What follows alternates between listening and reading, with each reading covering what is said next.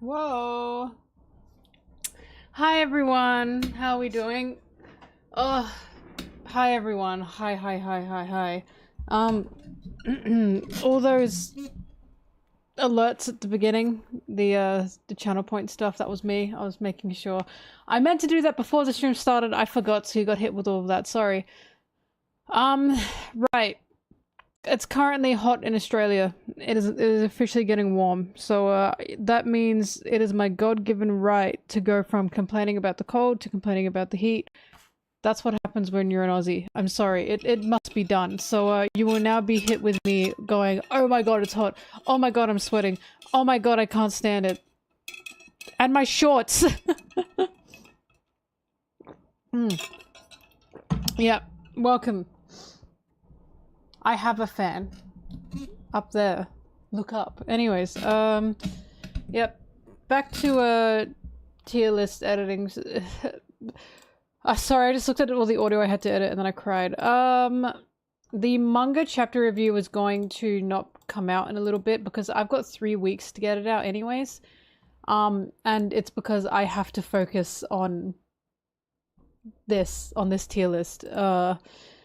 So I should probably make a post about that, but just letting you know that's going to be happening now.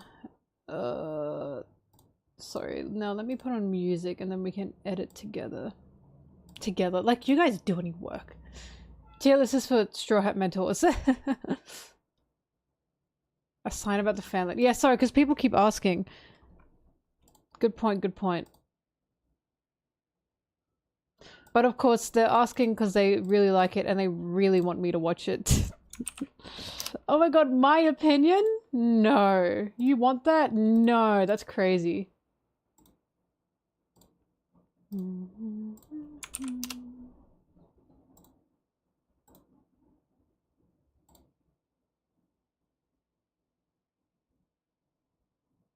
Hi, Zimbabwe Queen.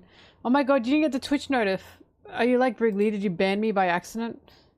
Is that what's happened? Sorry, I gotta put music on. Let's put on the Princess playlist. I didn't get to finish listening to it.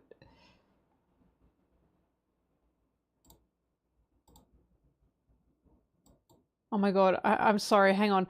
Before I put on the Princess playlist, I have to sing this so badly. It's in my head.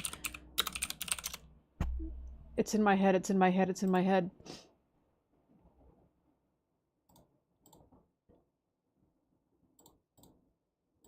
It's in my head. It's in my head. It's in my head. Ugh, the worms. Oh. No! I'm sorry. No!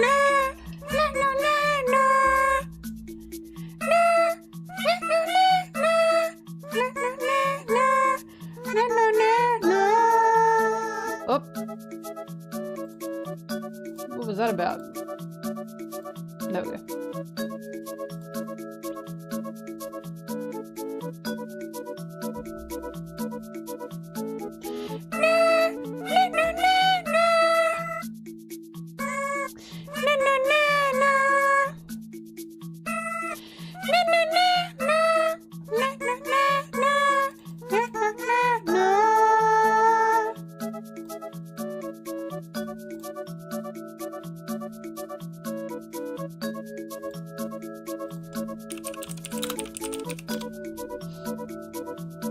Kinda, yeah.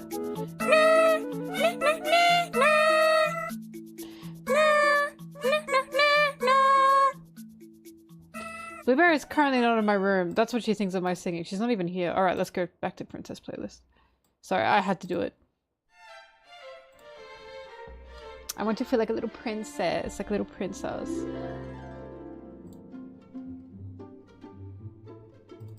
Sorry, much information about One Piece this morning. And when I say much, I mean one bit of information that made me jump and go, yippee! And the information was about Sanji Food Wars. Basically, it was an interview. Let me show it to you. I have to talk about this. I have to talk about this.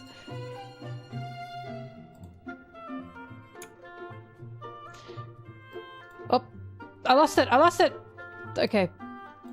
You can't read that. The 35-page one-shot pitched by the Food Wars creators was published in the July 23rd edition of Weekly Shonen Jump in 2018 to coincide with the 21st anniversary of Oda's hugely popular series. Now, on the back of its success, it seems that an anime adaptation of the story may well be in the works, and it's all thanks to Oda himself. An interview with Sakura from Shonen Jump that surfaced online last October revealed that fan reaction to the chapter was strong, and the One Piece creator was obviously absolutely one of those fans. Sorry, I gotta turn the music down, it's too loud for me. Now here's the big... No, don't jump to conclusions, but here's the important part. When we saw Oda-sensei at the New Year's party, so this is the author of... the two authors of Food Wars. When we saw Oda-sensei at the New Year's party, he told us he was really happy with it. And that was when he said, "We're making an anime version of it." Now the two editors of the series are in a bind since the companies working on the two projects are totally different. Laughs. Now everyone on the editorial side is greatly perplexed, trying to figure out what to do about it. On the other hand, Oda-sensei is just like, so what? You are going to do it. Hi, Voltikun. So, what's happened is, this was published, I don't know when. I actually have to find this. But, I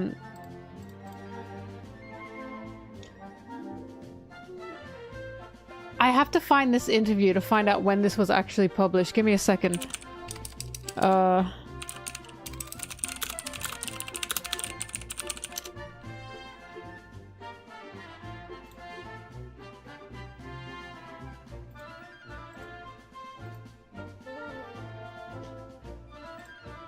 Oops. God, I wish they posted the link.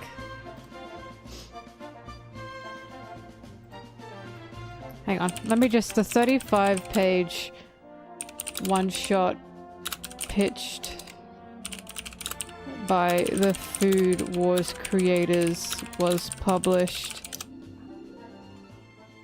There we go. Okay, found it. Alright, so here's the thing. This interview was published back in 2019.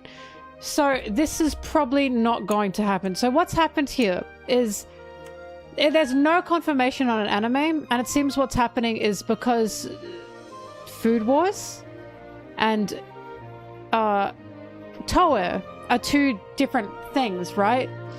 So like Food Wars production and Toei production, One Piece production, they're two different things. This was a collaboration. That's why they're saying the editorial side is greatly perplexed trying to figure out what to do about it. Because it's a lot of copyright stuff, right? So what's happened is Oda liked it so much that he said, we will make an anime. He said, we will make an anime on it. And the editorial side is going, what the fuck?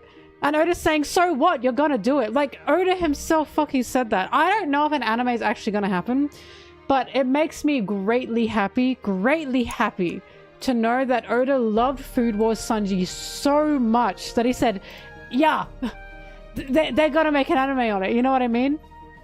Because, you know what that means, right? You know what that means? That means Oda was reading this shit. Hang on. That means Oda was reading this, right? And reading this, and going, yeah, that slaps. That's what he was doing, right? That means he was looking at this and going, it's peak. It's peak. Like, how cool is that?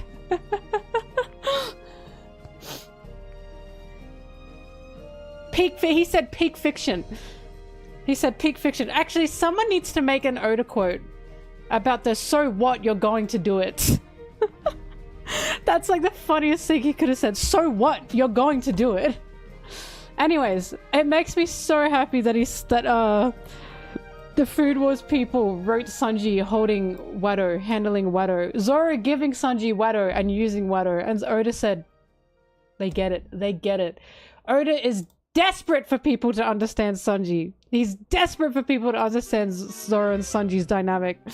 He read that Food Wars spin-off and said, holy shit, this is awesome.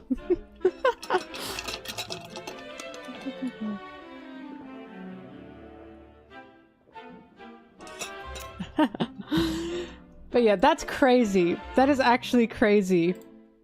I can't believe I hadn't seen that interview before. If you want to read the full interview, hang on. Let me get the link for it. Because sourcing matters. It matters.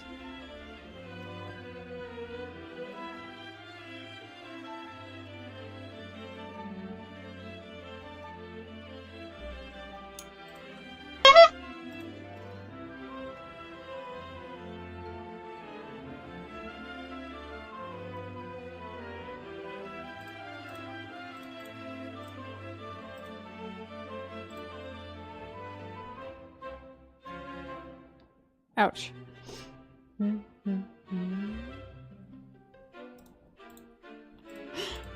This is so interesting. Hang on. So there's 3 links back to the interview. Oh, sorry. I don't know why that just happened. Is that going to the right place? Okay, it is. Okay, it was an interview on Shonen Jump. I think it's safe to say this is real. But I will actually officially look for that.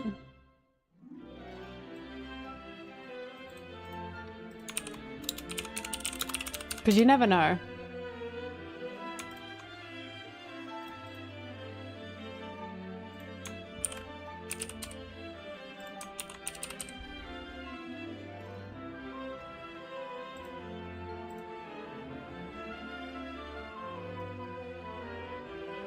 Oh wow, hang on. Hang on, wait. I think I'm seeing... Hang on a minute, wait. Wait. I gotta read this.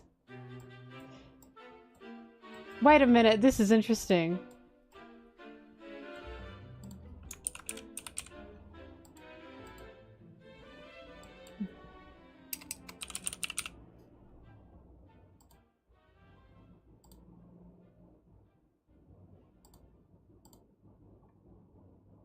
Hang on, I want to read this. So this is him talking about Shokugeki no Sanji.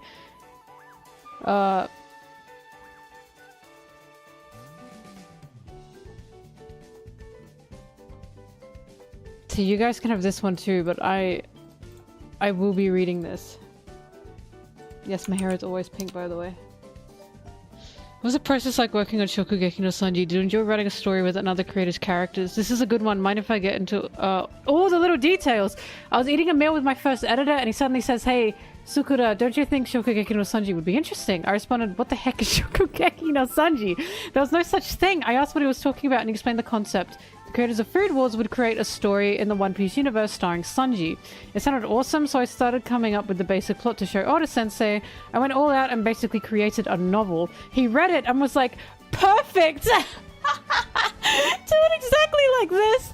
We started with the plan to do it in 31 pages, but my editor at the time suddenly increased it to 35 pages. That's 4 more pages. The problem is that we had to do this while also doing the weekly 19-page Food Wars chapters. Perfect, he said. Saiki-sensei said he didn't take a single day off. Once I completed the storyboards and handed them off to Saiki-sensei, I could go back to focusing on the Food Wars chapters. Blah, blah, blah. While waiting for we did get a few suggestions at the early stage, make this part more exciting and stuff. I fixed a few things and sent it to Oda-sensei for final approval. He only had 2 or 3 changes, which he wrote in red ink. When Soma cooks, oh, that's his character, he ties his towel around his head with his left hand. So I did like a self-homage, self-parody by having Sanji remove his tie when he cooks. He'd roll it up and put it in his pocket. He'd do that to get into the cooking mode. But Oda-sensei wrote that it's the opposite. Sanji tightens his tie when he cooks. Oda said, actually, wow, the details are really good. He said, hold on a minute, not my Sanji. My editor and I were like, I see, when we read this, after he's done cooking, he loosens or adjusts it. My editor and I were like, I see, he tightens his necktie. But that made me realize that a man's necktie can be a good way to show characteristics in male characters, and female fans might enjoy it.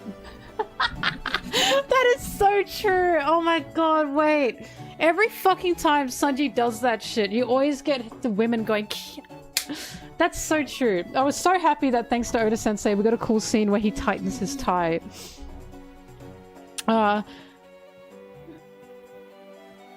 The fan reaction to the chapter was strong as well. We did get some comments from fans that this wasn't the Sanji they imagined, but most— Who the fuck said that? Who said that? Who said that? Bring them to me! Bring them to me! Bring them to me! Now! Bring them to me! How could they say that? Who said that? Azor the— Wow. Who said that? That's crazy. Every Sanji fan I know fucking loves the Food Wars Sanji. That's crazy. Some people said they like Food Wars but would like to see at least one chapter of this a year, but that means we'll never get to take a break. When we saw Oda Sensei at the New Year's party, he told us he was really happy with it, and that was when he said we're making an anime version of it. Now the two editors of the series are in a bind. Okay, so this is real. That is so cool. Ah! This is big time real. This is from Viz themselves. So what? You're going to do it. Someone has to make that like a photo, the Oda quote photo. It's a matter of reading comprehension. Someone has— So what? You're going to do it. I just have one last thing. The One Piece chapter in the first Shonen Jump I ever bought with my own money back in junior high. Aww! With my own money, that's so cute. Where Luffy heads out to search for a cook. Being allowed to create a story for a character that you enjoyed as a regular fan is surreal. It would be like if I could direct— Bro, he wrote a fan fiction! Or they wrote a fan fiction. Actually, I don't know. I actually don't know if the author is a woman or a man. I heard they went on maternity leave or something, but... Either way, this author, these two Food Wars creators, got to write Sanji fan fiction, and the creator himself said, yeah, that's perfect. Can you imagine? Imagine writing Zolsan fanfiction and showing it to Oda and he went, that's awesome, that's perfect. I shit my pants. Holy shit, that— They are living the dream. They're actually living the dream. That's amazing. Wow. That's beautiful. That's so cool. It would be like if I could direct an Kamen Rider series. I guess it's like with the Shin Godzilla movie. They mentioned 3 things in one go. Hideaki Anno was a big Godzilla fan. Oh my god, Hideaki Anno mentioned. And now he's directing the movie. It was like that for me. I get to do Sanji? That made me really happy. Connecting it back to Food Wars, I would do that. I get to do Sanji! Connecting it back to Food Wars, I was able to incorporate the concepts and pace I created for Food Wars, overcoming hardships with cooking and winning, which Shokugeki no Sanji really well. So it reminded me of all the potential that exists within Food Wars. It's something I don't think I could have realized if I had not done Shokugeki no Sanji. I am blessed to have received this opportunity. Sorry I went on for so long. Wow. They rambled! They rambled! They were so excited. I love when people ramble because they're so excited. Oh, they're both men. Okay. I gotcha. I gotcha. Wow. I see. I see. I see. But yeah, that's so cool, right? I'm so happy for them. But I love, like, you can tell, right? They're such Sanji fans. They're such Sanji fans. You can really, really tell. That's why Food Wars Sanji, it's so good. You can tell just how much these guys love Sanji. That's awesome. I love that. Anyway, sorry, what was I asked? Oh, sorry, when did this interview happen? Let me pull it back up. 2019, I believe it was. Yeah, 2019. Here you go. I'll I'll link you the interview. Yeah, so I don't think Food Wars Sanji is gonna get an anime, but it's really nice to know that Oda said they're making one. It's really nice to know that Oda wasn't having it. He was like, it's perfect. Make it an anime. Anyway, let's actually get to editing. I just wanted to say that. That's awesome.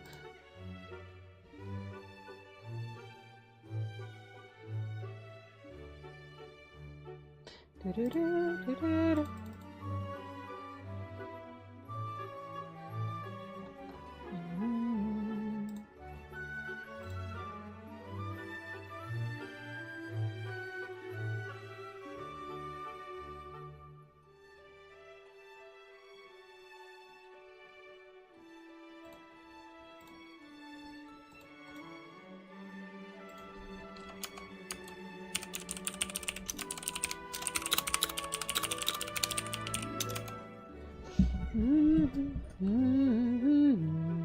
do do do do do do do. Oh god. Oh, help, sorry.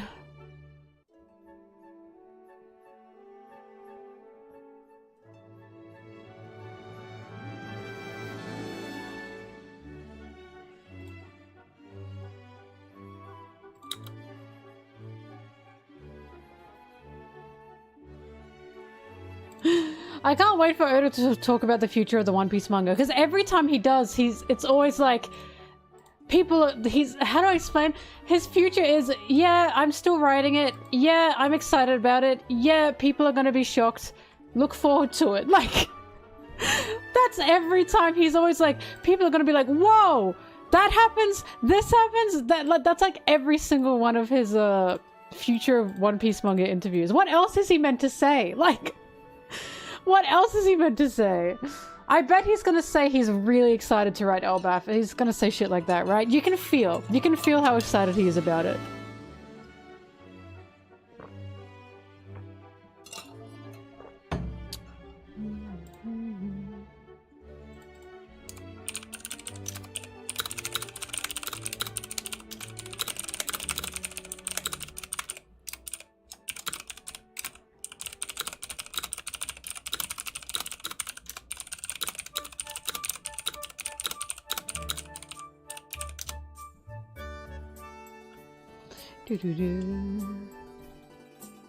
He's gonna spoil the whole thing. Oh my god, Yellow, he's gonna be like, I've got big plans for Full Body. Full Body fans, watch out. Just you wait. Promise. Promise.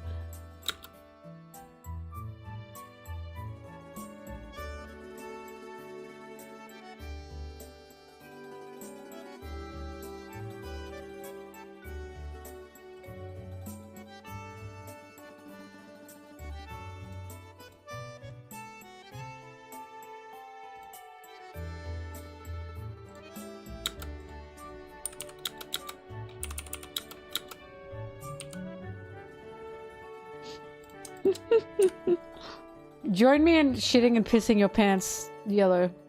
Every day. Something happens and I shit and piss my pants because I'm so excited.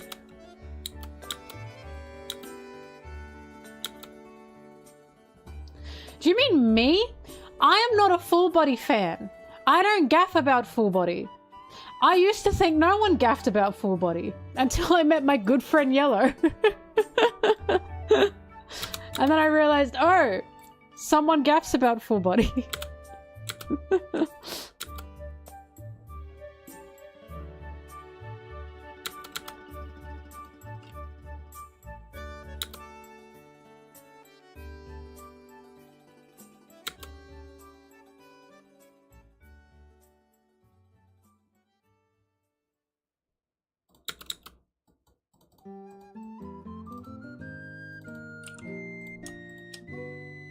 Zimbabwe Queen bag? Ban Wrigley.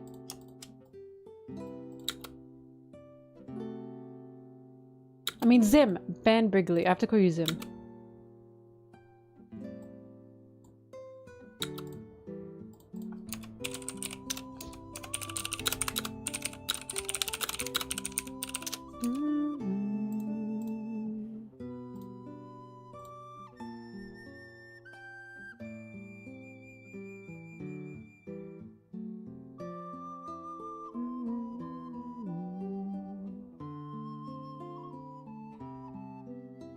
Smelly Princess, has anyone ever called you Smelly Princess?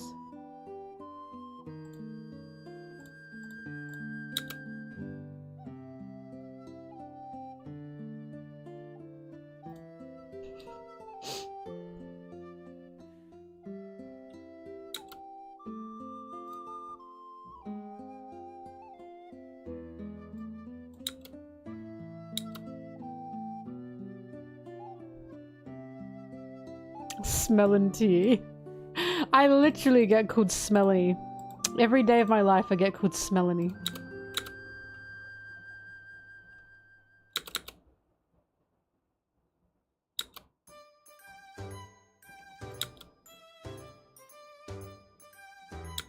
You just put the name for Twitch. Can I call you Smelly Princess?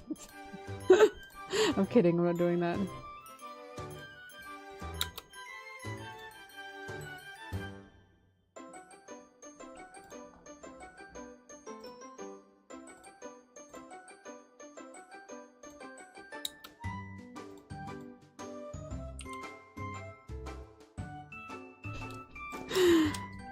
Stop it, Yellow.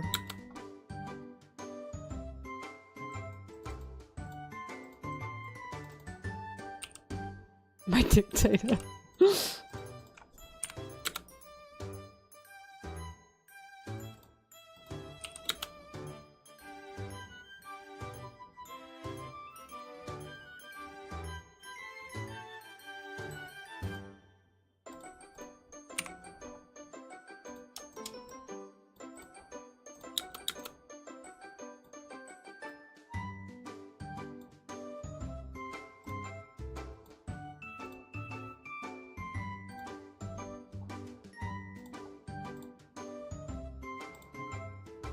Howdy do, boys!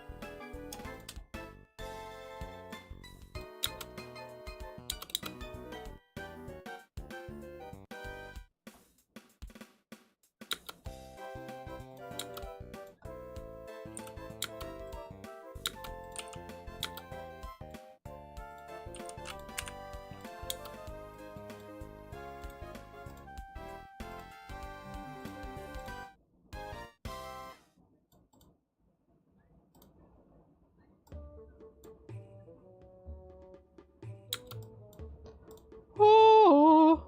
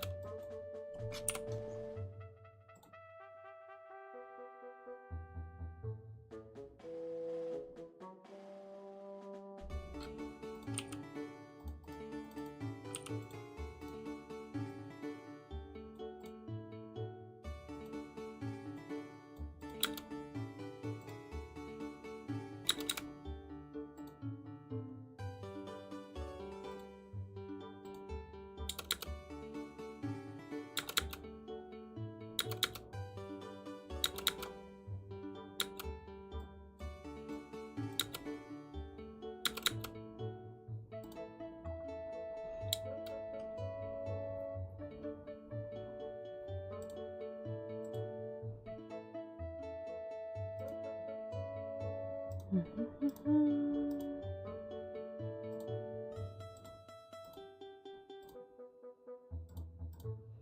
shit.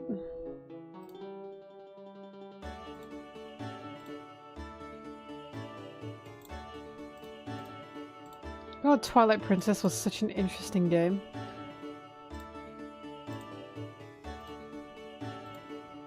Twilight Princess just felt otherworldly. In like a good way, but still otherworldly.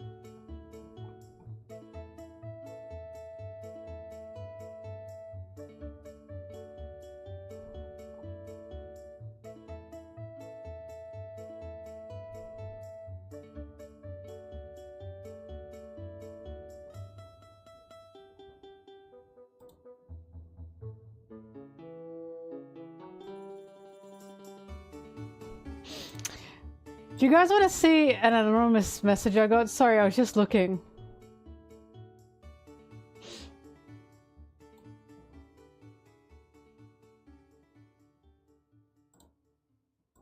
Do you want to know what that says? I was watching one of your streams and what was funny to me is that 21 days is not 2 weeks. It's actually 3 weeks. Yes! Yes! That's the point! That's what I was saying! I don't know who Nana is.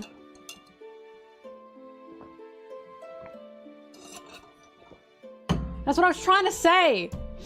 When people were like, 2-week break, I was like, what are you guys fucking talking about? It's 3 weeks until another chapter.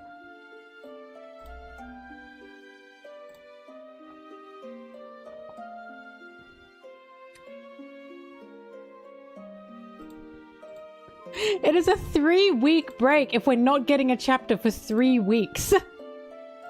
We are waiting 3 weeks. If you say 2-week break, people are going to think, oh, so in 2 weeks we get a chapter. Yes, we always have a week break. We always have a week between chapters. So if we have 2 weeks between chapters, we've got 2 weeks. I didn't save that image. I just screenshot. Look, check this out. Ready? Are you ready for this? Watch this. Ready? I just do. Whoa. Whoa. Whoa. It is not saving the image. I just got that ask and I thought it was funny. And relevant.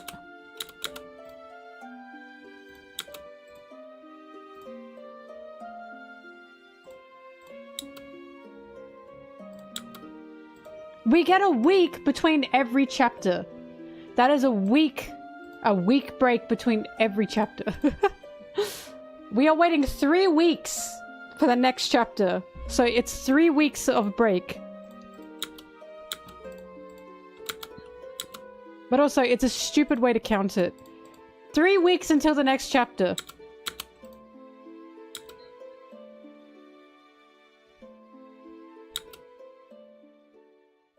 He's not taking a break this time either. He's still working.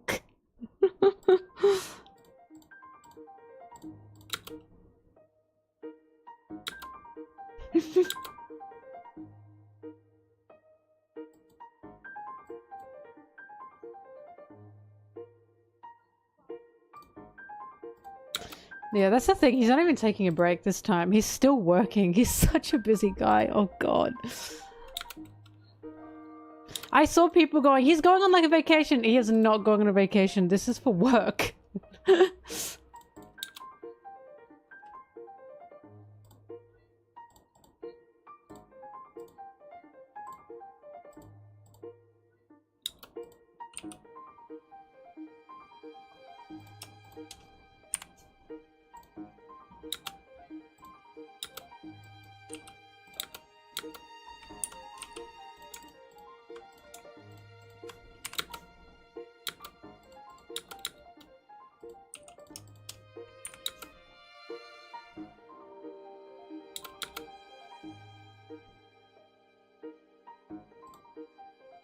I do wish that this 3 weeks off was actually 3 weeks off for him, genuinely. Instead, he has to fly overseas. He has to sit for who knows how many interviews. He has to help with stuff. Like, that's tiring. It's tiring. Travel itself is tiring. So it's like, oh god. Like, this is not rest. I really wish it were rest. Why he needs to fly? Because he's going over to check the set out for live action stuff, apparently. But he's going... Where is it? South Africa? Is that where they film it? I don't have to say why he's traveling. I thought we knew. But yeah, he's flying over to South Africa to do live action stuff. And again... If he's truly wanting to do this, happy for him. I just hope it's not a contractual thing. That, like, he's contracted on this to have to go over there and do that. Do you know what I mean? Because, again, it's so tiring. But, I just hope, look, I just don't want him in an early grave. So, here's hoping. Here's hoping he is actually enjoying his time down there and not ripping his hair out. But work is still work.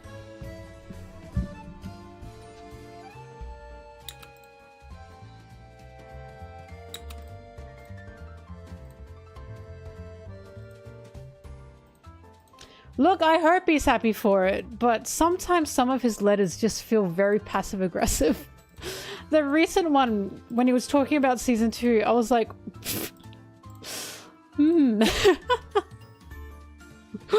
It was interesting. It was interesting, to say the least. Half of it sounded like sponsor material in promoting the actors in terms of like, we'll be releasing these on these dates. The other half was, every time I ask Netflix to do something, they are shocked that I'm asking them to do something. And I was like, oh, I'm not sure about that.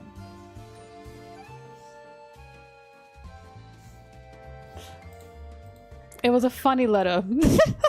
It was a funny letter, and I was like, I'm picking up on some mixed signals here.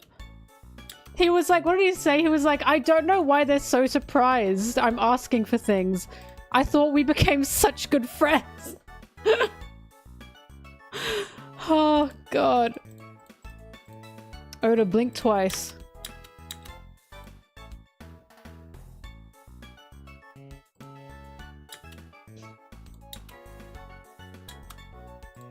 Hang on, if you want to know what I'm talking about, I'm not going to put it on the screen because then I'll probably start talking about it. I'll look like a conspiracy theorist, but you guys yourselves can decide what in the world the tone is with this, but a lot of it feels a bit like...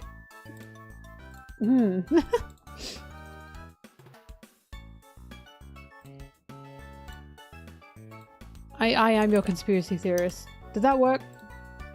It did. Sorry, it's bad quality.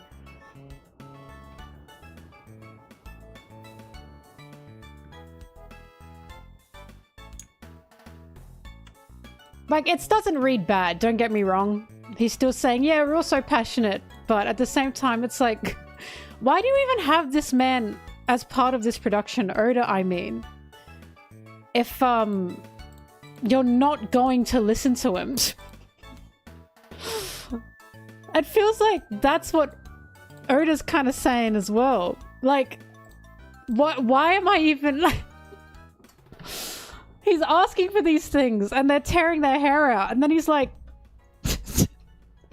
what the fuck? If I was a creator and that happened to me, I'd be like the same. I'd be like, why the fuck am I here then if you're not, you know, gonna pay attention to what I'm telling you?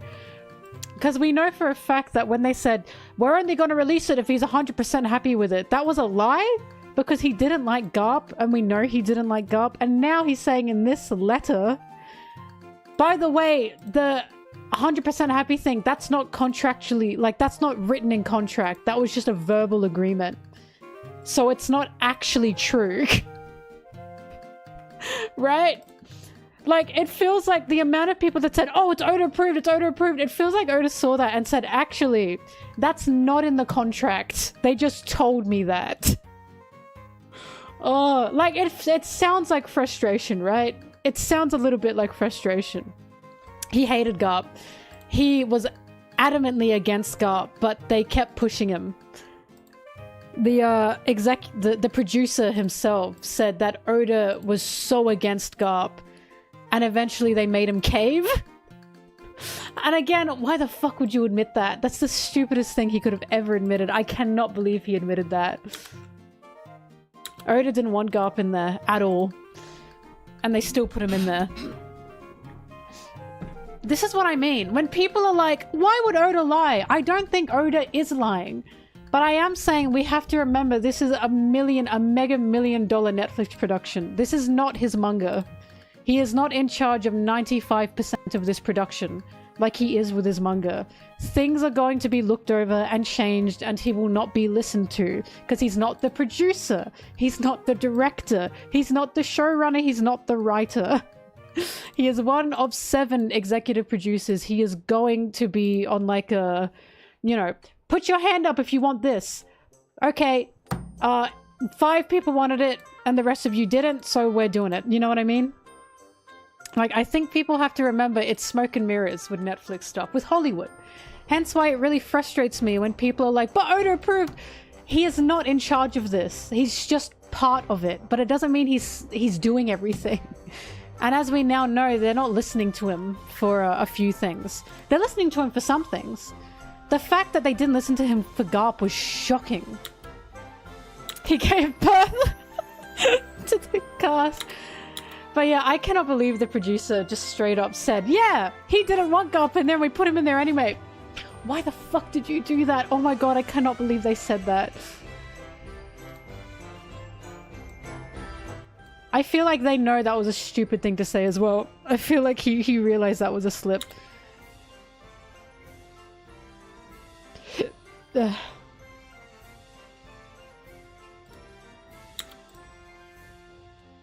yeah, that's the thing, right? Oda's not going to say anything bad about it.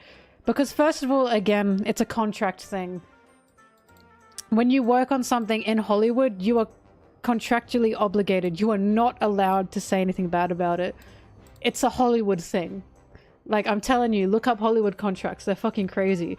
Second of all, he's just a nice guy. He's just a nice guy. He's not going to be burning bridges. He's not going to be like, ugh, you know what I mean? He's going to be like, well, everyone was passionate. Like, he's not going to spit on it. He's going to be, he even said, well, it's not exactly my vision, but it's still something everyone was passionate about. So that's what gets me the most. And it's like, just because Oda's, like, it's Oda approved, it doesn't mean you have to like it, guys. You're allowed to look at it with a critical lens.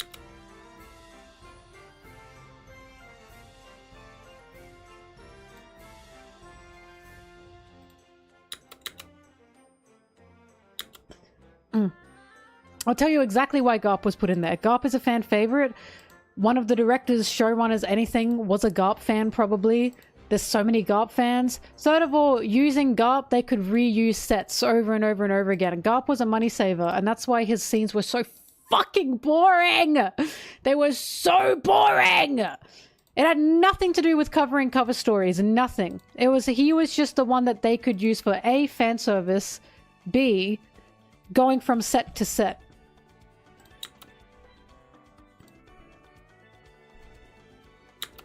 Garp was just the easiest bet. It's so funny because he ruins the scene composition of when Roger's being executed. If anything is a metaphor for how poorly like, for how poor the decision was to put Garp in this thing. Look at the scene at the very beginning where Roger's getting executed and Garp is part of that shot. He's literally a wart in that scene. He stands the fuck out. And it's like, he is ruining the composition of this shot, of Roger being the centerpiece of this world. Garp is just there. Why the fuck was he on the platform with him? Put him down there. That was Roger's shot. Roger was meant to be the center of that. And they just put Garp on the side. Why did you do that? He totally ruined the shot composition. And it's like, this is such a good metaphor for how much of a wart Garp was in the live action. It was so terrible. I'm sorry. Putt thinks he's part of the team.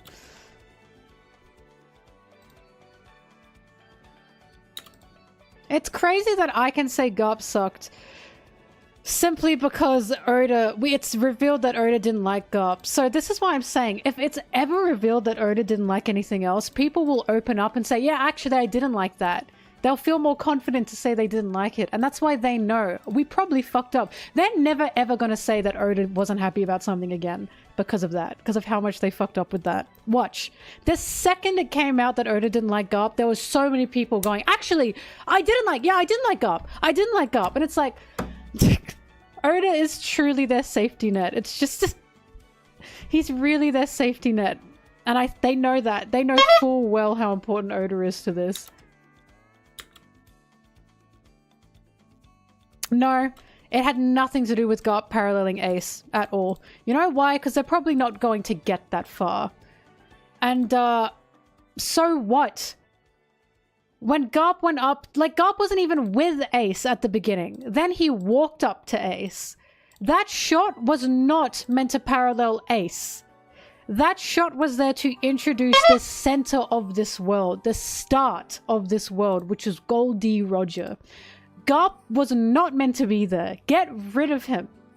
Get rid of him. I have a secret for you. Every single character in the OPLA did not feel like themselves. I'm sorry. I stand by it. And I'll always say it. I cannot believe it. Zoro was shockingly bad. He was just shockingly bad. A lot of them were pretty bad. But Zoro was really bad. As you all know, Sanji was also just terrible. Not because it was the actors. I always have to say that. The actors are fine. They're fine. I have nothing against the actors. It's just that the characters were just so nothing. We don't fight at the Baratier, sir. Luffy was rejecting food and sitting down and making plans. Zoro had fucking no character outside of Cool McBoy Boy. Cool Boy who was McBoy Cool Boy, right? Nami was giving people money at the beginning. She just handed some money over, right? And she wasn't as intelligent, in my opinion, in using what she could to her advantage, such as when Sanji flirted with her, she got a free meal from that, right? In the live action, she went, ugh. The point of the original scene is she could see Sanji was a chump, so she used him to get a free meal. Usopp wasn't a character. Point blank, he wasn't a character. And then, God... And then Sanji wasn't even the same character. Sanji's a chump. Like, I'm sorry. It was just really shocking to me. I just will simply never back down on that. When people are like, why didn't you like it? And I always have to say, first episode aside, in terms of Luffy sitting down and making a plan, literally, he accidentally stumbled onto Zoro, by the way. He didn't actively go out to seek Zoro like he did in the original, which he should have done. He just stumbled upon him. But, I'm not watching the second season. I'm sorry. But, just watch the Baratier. The line, we don't fight at the Baratier, sir. That should be enough to make anyone realize why I don't like it. Compare Sanji's introduction scene in the original to the live action scene. This is a whole different character. This is not the same guy. It's not the same guy. They didn't even make Sanji, like, start the fight is what gets me. He wasn't even in it. other people, Full Body, who was it? Full Body and someone else were fighting each other. And Sanji just walked in and said, Even, but I'm sorry, I don't understand the Buggy love. And you know why? Because they made Buggy so sadistic. Yeah, Buggy was a freak in the original. The whole point of Buggy is he's not actually a threat.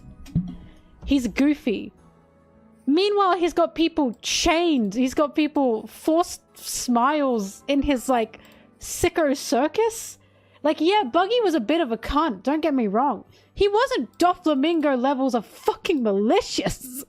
Buggy was insanely malicious, and I was like, what in the world is going on? This is not Buggy. Like, this is Doflamingo levels of malicious. It was absolutely bizarre to me. Although I already said, I knew they were going to do that to Buggy because America's scared of clowns. The West is scared of clowns. Yes, he's still a pirate. But again, the point of Buggy is he's not that much of a threat. He's a joke. He's not that scary. He was scary to the East Blue Village, but he wasn't actually, like, forcing anyone in the East Blue Village to do anything. He ran them out. It's true. But he wasn't, like, you know, capturing them. Like, he's a pirate, but Buggy is his own character. He wasn't that malicious of a pirate nor a person. He was a fuckhead, but he wasn't a villain, right? He wasn't a monster.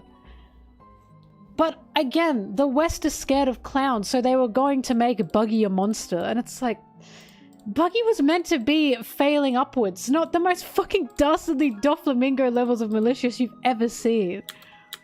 Like, he was just, it was overkill. I'm sorry, it was absolute overkill. And I was like, this is not Buggy. What in the world is this?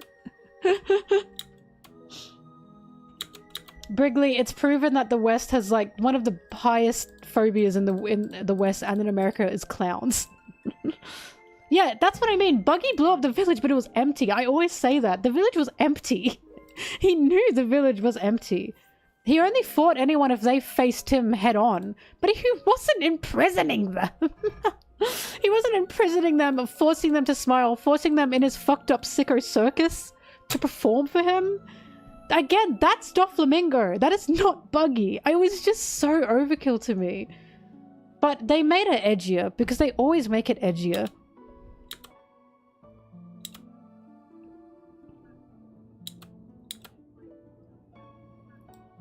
Because imagine Luffy meeting Buggy again and Impel Down. And am I meant to believe that Luffy will be like, oh, Buggy, you're actually pretty good? Am I meant to believe Luffy will then think that after what he saw Buggy doing? Imagine Luffy saying that to Doflamingo. Because again, it's that same level of malicious and sadistic. It is. Imagine Luffy now going, oh, Buggy, actually, you're a good guy. I actually like you, Buggy. And we'd be like, after what we saw? I don't know about that. It's easy to think Luffy can let the past be the past with Buggy, because yeah, Buggy was, again, he was a dickhead.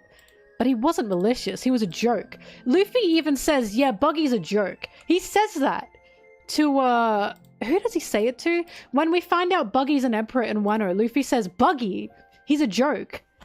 This Luffy, live action Luffy, would not think Buggy's a joke. He'd be like, Buggy was a fucking sicko. Buggy was terrifying, right?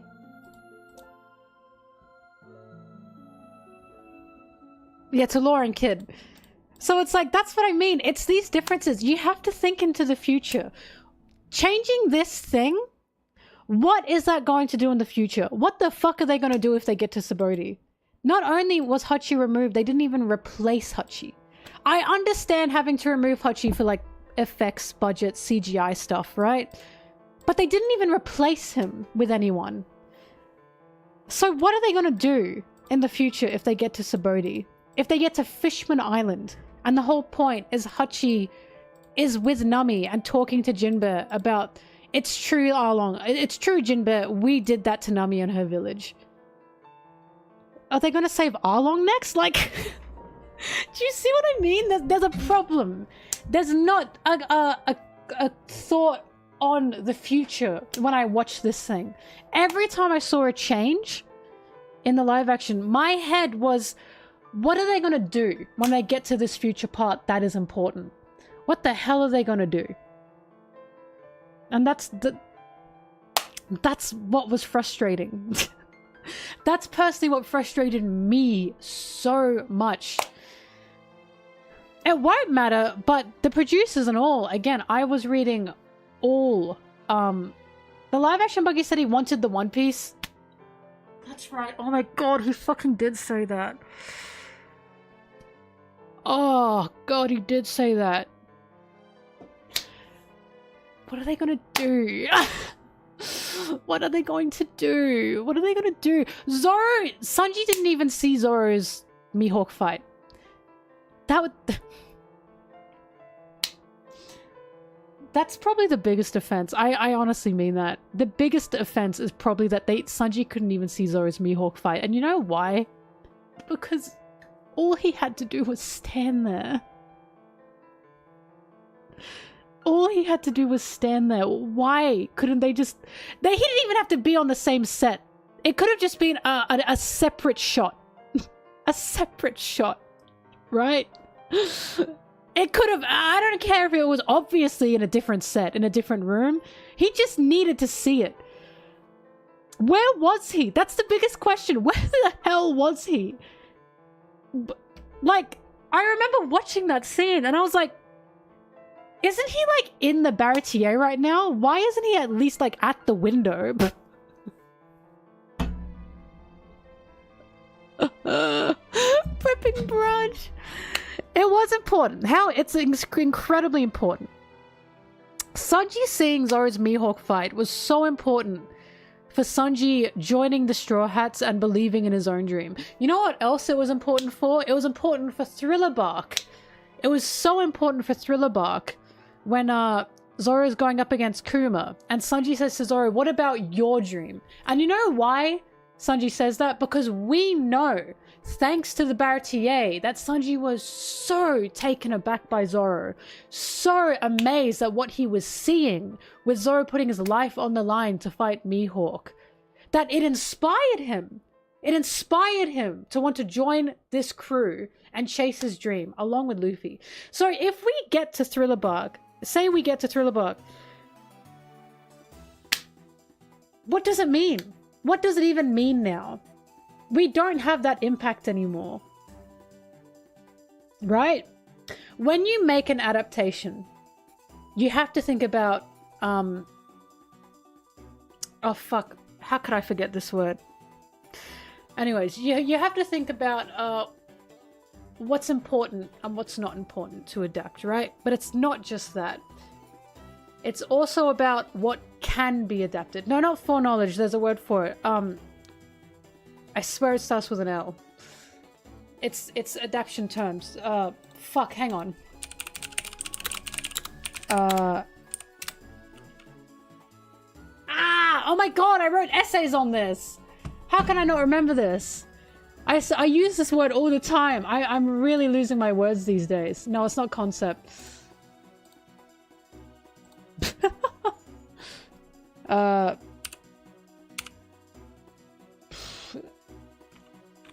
on. Oh my god, I'm killing myself. Oh, this is really pissing me off.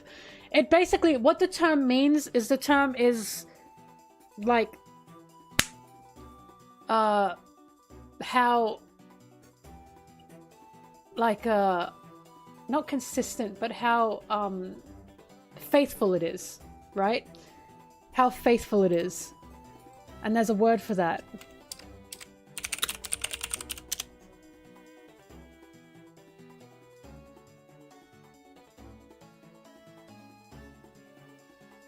Oh my god, this is actually really pissing me off.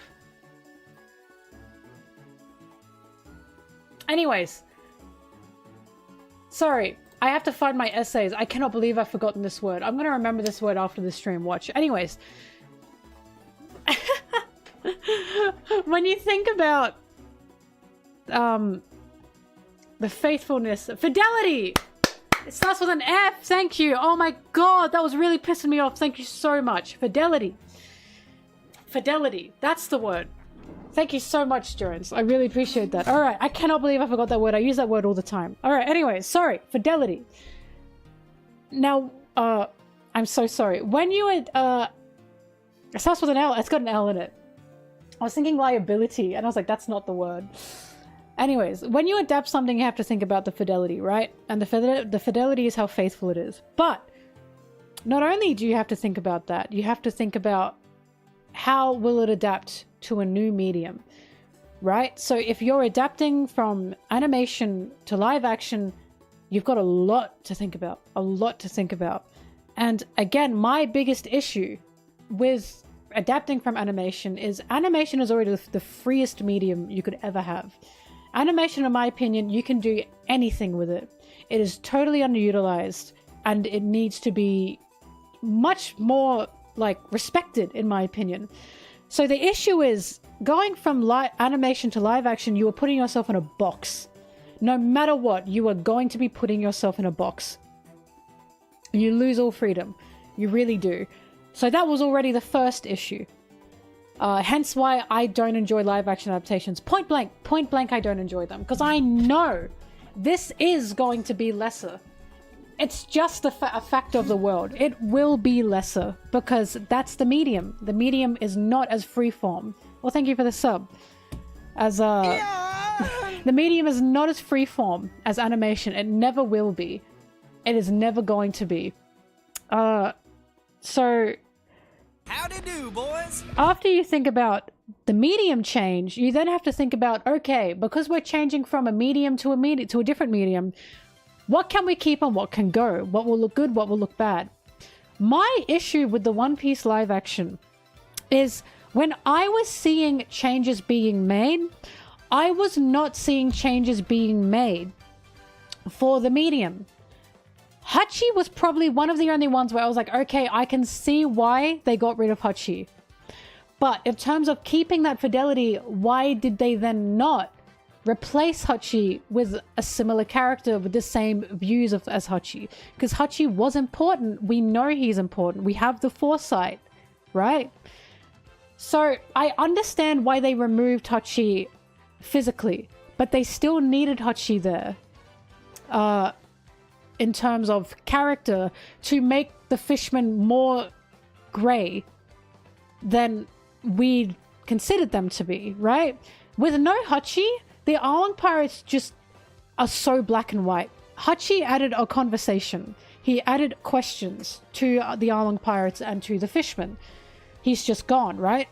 Not only that, but the fight between Hachi and Zoro symbolized Zoro's growth from the Mihawk fight, because Hachi has 6 swords, while Zoro has 3, and that's like a showing of that's not scaring Zoro anymore. That 6 swords used to mean strength to Zoro. That would have scared him previously.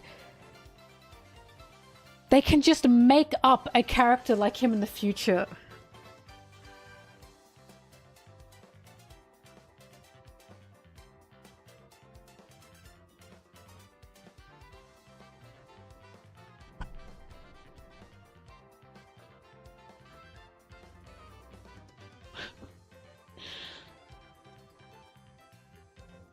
That's not... Where the...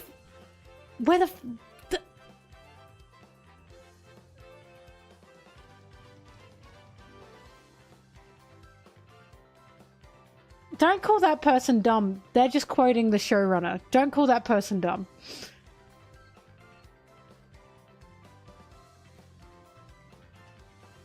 Sorry, I'm just thinking about that. Also, don't harass, yeah, but...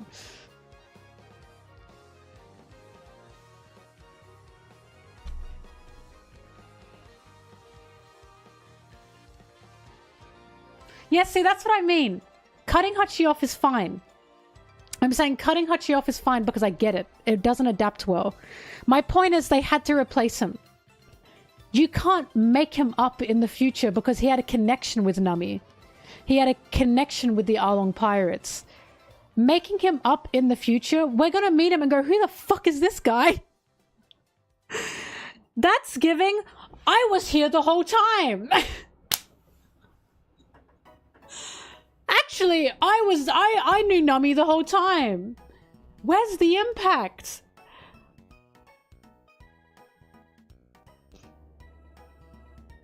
No, Hachi was important to the introduction of the Arlong Pirates in consideration with his relationship with the Arlong Pirates, with Jinbe, and with Nami. In consideration with how he treated Zoro. How he clearly didn't have any ill will towards Zoro. Because fishmen are more complicated than Arlong, right? Hachi was giving us a more interesting idea of what fishmen are, who they are. That's... anyways, my point is... Sorry, we'll move on. My point is, Hachi was an example of, I can see them trying to adapt something. And they realized that didn't work. My only issue is they then had to replace him. That was a problem. But after that, let's then think about Garp, right? Adaptation-wise, fidelity-wise, Garp wasn't originally in the beginning. He was in a cover story, that's fine, but he wasn't in the main story in the beginning. He didn't meet Luffy. He didn't meet Zeph. None of that happened, right? So, adaptation-wise, fidelity-wise, why is Garp here? What about the live-action medium calls, screams for Garp to be here, especially when you have such limited time to tell this story because of the difference of live-action episode timing compared to the anime that had much more free range. What about Garp just desperately called for a live-action adaptation, right? That's what I'm asking people to think about. When you see these changes in the live action, I'm begging you to think, what has called for this? Why?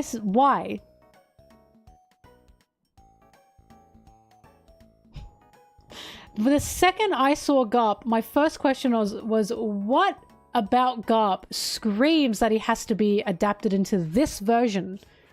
This version. There was no reason. There was just no reason. The answer was because they wanted to save on money. I guess that's part of the adaptation. They wanted to save on money and Garp was a fan favorite. That's it. It was, they just didn't want to have to wait to get to Garp. He's not just replaced Frosty, I love you. But yeah. And then let's talk about, okay, and again, this stuff is interesting to me.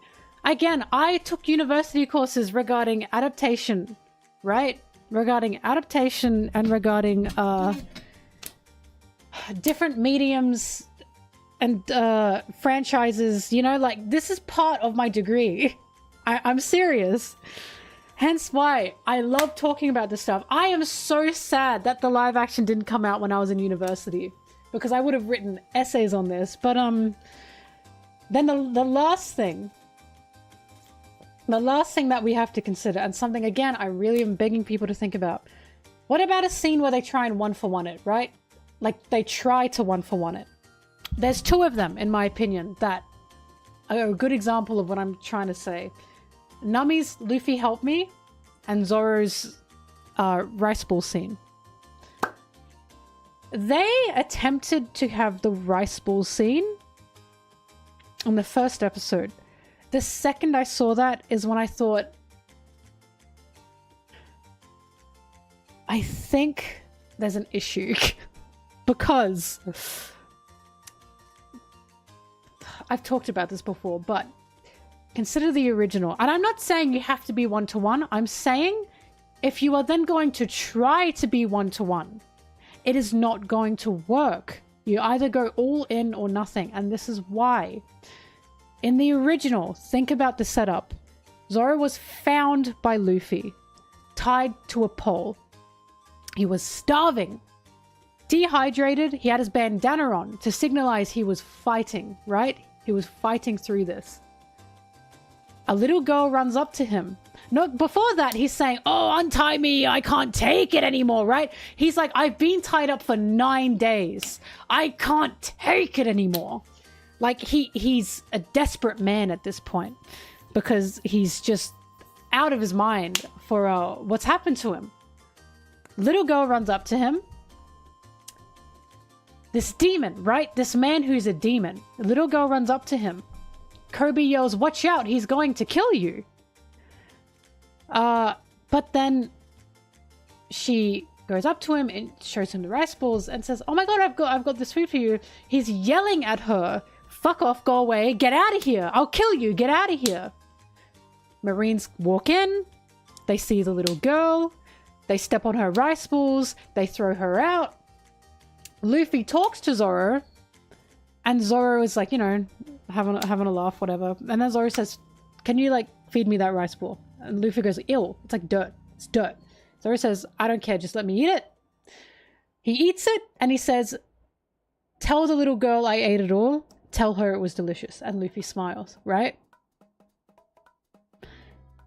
And then let's go to the live action version. Zoro walks into a bar of his own free will. He walks into a bar. He's dragging a body behind him in a body bag. Very clearly there's a body in that body bag. The little girl walks up to him, offers him the rice balls, and he rejects them. Already, let's think about that.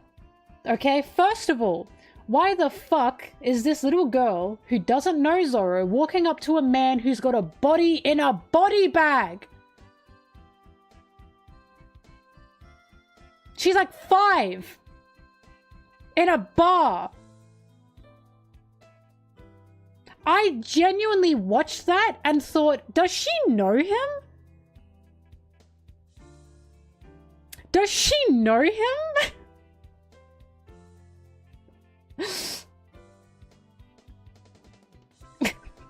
His head was popping out the top of the body bag. It's clearly a body in a body bag. And I was like, this little girl would be scared shitless of him.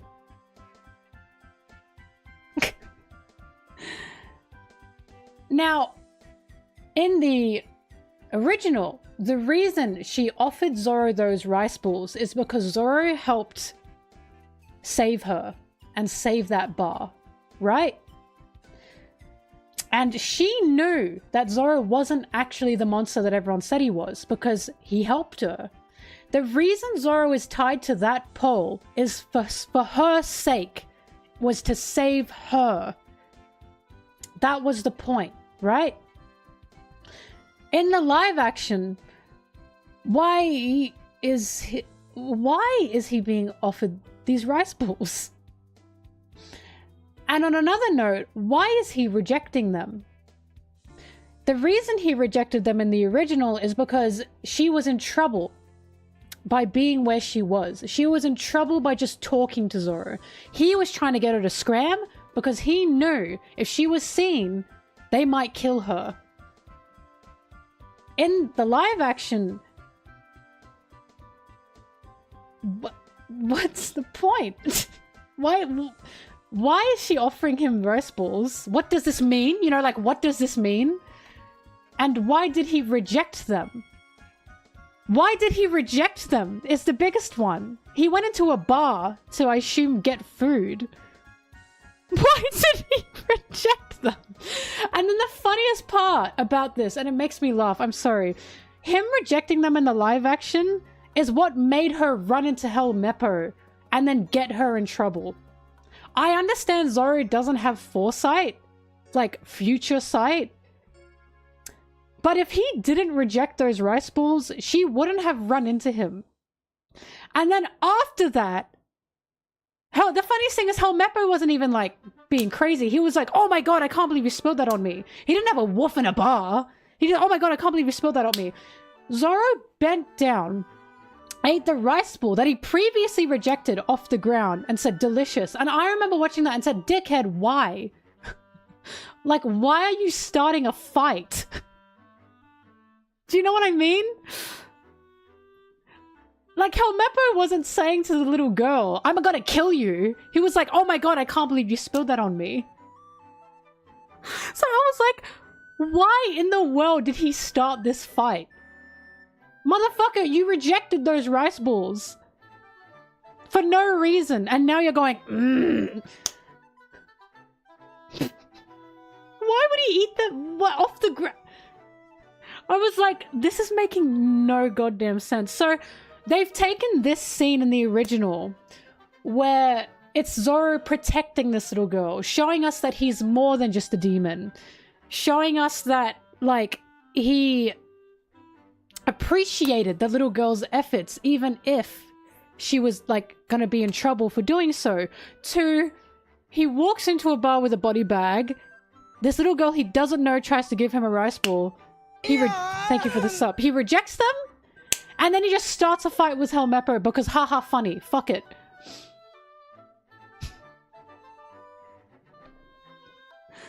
It's so different. Helmeppo wasn't even doing anything. He wasn't even like... He was just sitting there. Helmeppo was just sitting there. Right? He started that fight. Zoro started that fight. And then I know they know this, and the reason I know they realize they fucked that up is because when Zoro talks to Morgan, Morgan says, if you want your money, we have to tie you up because I can't let you, like, get away with what happened. And Zoro says, okay. They changed Zoro being tied up to help save a little girl to, okay, I'll get tied up so I can get my money. Rewatch the first episode. That's what they changed. And this is what I'm talking about. That's what this made me go, what? That's Nami motivation. That is not Zoro motivation. If you said to Zoro, okay, if you want this money, we gotta tie you up for 30 days. He'd go, fuck yourself, I'm not doing that.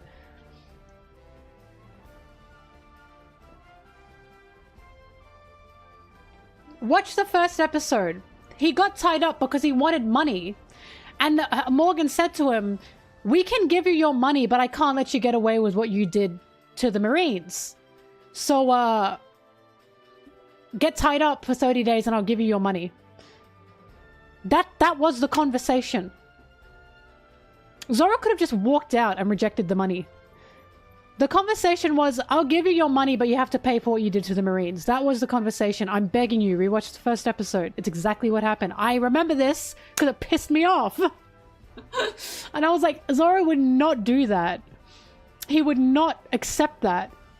The only reason he got tied up in the first time we saw him is because he was trying to save the little girl. He just wanted to get tied up. And then the funniest thing that kills me, this is the funniest part. If I ever make a video on this, I'll joke about this for ages. In the original, right, he's tied up for 9 days. He's starving. And he's going, release me, I can't, release me. I can't stand it anymore. Because he's starved, right? In the live action, he's tied up for like 10 minutes.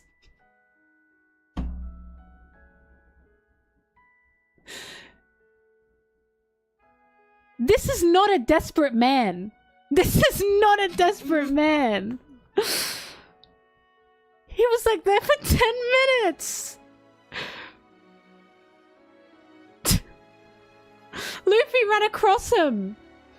And then Luffy said, okay, I'll untie. He also Luffy untied him for kind of like no reason.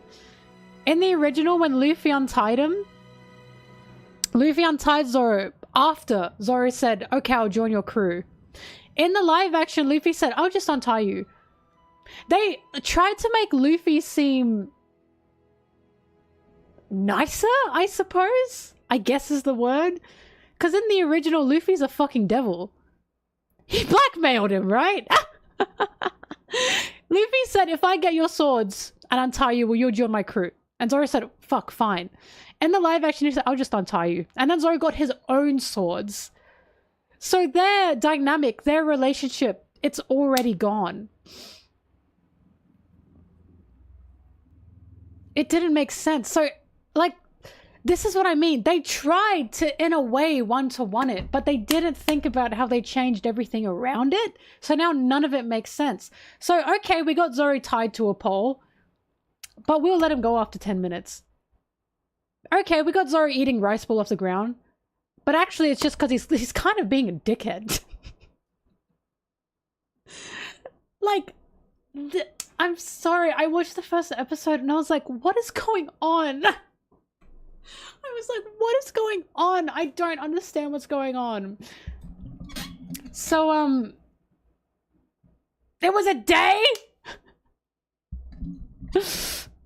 Either way, changing it from like a day, changing it from 9 days to a single day is a nothing. The whole point is Zoro was desperate. He was starved. He was dehydrated. Apparently he'd also just eaten as well. So going from like, oh my god, I can't take this anymore, to, okay, I'll let you go. There's no impact in that scene anymore. There's zero impact on the scene anymore. He had the munchies. But yeah, being tied up for money, I was like, what? Anyways. But yeah, that's what I'm saying. So when people ask me, why don't you like it? It's because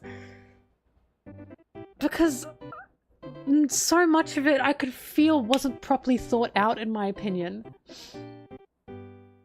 I have no beef with the actors, none. The actors do not write it, okay? The actors don't write anything. They are just there to act. They did their job. Everything else around it, I was like, oh.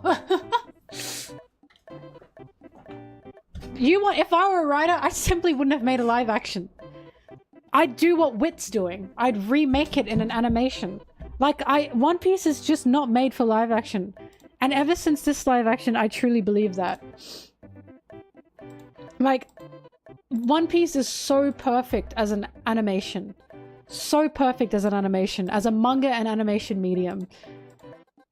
I simply wouldn't make a live action.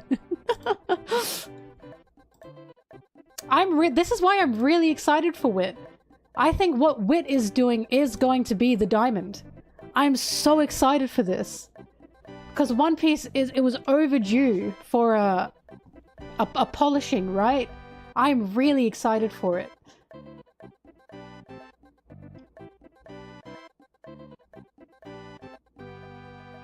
Zoro Mr. Meal. Oh, the Luffy help me scene? That one's the funniest one because, first of all, that scene starts because, Nami finds out that the village was actually pretending to hate her because they were hoping Nami would run away. And Nami found out that everyone knew what Nami was up to. And they can't stand it anymore. They hate to see what's happened to Nami, so they're saying, sorry, Nami. We are now going to, you know, give ourselves up because we can't stand Arlong anymore and we don't want to see you hurt anymore. That added an extra layer of hurt to the scene. Nami finding out that they knew the whole time was so heartbreaking for Nami because she wanted them to hate her. But the funniest part is they wanted to add the help me scene. Right? They clearly wanted to add it, but they kept all the dialogue the same. And Luffy talked to Nojiko, found out half of what was happening. Whoop whoop. Thank you. Thank you for the sub. Luffy talked to Nojiko, found out half of what was happening, and then went to talk to Nami. And then Nami said, you don't even know what's going on. And Luffy said, yeah, I don't.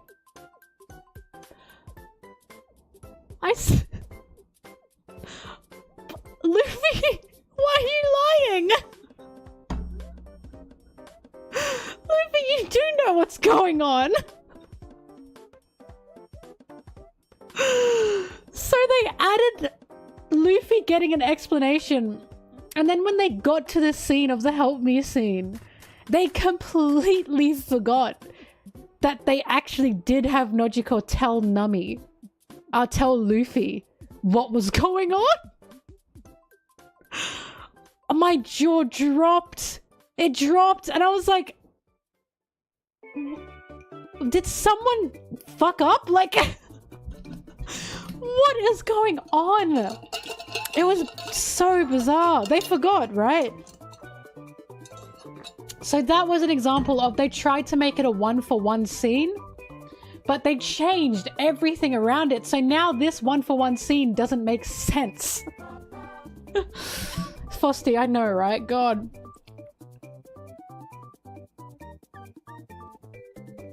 Silver, Luffy knew because Nojiko told him.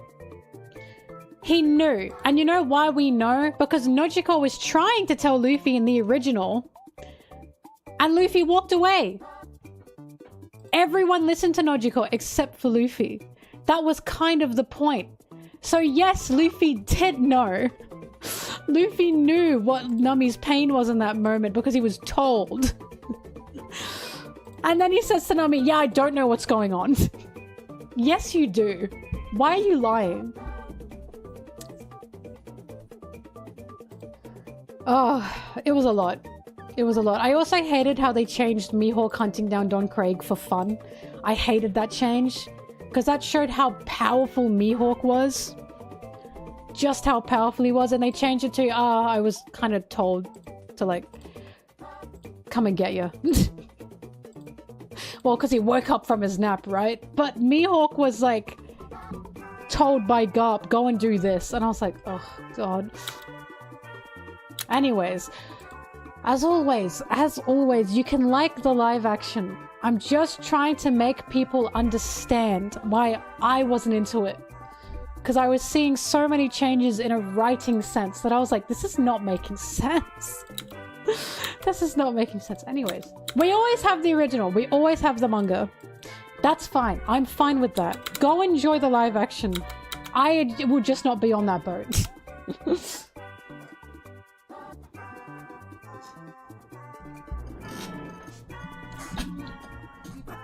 Do what you want. Go live your life.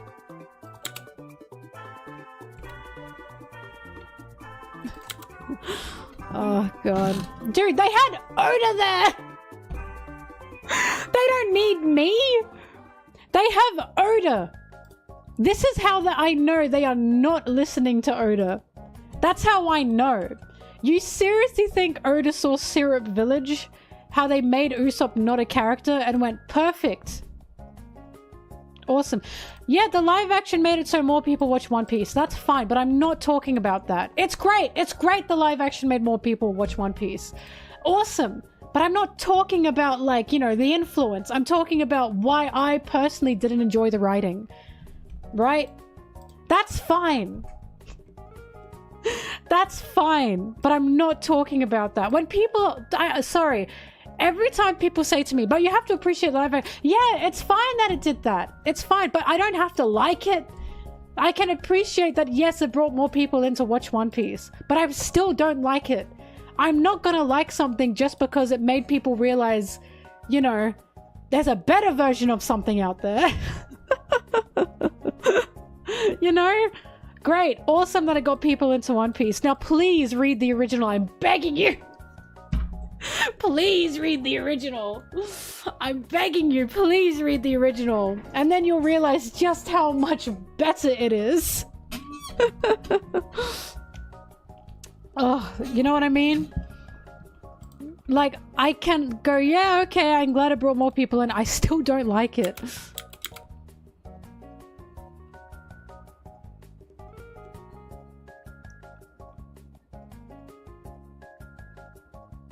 Yeah, go ahead and watch it. Watch it. Go and watch it. Again, I have no beef if you like it and you want to watch it. I just have beef with when people are like really trying to like, why don't you like it? Why don't you like it? Do you know how much I was jostled? How much I was thrown around? Why don't you like it? Why don't you like it? I'm telling you why I don't like it. I'm never gonna like it. You'll never make me like it. I don't care. Ragdolled. I was like Law in Dressrosa. I was ragdolled around. You tell people you don't like this thing, it's like Satan himself has risen or something. And it's like, Jesus Christ. I'm sorry, I just don't like it.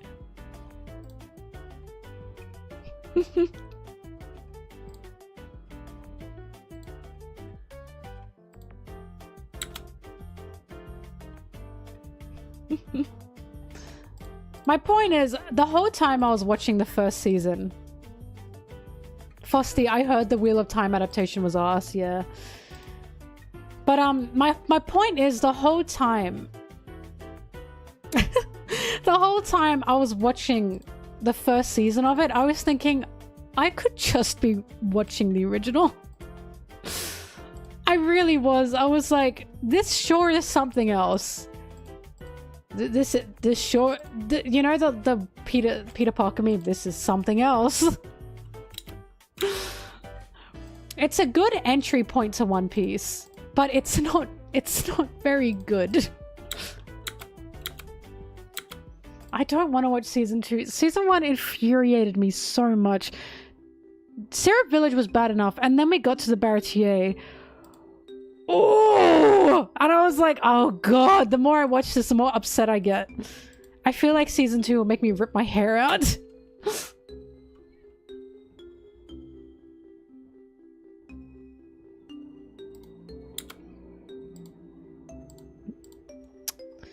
Oh god, I don't want to watch season 2.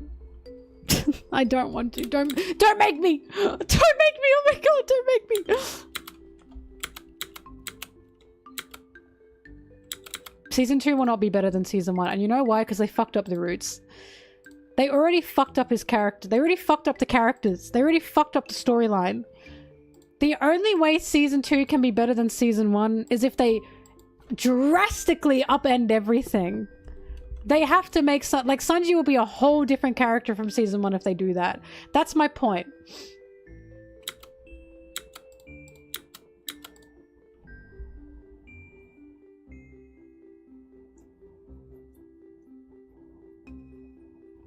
But I keep seeing people say, season 2 will fix things. How can they fix things without making them totally and drastically different is what gets me. They can't, because they are now making season 2 for everyone who didn't watch the anime, right? Season 2 is going to be a continuation of season 1. It's going to do its own thing, which again, fine, I don't appreciate it. I just don't like it.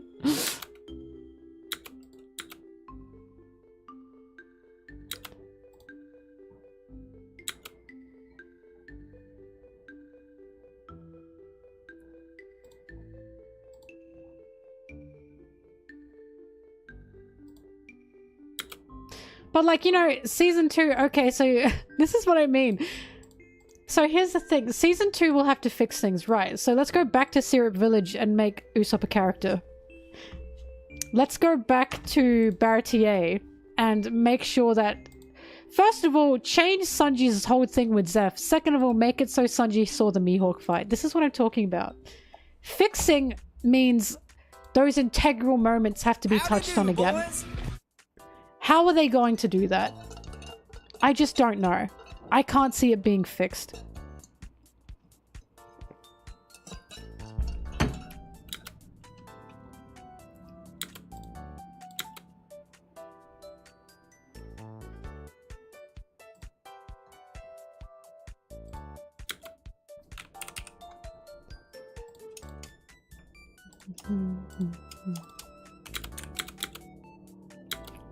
My blood, Fusty, my blood. I'm so passionate about this. Let's talk about something I like. Let's talk about something I like. Let me get my, oh my god, I need my creatures on the screen. That's why my blood pressure is so high. I don't have my creatures on the screen. La. Here comes shithead and butthole. There we go. Good. I feel good now. I feel calm.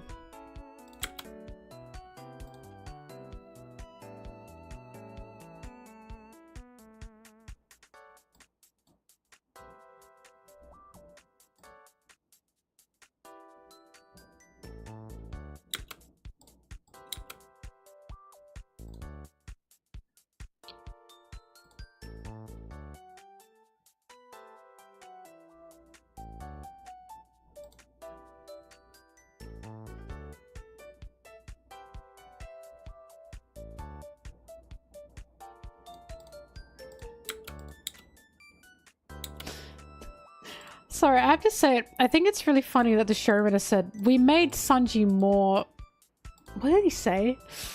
Hang on, I have the quote somewhere.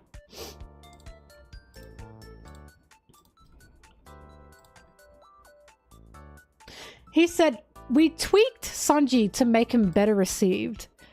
And the reason that gets me is because Sanji in the East Blue didn't do anything. What does he even do?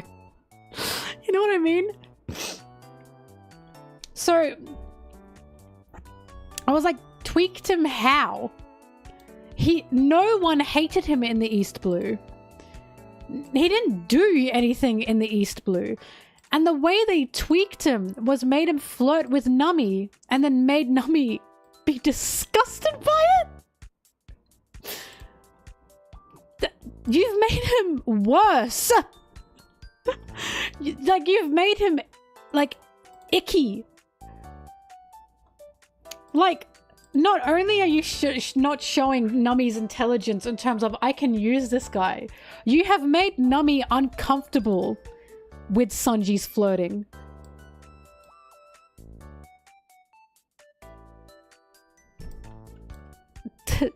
That was just...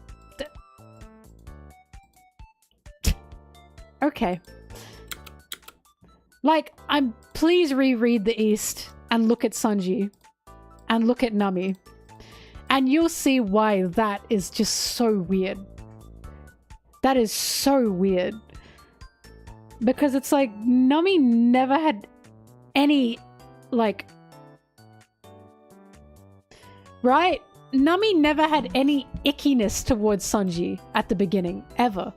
In fact, she loved him. She used him. One of my favorite scenes is when she scratches his chin. And says, "Oh, I can't pay for it." And he goes, "Oh my god, for you it's free." Because of, like, everything that's happening around it.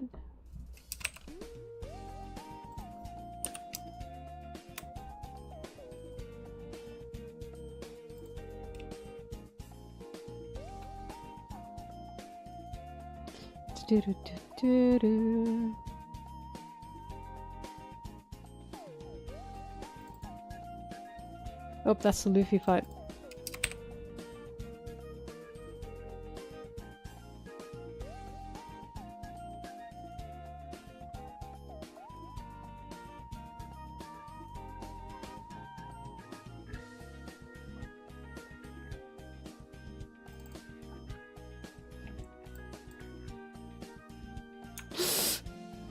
Like, I understand this is hard to translate. There's literally nothing wrong with any of this. This is cute. Many are Sanji fans, me included, we fucking love this shit. This is why we like him. He's a hopeless romantic. He's overly emotional. He's dramatic. He's ridiculous. That's the point. And, where's the scene? This is when he gets hit.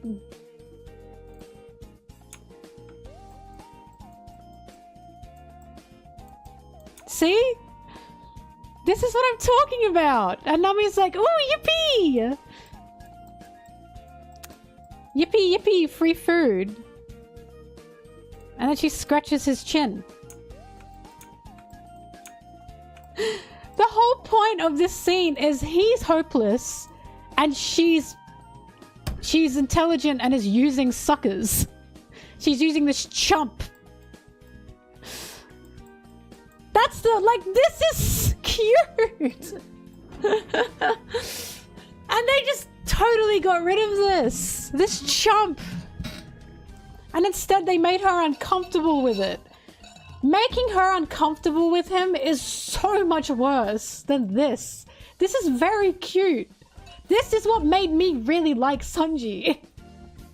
This scene where Nami's hitting her hand on the table and Sanji sees her, like, she's rowdy, and Sanji sees her and falls for her, and then Nami's like, "Oh," you know what I mean? Like, "Oh, I can't pay for my meal." And then she does this. I fell. I was like, "Oh my god, wait, I really like this guy." I realize he's just a fucking goober.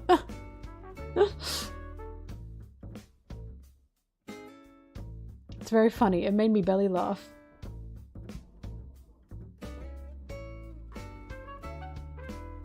Right? He's so pathetic.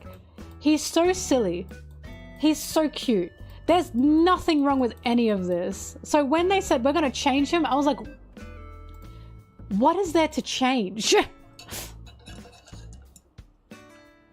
That moment is what made me like Sanji a lot. It made me really like Sanji. And he reminded me of Tamaki from Orion High School Host Club. But Sanji seems so hopeless. And I was like, he's so cute. I don't want a Sanji that seems like every weird guy who's tried to hit on me in a bar. I don't like that type of guy. Otherwise, I wouldn't like Sanji. Sanji in the original is so dramatic and ridiculous and over the top, but he's no threat. When I saw his scene of him in the live action, I was like, this feels like every creepy man who's tried to hit on me in a bar, in a club. And I get Nami's reaction, because yeah, there's nothing silly about it. It's just too real.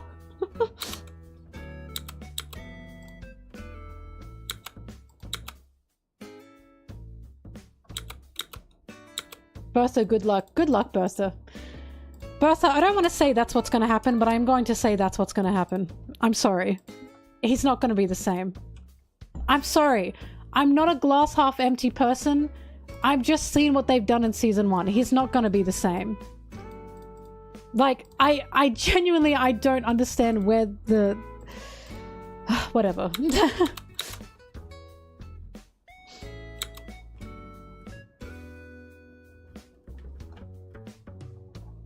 They fucked up Sanji so bad.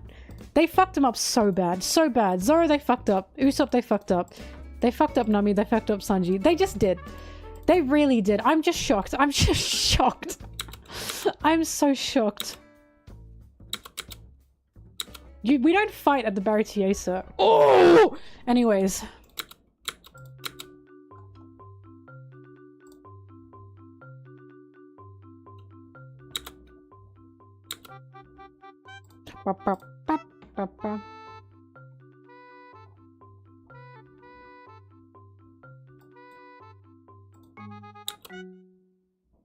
I was talking about, yes, some things do have to be encountered for in the different medium. I get why Sanji's flirtatiousness had to have a change, but the way they changed it was bad. It was terrible. His flirting was just uncomfortable. Because again, like, what the fuck? Why is Nami uncomfortable with it?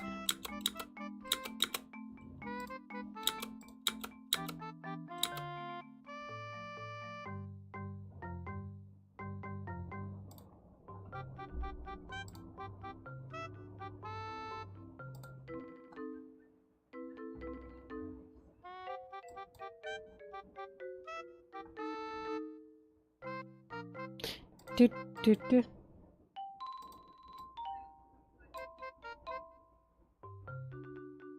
He lost his whole-headedness. They made him squeaky clean. Wasn't a character. He just wasn't a character.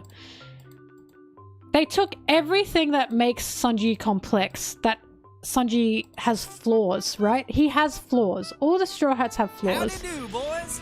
They took that, they got rid of it, and they just made him a cardboard cutout of what he's meant to be.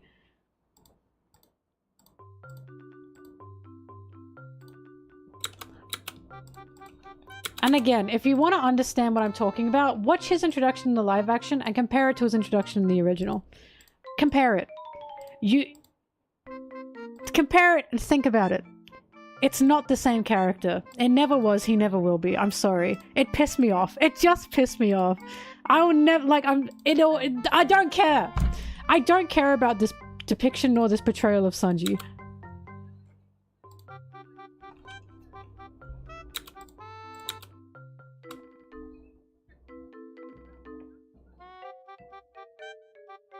Happy thoughts. I'm sorry, just every time, why didn't you like it? I don't know, maybe because my favorite character wasn't even my favorite character.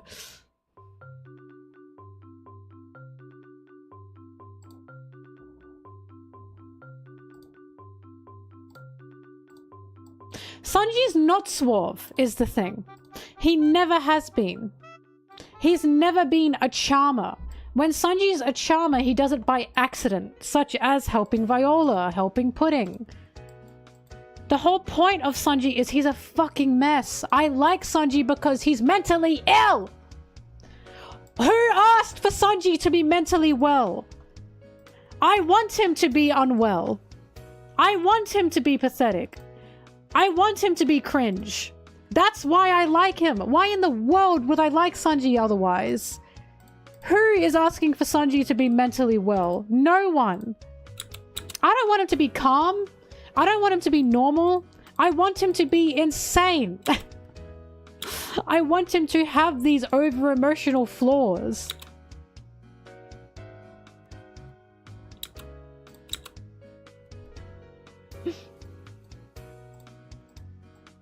The second you see Sanji, you can tell this is a damaged guy.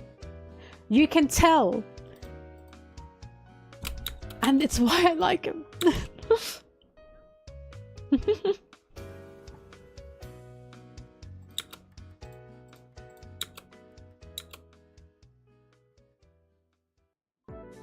Hopeless, romantic, goofy, pathetic type. Foster, you're gonna love this fucker. You're gonna love this guy.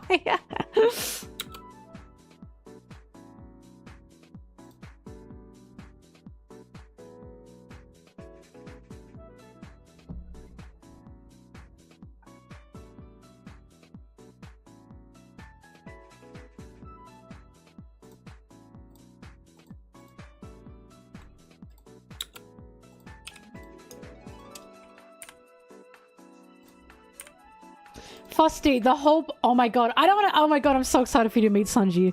The whole point of Sanji is he's a hopeless romantic, he's pathetic, and he's kind. That's the whole point of Sanji. I'm so excited. I'm so excited for you to meet him.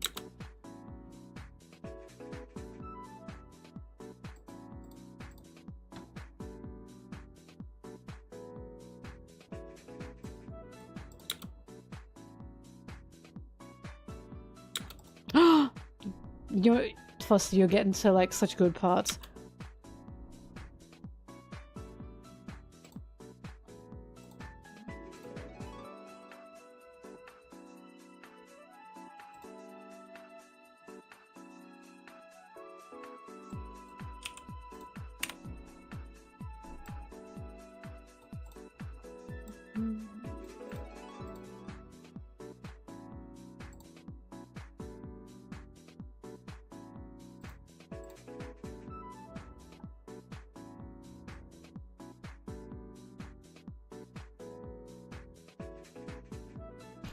For gay reasons.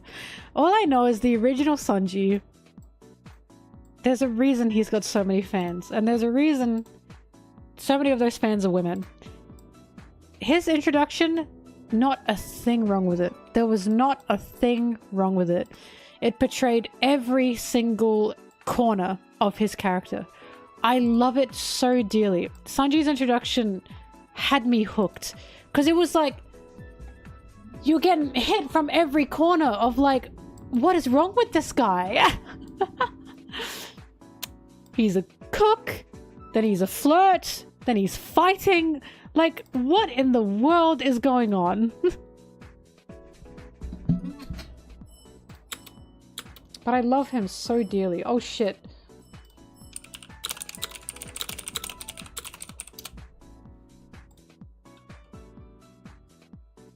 Hang on, give me a second.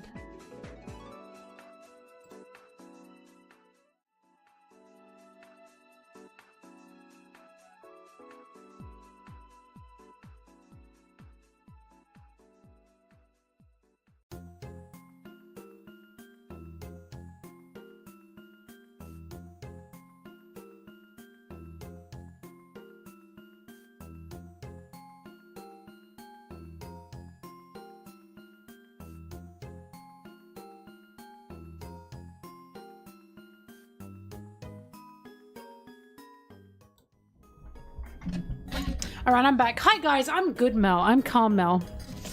I'm Mel who now wants to edit.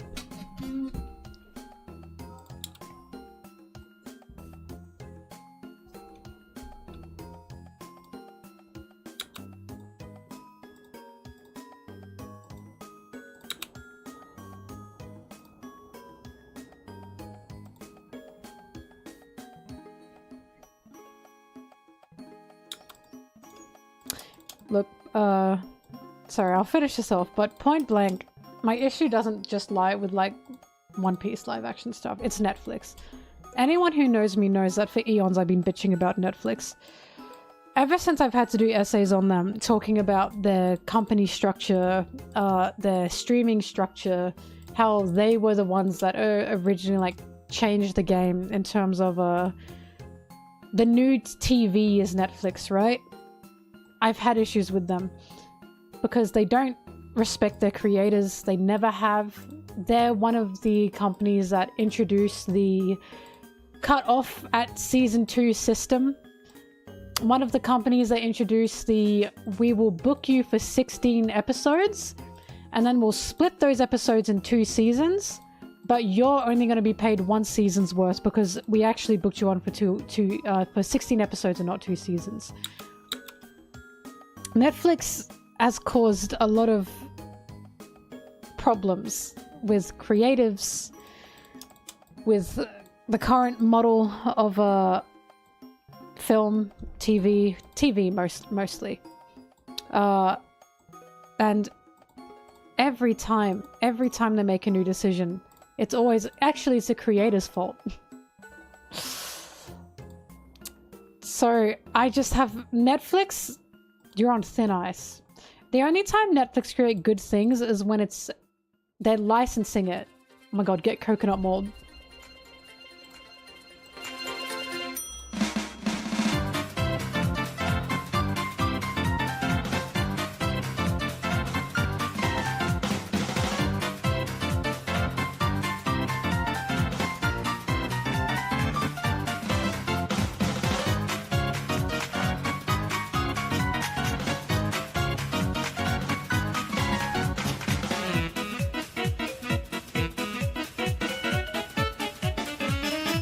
Get the hair up.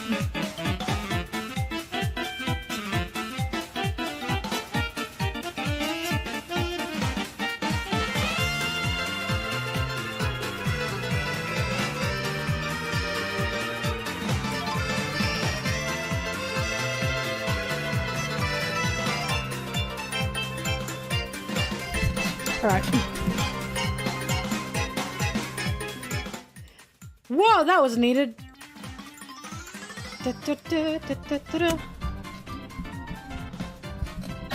Anyways, Netflix has problems, point blank. The only time Netflix make good things is either when they don't care about it. So like BoJack Horseman, right? That was made by Netflix. That's one of my favorite things ever. The reason BoJack Horseman was so good is because BoJack Horseman was part of the first ever line of Netflix originals. So they were just greenlighting everything. And they made a gem out of that. They don't do that anymore. And the other thing is when they license overseas. Devilman Crybaby, licensed by Netflix. As you guys know, that's one of my favorite series ever. Ever. And the reason Devilman Crybaby was so good is because Netflix didn't touch it. They didn't touch it. Netflix didn't do shit. Netflix were just the platform that it was going to be streamed on. The job, the work, was from everyone else over at the animation studio over in Japan. Netflix weren't doing shit. And that's why the Wit remake I'm really excited for. Because Netflix are just licensing it. Which means it's only going to be on their platform. They don't actually have their team touching it. So Wit is not actually going to be like, you know, touched by Netflix. They will not be poked nor prodded by Netflix producers or executives. It is just Wit. And that makes me very happy. I'm fine with Netflix being the platform. But the second they get their grubby little hands in something and they try to change it creatively because of producer input, get out!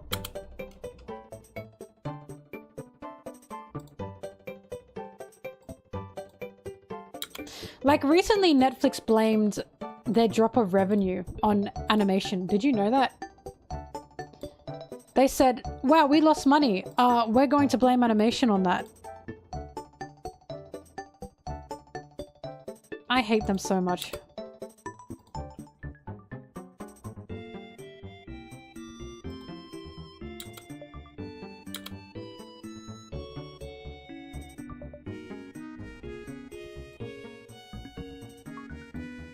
They're all blaming animation, right? And that's because animators are trying to unionize.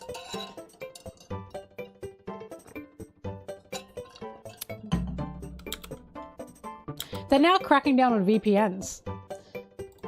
Now, if you don't have the pay for service in terms of now you have to pay to not see ads, which is so bullshit, by the way.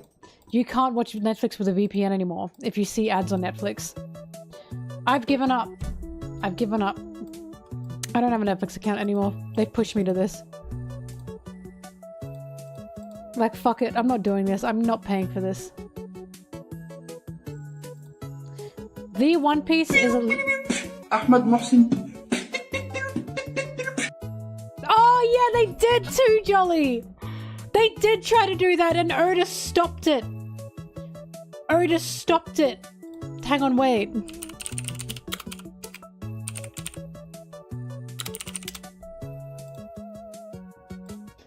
I want to imagine that when the writers were they were trying to make the live-action Riverdale. They tried. They talked about that. They were trying to make the live-action Riverdale. It's very obvious. That's why the cast is so attractive. That's why they were trying to put in romance subplots. And I want to imagine that when they tried to put a romance between Nami and Zoro, Oda did this.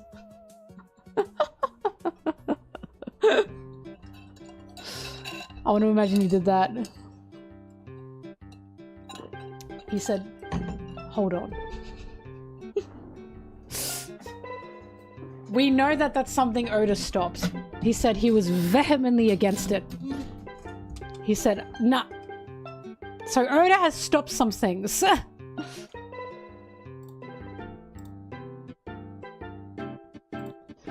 But yeah, the Wit remake is, as I was saying, the Wit remake is licensed by Netflix, but Netflix aren't doing anything. So when something is licensed by Netflix and not produced by Netflix, like Netflix, like are part of like the creation process, it just means that they're the broadcaster. It's like when on TV, right? It's like fuck. It's like Hulu having Family Guy. Hulu don't do anything to Family Guy. Right? I'm sorry that's what I had to say, but that's what I had to say.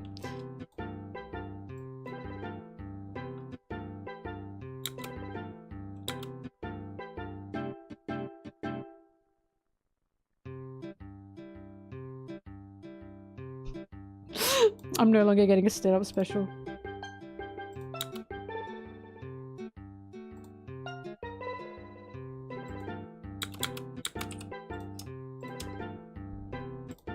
Bye, Fusty! Oh my god. I hope you enjoy it. I'm so excited for you to get to Sanji. You're gonna think he's such a goober.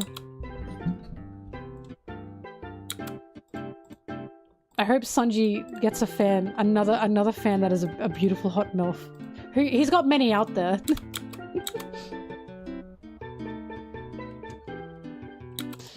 But yeah, what I mean is Netflix do two things. So Netflix work with other studios, right? Such as Tomorrow Studios. But Netflix also have a bunch of workers and writers inside their own corporation.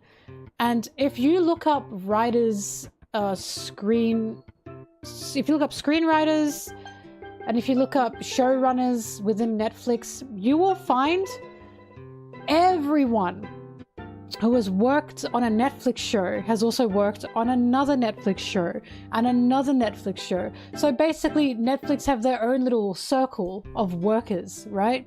So when they got the showrunner for One Piece, I was like, I've never heard of this guy in my life. Who is this guy? I looked him up. You can absolutely bet the only other things he's really worked on were other Netflix shows. Yep. That's about expected. That's par for the course.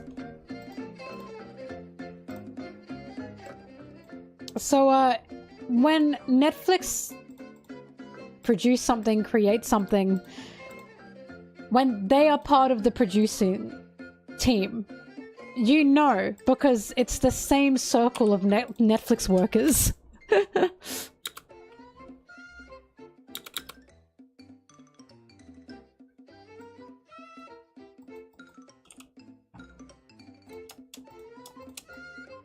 But now that you've noticed this, you're going to notice it.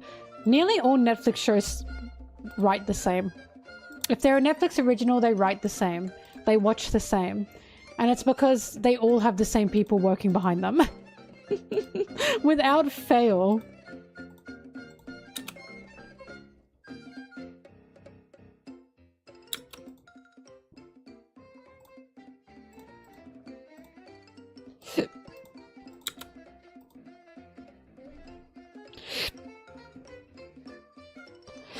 Ugh.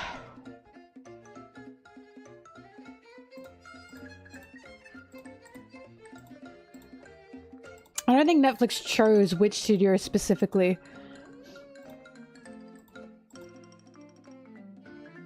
I think Netflix were just... It was, to be fair, it was probably Shueisha. So Shueisha are the ones that own the One Piece copyright. Oda doesn't own that, it's Shueisha. By all means, it's probably Shueisha looking for an animation company to make the new One Piece. Wit probably got wind of that, or they got asked, and then Netflix were probably like, okay, we'll put this on our platform if you let us make a live action. That's how this shit works. So Netflix got something out of that. Because licensing a show, a lot of the time can cost more than it's worth. So they got... I think it was made to create Attack on Titan. Either way, it was honestly probably Shueisha that reached out to Wit.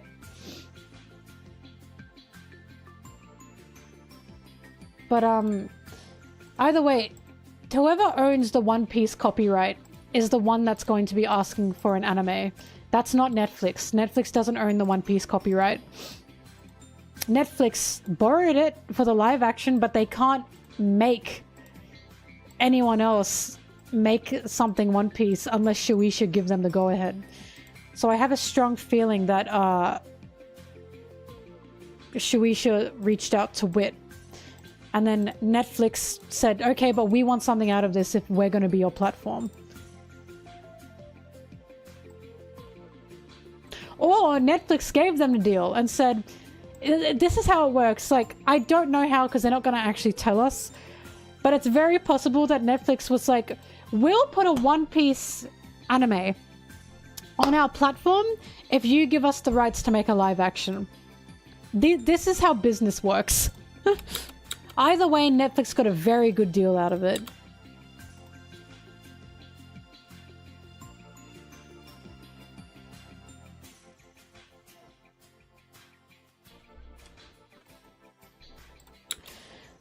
But I do have a feeling Shueisha were looking for, they had the anime since 2015, they didn't have the copyright. So that's different. So they bought the anime to put it on their platform, but they didn't own the copyright to One Piece. So they have to pay every month or something, every year or something, to keep the One Piece anime on their platform. Now that they're licensing it, they no longer have to pay to keep it on their platform for the Wit version. So the Toa version might leave Netflix at some point. It's very possible it might leave Netflix. The Wit version is going to be there to stay because they have licensed it. So it means anyone else can pay to have the Wit version on their platform. Netflix doesn't have to pay for that.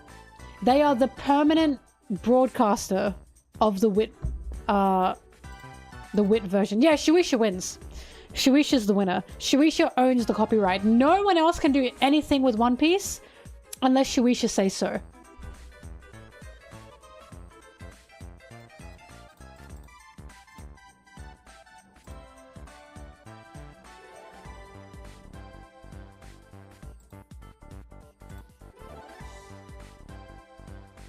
The Wit version might be on Crunchyroll. It's very possible. But again, Crunchyroll will have to pay for it. But yeah, Shueisha's the winner. And I have a feeling that with the way the anime scene has been changing in terms of different levels of animation, seasonal anime, Shueisha probably very much realize if we want to keep One Piece up there and we want to keep giving One Piece new fans, we have to give it a better anime. We have to go back and we have to polish it and we have to give it a seasonal, polished anime. So they were definitely looking for someone to make a new anime. And Netflix got the licensing deal out of that.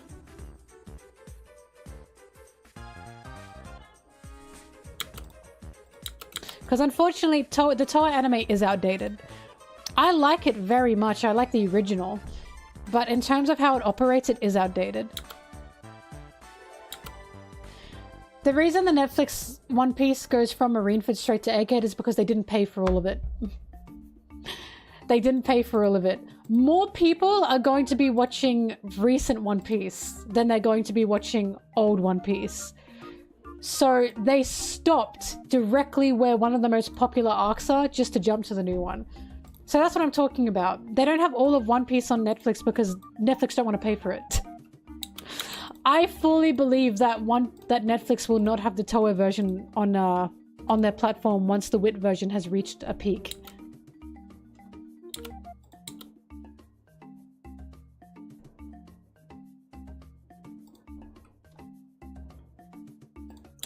Yeah, but this is business.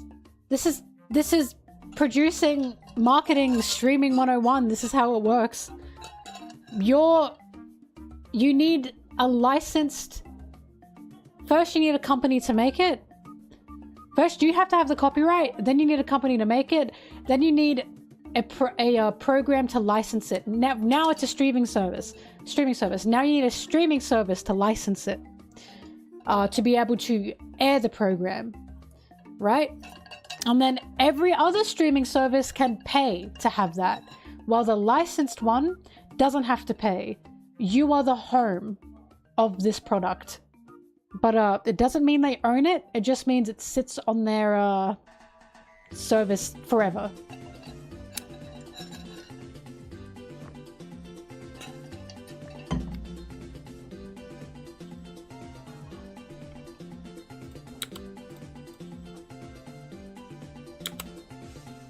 Today's streams, there's going to be no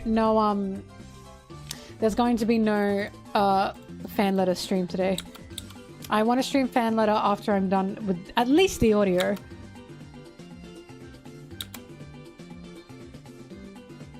I don't think remakes disrespect original animators, no.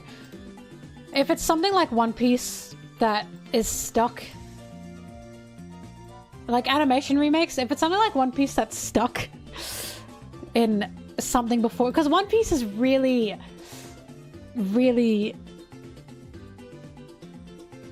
it's an outlier. It's an outlier. And One Piece is definitely calling for a remake. But something like Spirited Away. Spirited Away does not call, right? Ghibli films do not call for animated remakes. It truly does depend on how the animation was taken at the time, if the animation is still stuck in that time. Like, if you made an animated remake of Spirited Away, I'd be like, that's disrespectful. Miyazaki would probably pull out a gun. I'm gonna be so for real.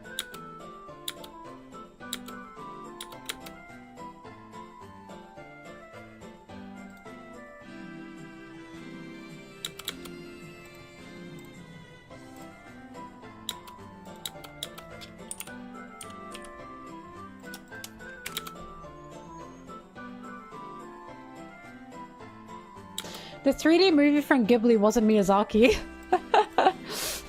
Wasn't that like his nephew or something?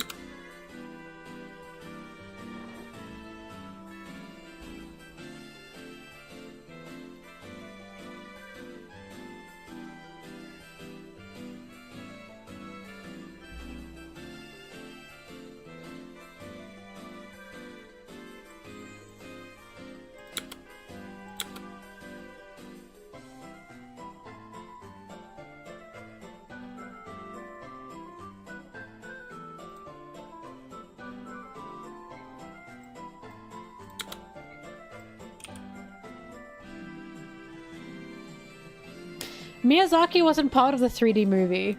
That wasn't him. He didn't make that. He didn't touch that. He tried to help, but his nephew or his son or whatever said, "No, I don't want your help." He wasn't part of that.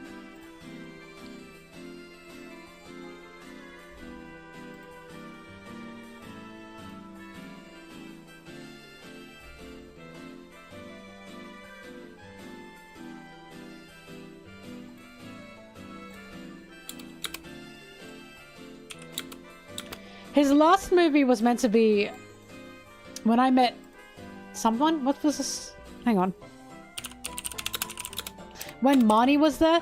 That was meant to be his last movie. When Marnie Was There. And then he went, "I got another one in me." And then he made Boy and the Heron. Wait, was there something after Marnie Was There that he made? Hang on.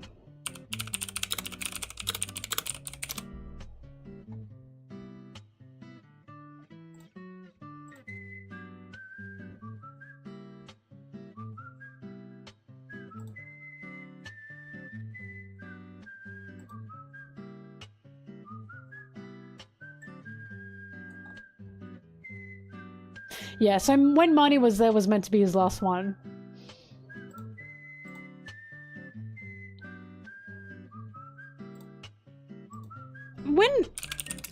Hang on.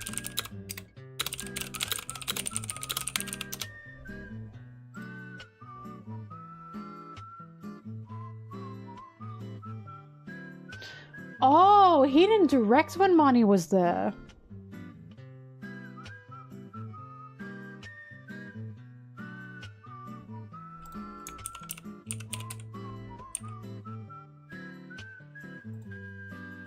Never mind, Miyazaki didn't have any part of this.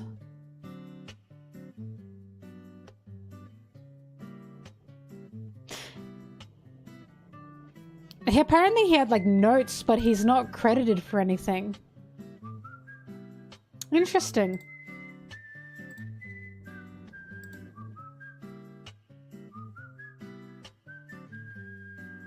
Yeah, so you're right. The Wind Rises was meant to be his last one. And then he came back for Boy and the Heron.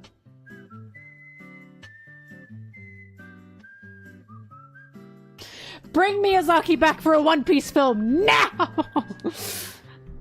I know he's old. He's got another one in him. Make him make a One Piece film now! Hey, look at One Piece. I wonder what he thinks of One Piece.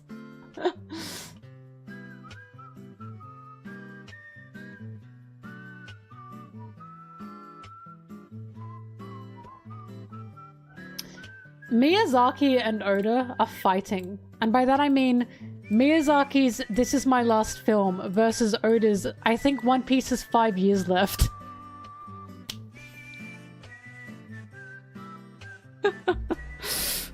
It's never gonna end. It's never going to end.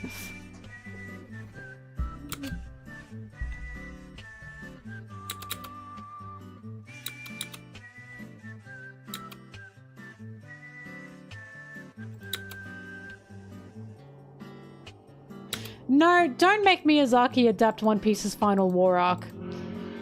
Not the final war. Make it adapt something that is not about... Well, like, it can be about war. But... make it something not that. You know what I mean? Make him do Whole Cake Island. Yeah, to be fair, One Piece is also about war bad. Like... Actually, Miyazaki would eat up Alabasta. He'd eat up Alabasta. He'd fucking love Alabasta. I think he'd love to make an Alabasta adaptation. A movie. Because first of all, female protagonist. Second of all, war bad. Third of all, corrupt politics. Fourth of all, global warming. He'd fucking love Alabasta.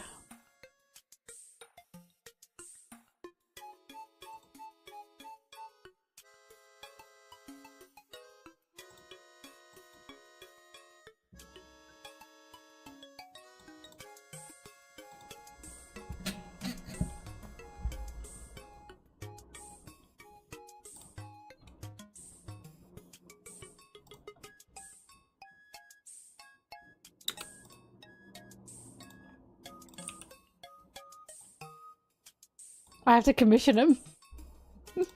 It's so true, I have to commission him.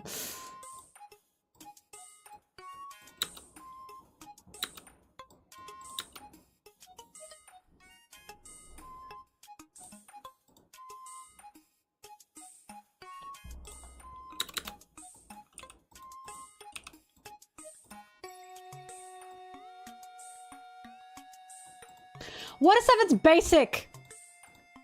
Basic. Let him do something else. Is it good? Yes. Let him do something else. Skypiea! Now that's a thought. That's a thought. He'd fucking love Skypiea.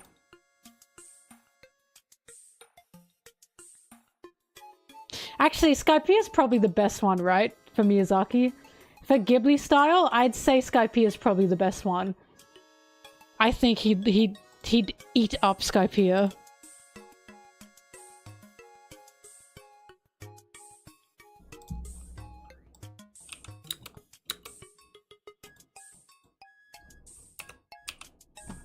Let Miyazaki remake an arc.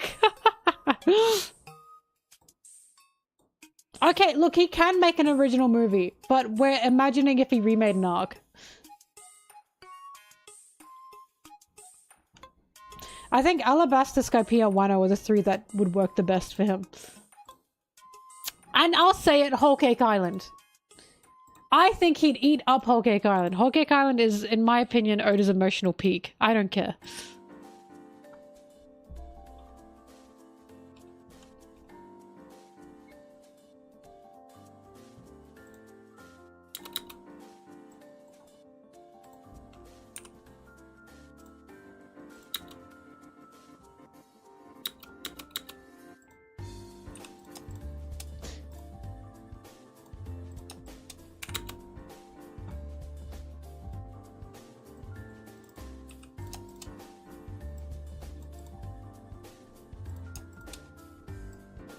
Film Roger? Wait, you're so right. I want to see Rayleigh in Miyazaki style.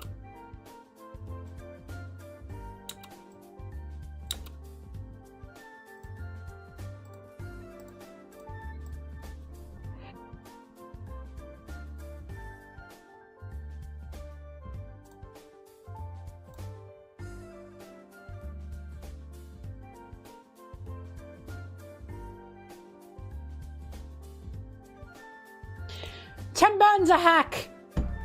Tim Burton's a hack. What you want is a Thriller Bark adaptation by Henry Selick. Sorry, Tim Burton? Did I say Tim Burton? Tim Burton is a hack. Henry Selick. That's where it's at. Look at Henry Selick's discography. Look at what he's worked on. Fun fact, Nightmare Before Christmas was not popular because of Tim Burton. Tim Burton just slapped his name on that. Tim Burton didn't do shit. He just slapped his name on it. Henry Selick is the reason that movie was good. Henry Selick, Nightmare Before Christmas, James and the Giant Peach, Coraline, right? Henry Selick is the reason Nightmare Before Christmas was any good. Any good. I am trying to make I'm putting Henry Selick, like, I always try to, like, push Henry Selick, because that man, he's the one doing the work. He's doing so much work. Henry Selick would be an excellent Thriller Bark director. Tim Burton is a hack. He's a hack who steals people's ideas and puts his name on it. And Monkey Bone, yeah. Wendell in the Wild was banger. It was a bit of a mess, but I still really liked it.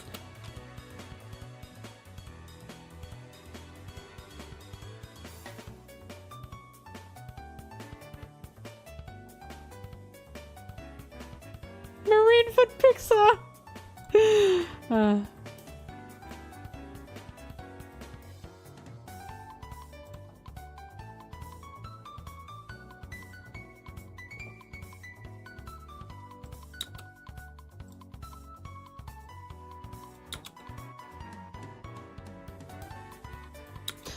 Obviously, we need Marineford directed by Zack Snyder. You won't be able to see anything. Slow motion every 5 minutes. The color palette is either piss yellow or grey blue. You're welcome.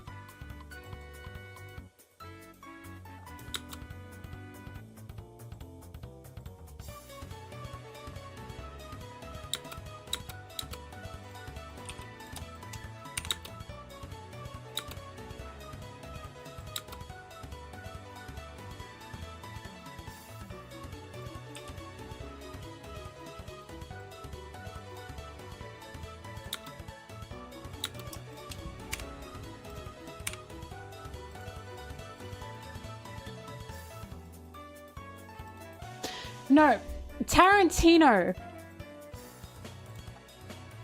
should do Water 7.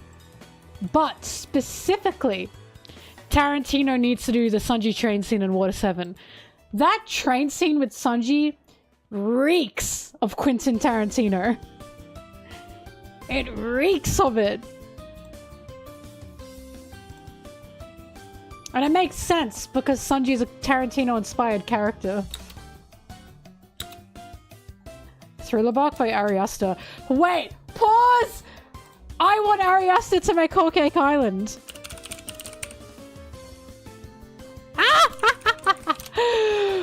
Yes! And you know why?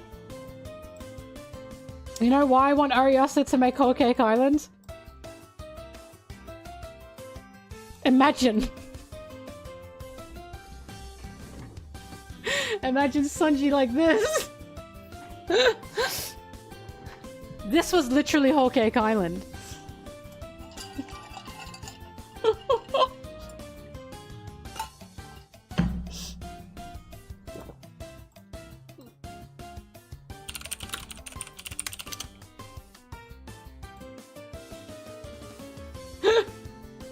You know what else? You know why else Ari Aster needs to remake Whole Cake Island?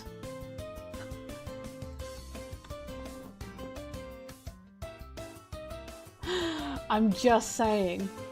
I'm just saying.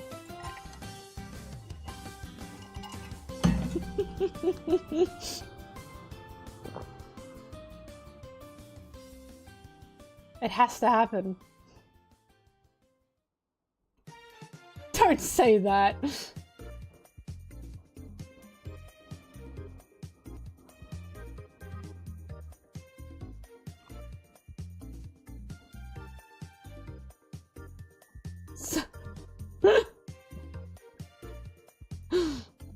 Sanji locked in, sorry. Sorry, we locked in, I guess.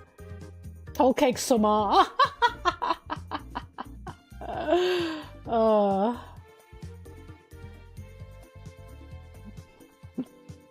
I once posted this on Twitter, and I said, I need Law and Sanji to, like, talk about what happened to them when they were younger. Because there's a little bit of similarities there, and I need it to be like this with them. And I remember someone replied, dude, what the fuck? And I was like, they just need to have a crying session. They need to have a crying... This was ages ago. They need to have a crying session. Anyways, yeah, Sanji like this in Whole Cake Island. You're welcome. You're welcome, gamers.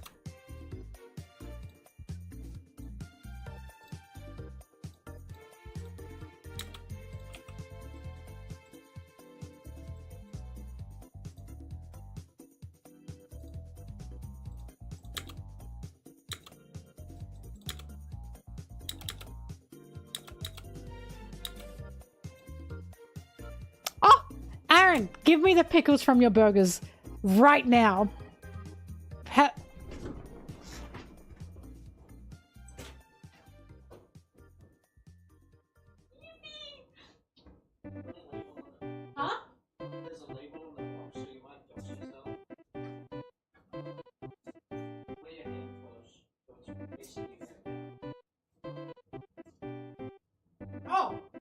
Do you mean that?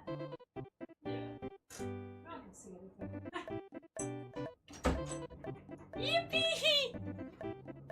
Pickles. Pickles. Pickles for me.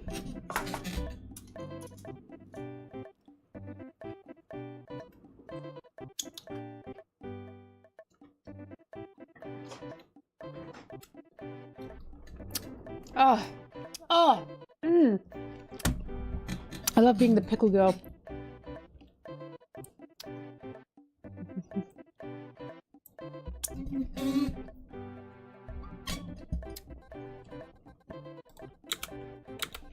I know many people don't like pickles.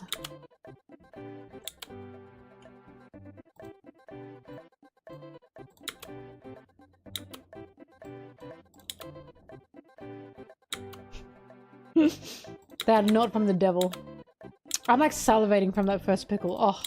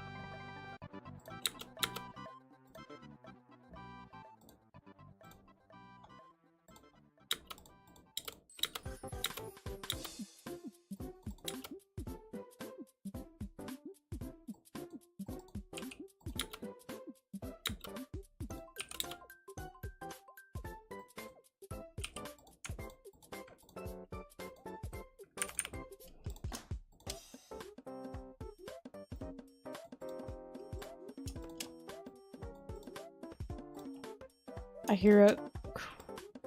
Weaker.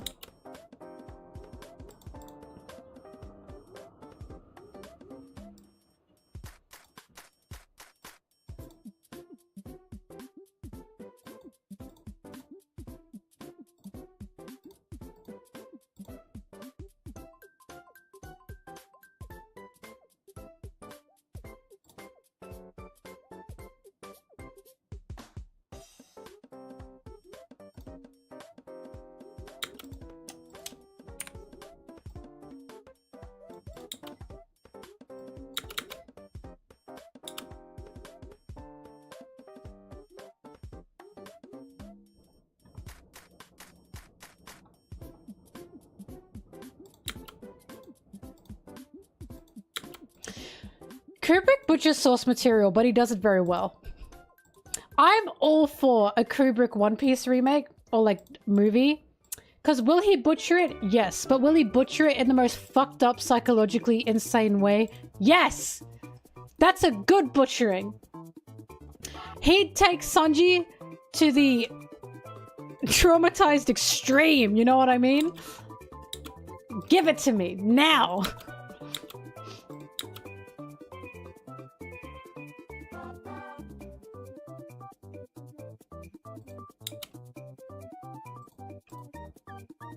He'd look at Sanji, and he'd look at the layers of Sanji, and he'd be like, I like this guy. I'm gonna make a movie about the inner machinations of this man's mind.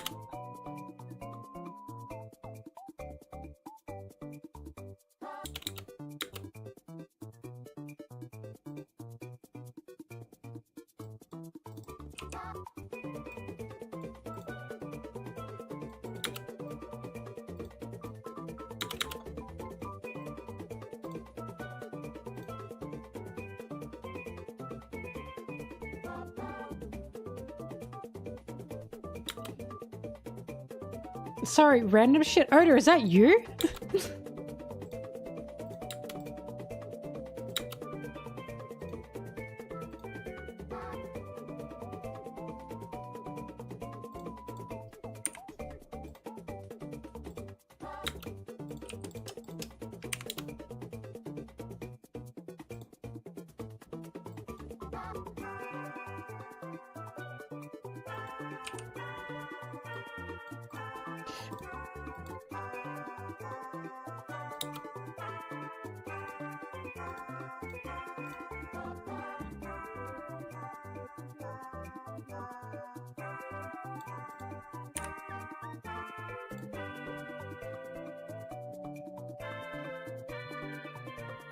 Howdy do, boys.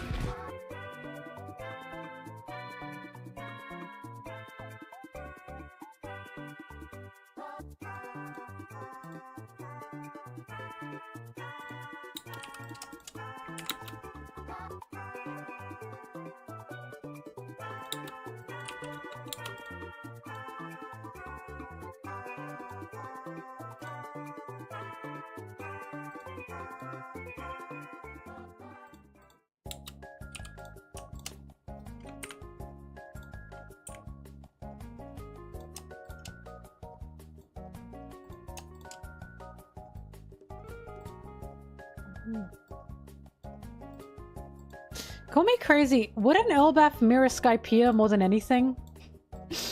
With the whole going up aspect. Elbaf was literally climbing a... Sorry, Skypiea was literally climbing a giant beanstalk. And now we have giants.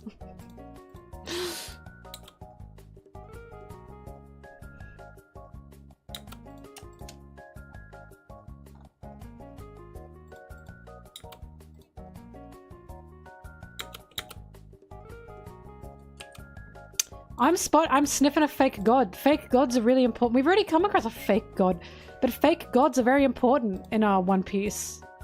In the themes for One Piece. So there's going to be a fake god in Elbaf, very likely.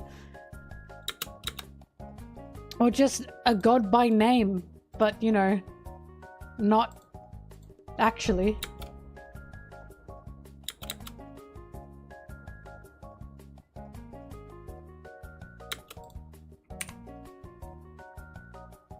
I've already seen, I just have to say it, I've already seen NSFW art of Loki. Artists are so... God damn, there is no stopping. There is no stopping the crazy woman. There is no stopping the lustful woman. There is no stopping them.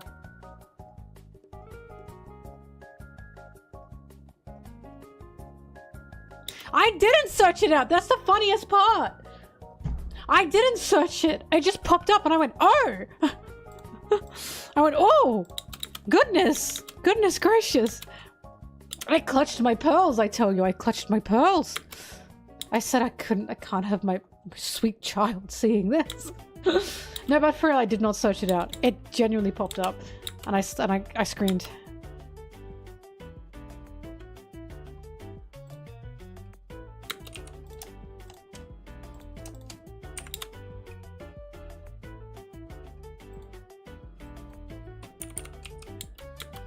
Loki's design.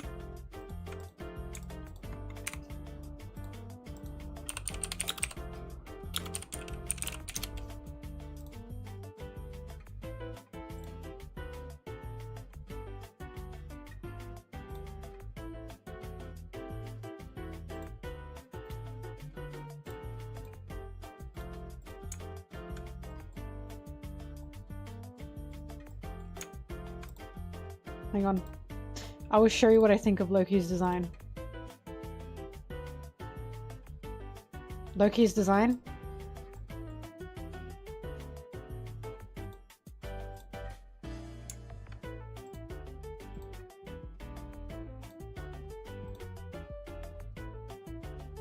That's what I think about Loki's design.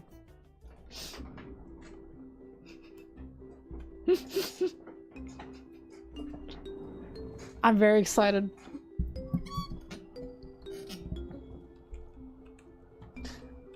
I'll be real.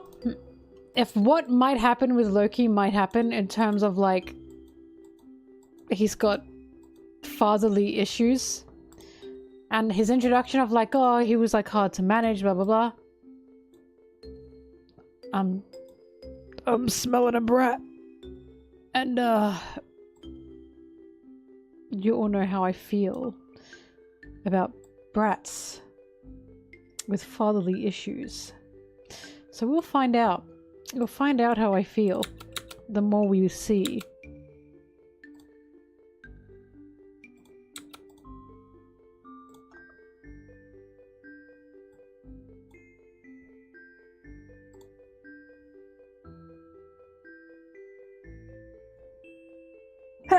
Oh, Oh my god, I gotta get a tissue. That was my brain came out. My brain.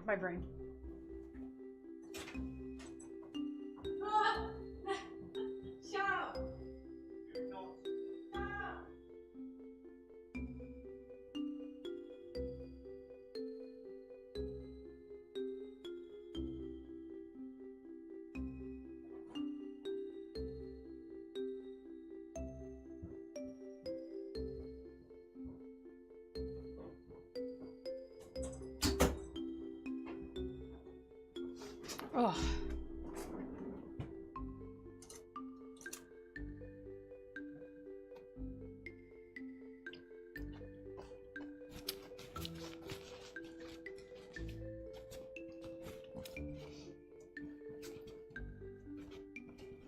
Anyways, my point is, I don't know anything about Loki yet. We don't know anything, but if Oda plays his cards right, he might become one of my favorites, but we'll find out.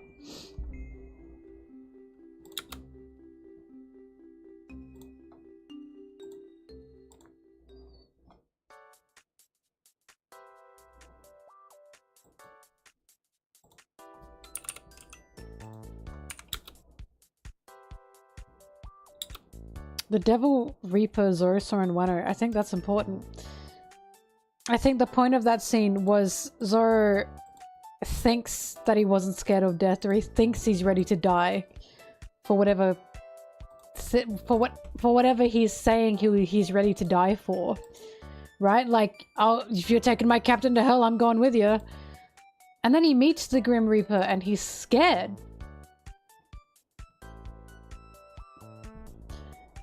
It's interesting that his reaction to meeting the Grim Reaper is being scared, yelling, "Wait, I'm not ready. Like, don't take me. I'm not ready." Not yet, he's saying. He's saying, not yet. And it's like, for a man who keeps saying, he's like, yeah, I'll die. I'll die for my dreams. I'll die for this. I'll die for that. He sure seemed afraid. And I feel like that's going to be the point. I think the point is we are going to explore that. And Zoro's hit a wall. It feels like he's hit a wall recently. It does feel like he's more anxious these days. More afraid, I'd say.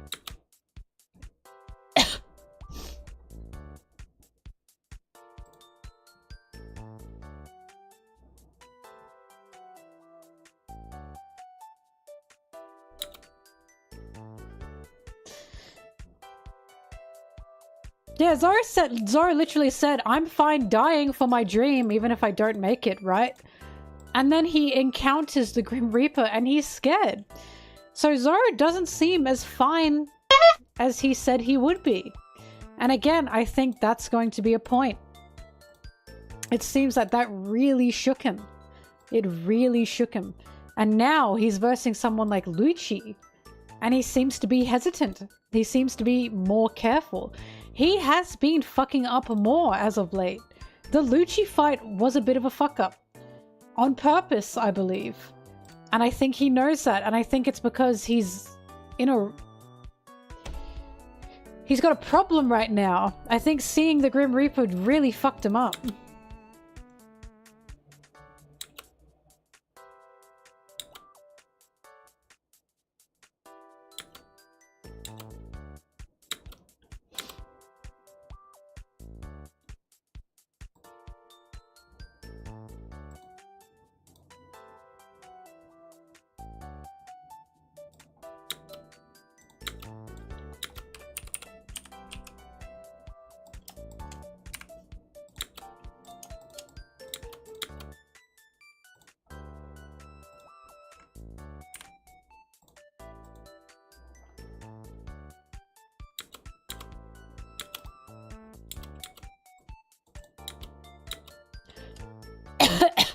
Off.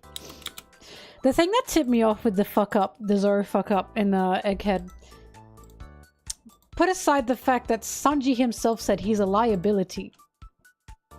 And of course Sanji said that because he was stressed, but it's because Zoro was the last one they needed before they could get off the island. Zoro had to go and be collected. that's an issue, right? But Lucci also banking on that and saying to Zoro, you know, you're a burden to your friends. If they cut you off, they can get out of here. But because of you, they're stuck here.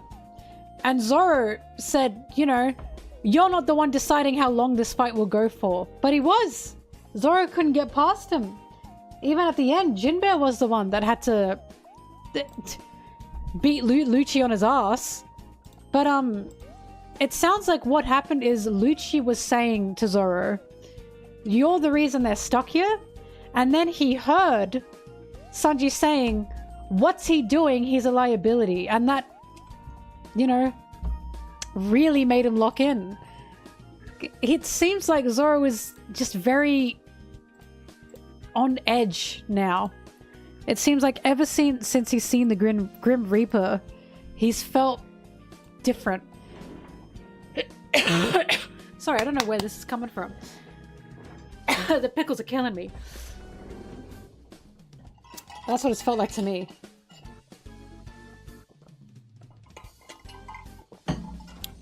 It also doesn't help that back in Wano, Kaido got his ass and he had to be carried through Onigashima by Sanji, while Sanji was basically begging him to get back up because he needed his help. I feel like Wano is going to be the start of a snowball effect for Zoro.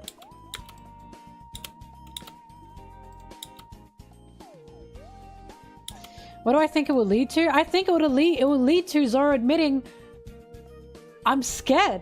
I think it'll lead to Zoro admitting his emotions. Zoro's trying to bottle everything up these days. That's not how you be strong. You are not strong just because you don't cry. I don't believe that. Oda doesn't believe that. It's very clear Oda thinks crying is a good thing.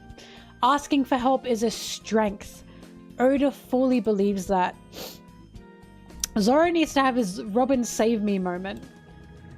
Wano was Zoro's Whole Cake Island. Exactly, right? That's what I'm saying.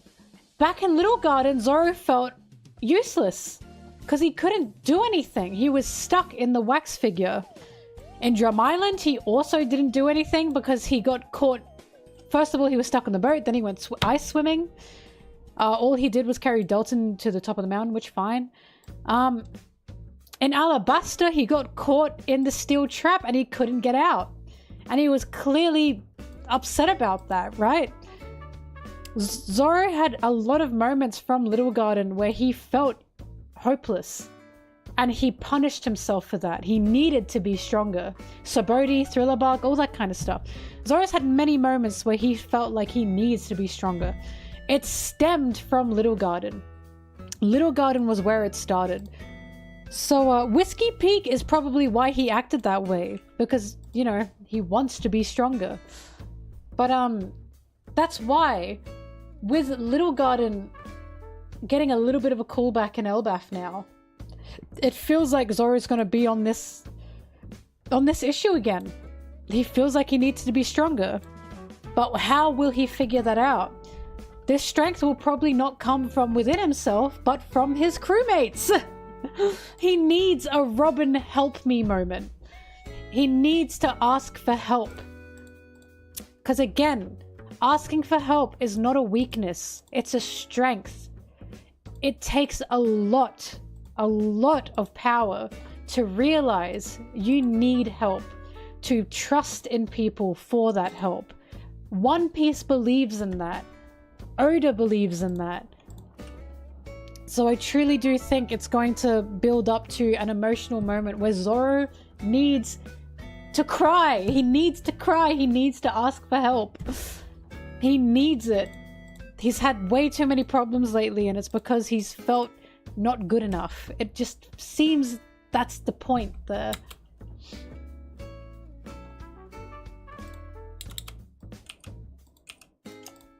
Or at least I hope that's the case. I just think Zoro needs to cry. He really needs to cry.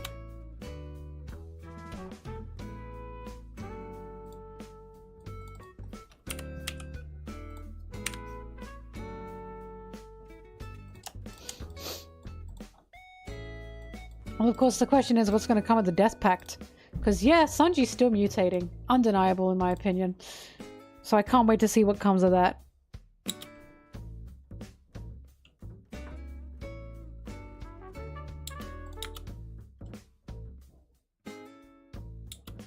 Meow.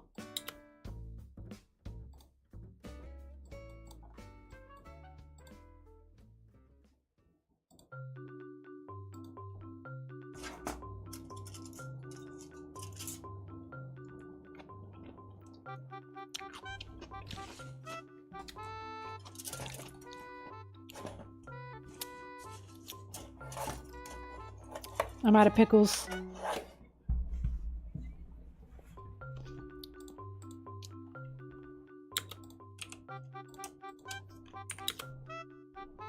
I was eating pickles. Like, just pickles.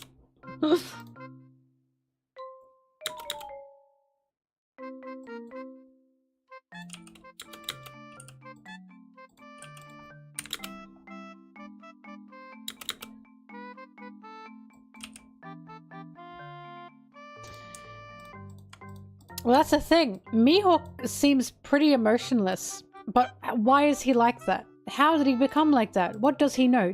Does he know things? Let's find out. Mihawk has clearly gone through something. He doesn't trust anybody. He wants to live in solitude. What the fuck happened? So it feels like Zoro is seeing that lesson from Mihawk, and that's going to become something. What will Zoro have to sacrifice to reach the top? Will he have to become like Mihawk?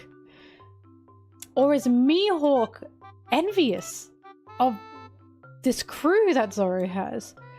Mihawk seems to think Luffy and Zoro make a good duo, right?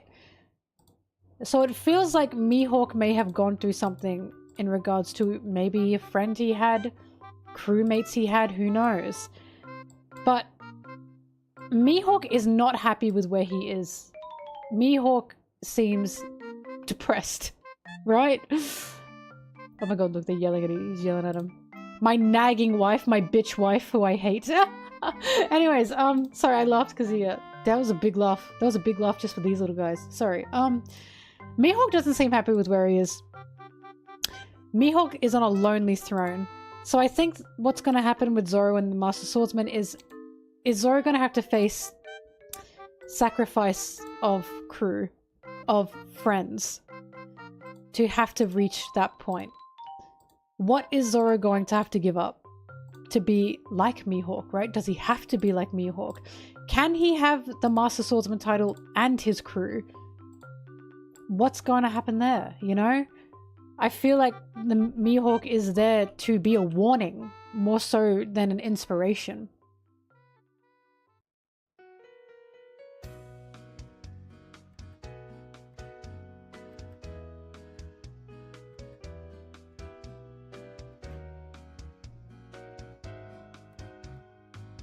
Yeah, Mihawk clearly doesn't hate people.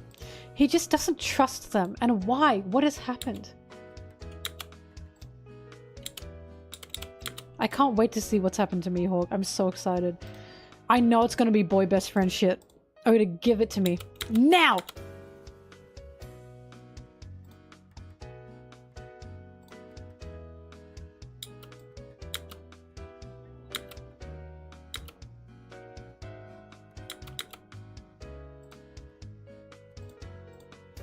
Now hear me out. What if what happened is Mihawk had a friend, a crewmate maybe, who he spent a long time becoming a Master Swordsman beside, training beside, and what if, for whatever kind of circumstance, for whatever happened, Mihawk had to kill them?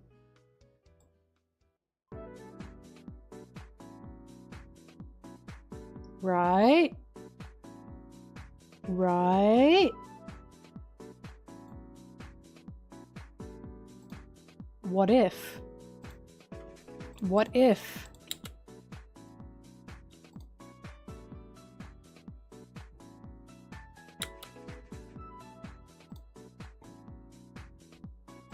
Because if the Death Pact ever goes through, the promise ever goes through, the question will be, can Zoro do it? Personally, I don't think so. I don't think Zoro would want to at all. I don't think his heart could take it. Not in a gay way, just in a dynamics, a crewmate way. I don't think Zoro could do it. Because his friends, his family, his crew, they mean a lot to him. They are everything to him at this point. And Sanji's part of that. I just don't think he could kill Sanji. So if Mihawk has a story that parallels Zoro's own, I'm going to shit my pants. And killing that friend, will that be the deciding factor? Will that be where the path splits? Let's find out. I don't know what Oda's got cooking. It could be totally different. Totally different.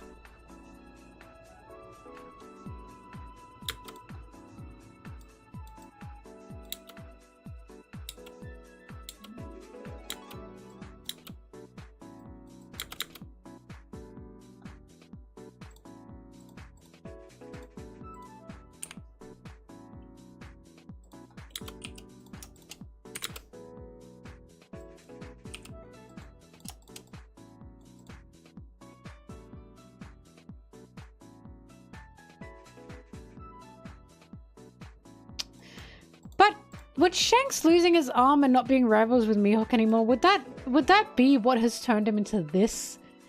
It's very dramatic. Like, Shanks is still alive.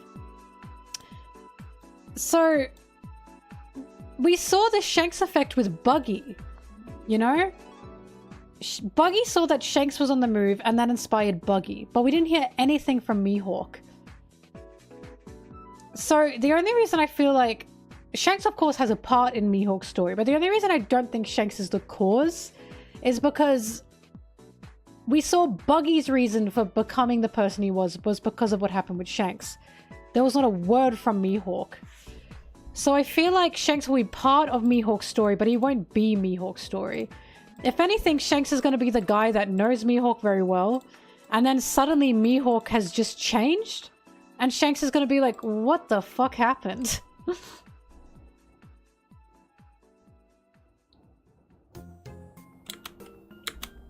They clearly know each other very well, right? So I am interested to see where Shanks fits in Mihawk's story.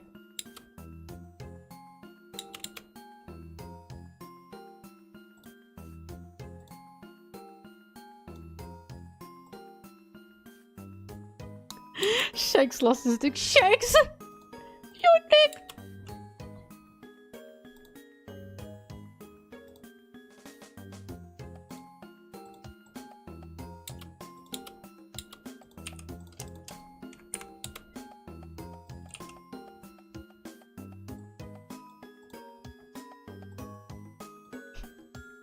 Somehow, I don't think it has anything to do with strength. If it's trust issues, I think there's more to it than strength.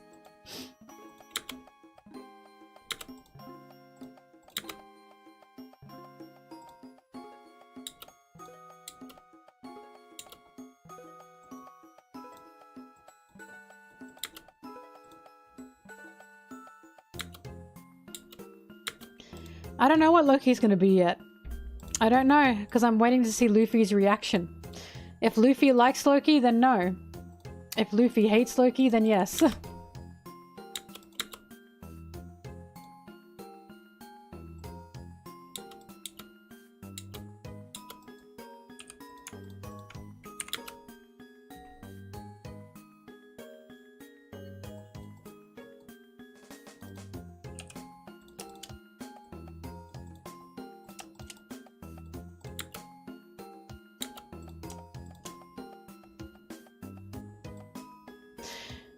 It's not that he seems to trust Crocodile. It's that Crocodile said to him, I'm like you and you're like me. We don't trust anybody.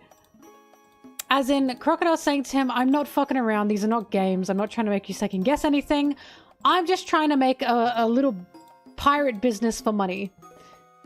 And, you know, I want you to join because I know you're strong and I know you're not going to fuck around.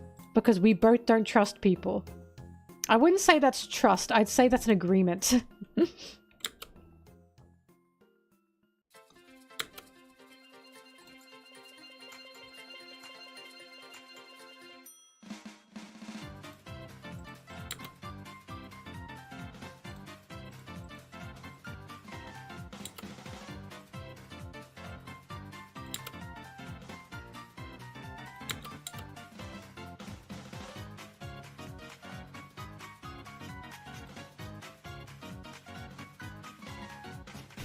Now they don't trust people together.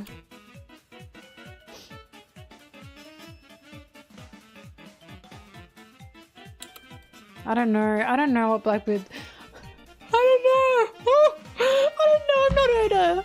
I don't know! I don't know what Blackbeard's gonna do. I don't know what Teacher's up to. I haven't known what Teacher's up to since day one. The only thing I think I know is I think the reason Blackbeard was on Drum Island is because he heard that the human fruit was there. But he realized that it wasn't the Nika model, so he left. That's all I think I know.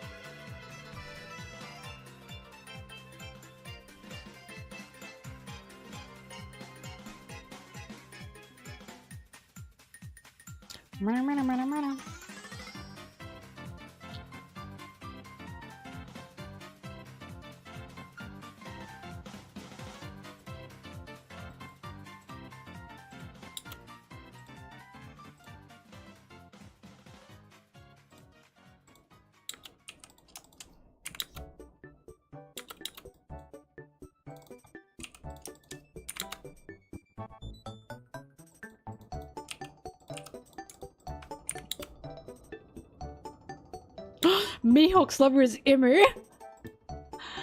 Oh my god.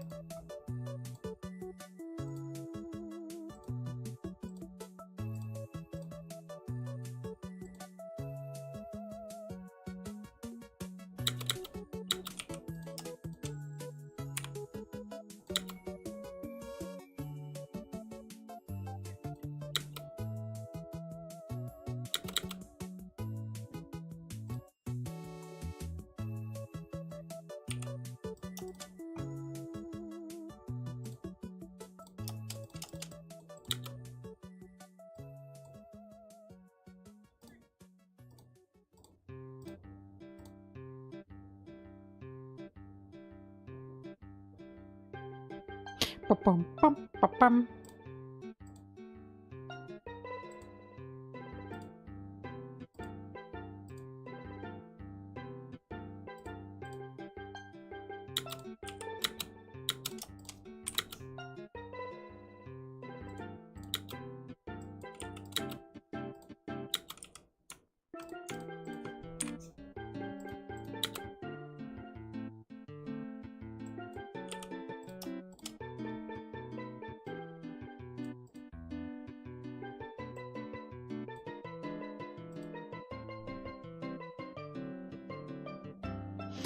They have someone to guide them. Buggy! Buggy knows where the One Piece is. He was on Roger's crew. What are you talking about? Law's fucked. Buggy's literally guiding them. I don't think Law's joining the Cross Guild. I just cannot see that happening. I don't know. I'm not Oda. But again, I'm one of the people that are like, I don't think anyone else is joining the Cross Guild. I think they're pretty set. But Buggy is going to be... Buggy's guiding them already. He literally knows where the One Piece is. He was on Roger's crew. He was meant to go there with Shanks, remember? Law will probably be going to, like, Zoe or something. I don't think Cross Guild is the place for Law. He just got fucked up. He will not be going to a random pirate alliance that he's never talked to, by the way. Apart from some warlords, maybe. And go, yeah, I got fucked. Can I be here? Think about what Law's like. Think about how he acts. He doesn't trust people like that. He trusts Luffy. He trusts Beppo. I can't see him going to the Cross Guild. Why in the world would he trust them? Like... Law's not like that. If anything, he'd go to Luffy way before he'd go to the Cross Guild. Way before he'd go to the Cross Guild. But again, I don't know what Oda's cooking. For all I know, Blackbeard's gonna grab him before he can get anywhere. But I wouldn't be surprised if Beppo's taking him back to Zoe. And Zoe turns up with Law on his back. Oh, sorry, Zoe. Zunisha turns up with Law on his back. Because Luffy has to talk to Zunisha again. Zunisha now knows that Joy Boy has returned, right? Zunisha has to talk to Luffy again. So I wouldn't be surprised if Law and Luffy meet again through Zunisha. And we know Beppo is a mink. And we know Beppo knows where Zunisha is because he's a mink.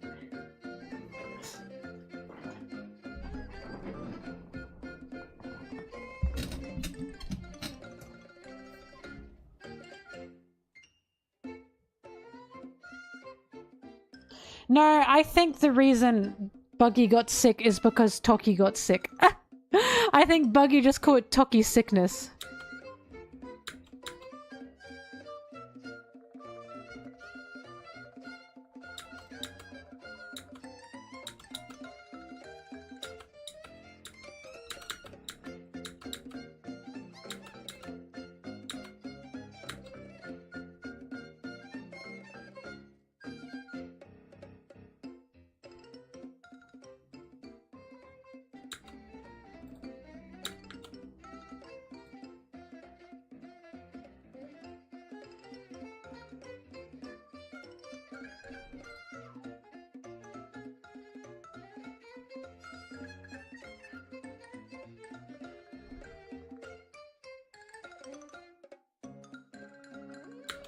I'm talking about all of this like I'm so confident. For all I know, Law will join the Cross Guild. For all I know, more people will join the Cross Guild. I don't know what the fuck Oda's cooking. I don't know what he's doing.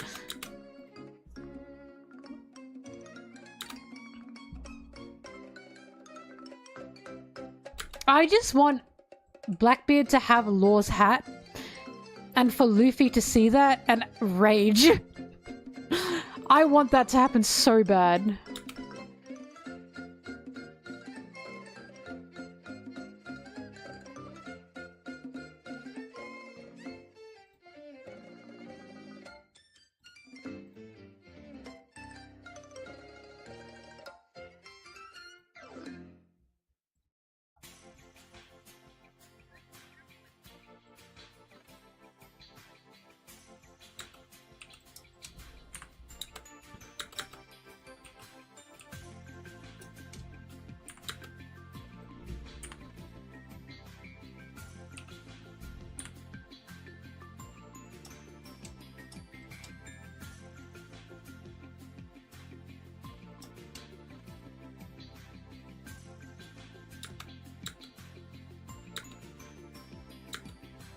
Well, Law will probably be relevant to the plot again because he's got the Op-Op fruit. Now that we know that Blackbeard wants his fruit, he's gonna be chased, you know? And that's how law will probably stay relevant. Law's fruit is very important because not only did the world government want it, we have to remember that, but he can perform the immortal surgery. So there's no doubt in my mind that law will be very important in future chapters regarding what his fruit can do, why Blackbeard wants it, you know?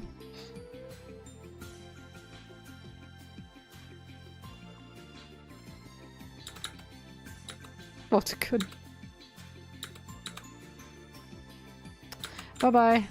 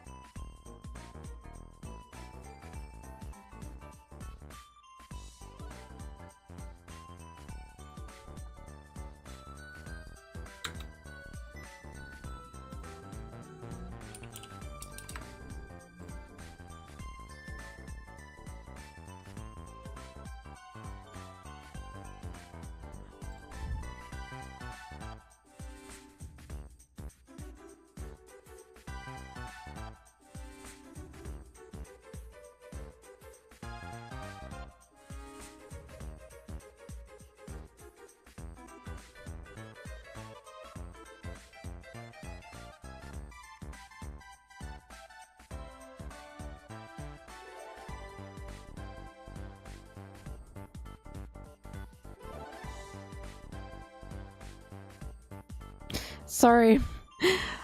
I talk in the audio about me looking at like a statue in the Louvre. And it was called Wrestling.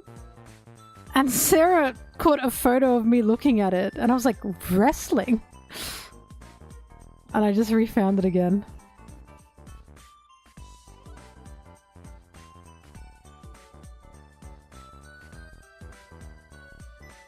And I wanted to show everyone.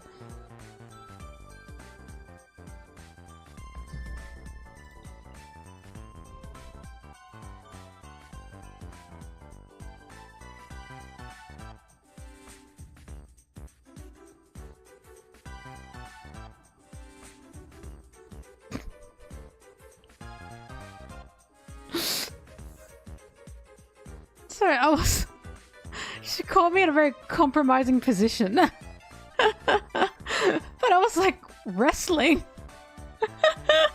Like the thing said wrestling, and I was like, huh?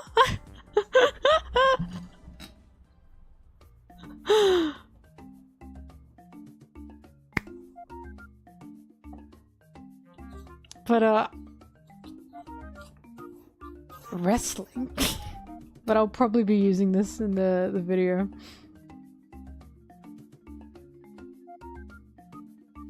Wrestling. Anyways.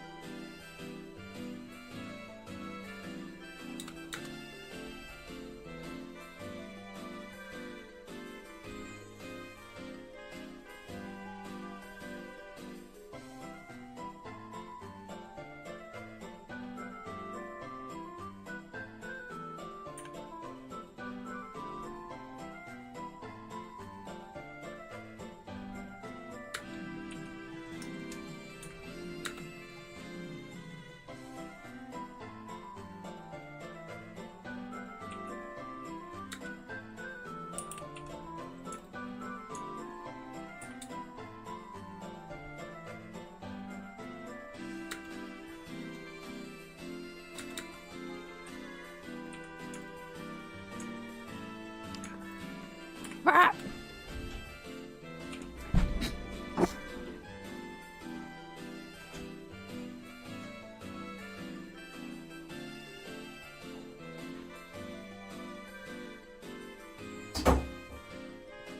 I was tricked. I thought there was a cat outside. There was not.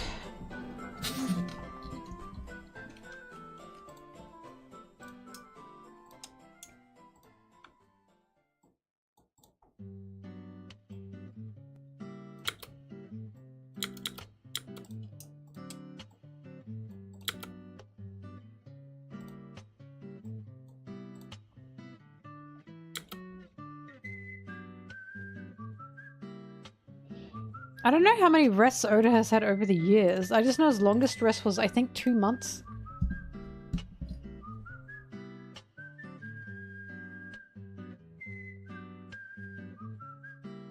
What? Rest.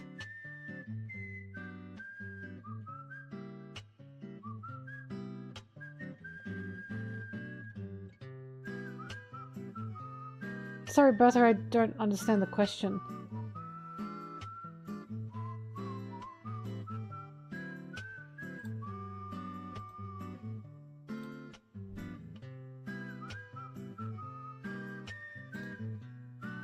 No, Oda did not take 2 years off.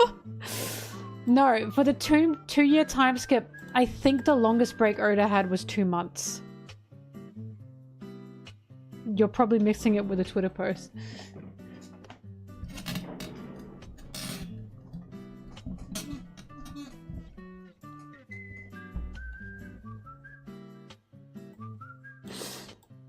Are you talking about the Toei edition where Hiyori said, "I'm gonna miss you," and Zoro was like, "You're not getting the swords back." Oh, he was such a dickhead. He's so funny. He was like, what the fuck? Oh, I love him.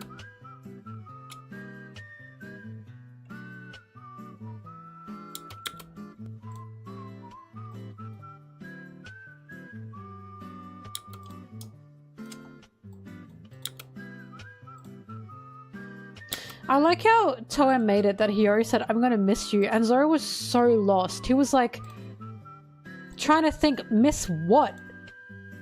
The swords? So he's like, "You're not getting the sword back." Oh god, I can't with him.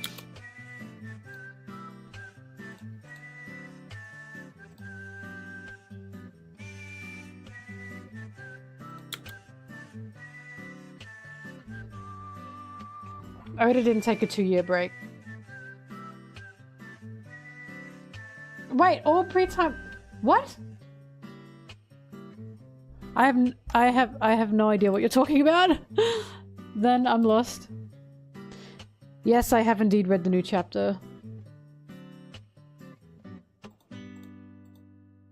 It's the way Zoro didn't even look at her until he thought she was talking about the swords. I love that when Zoro woke up from the Onigashima fight. She was like, "I bathed you, I cleaned you." And he didn't even look at her, he didn't even thank her. I love that even the Zoro guys were like, what? They were so confused because he went straight to Sanji. Even the Zoro guys were like, "Zoro, what?" Like, it was so funny. I'll never forget that. They were so lost. They were like, "Why is he not thanking beautiful babe? Why is he ignoring beautiful babe and fighting Sanji?" Oh.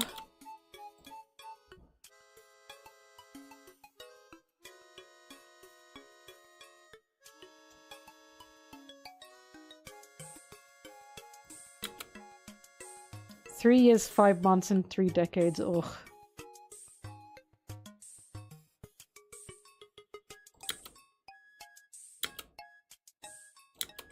Zoro just likes swords.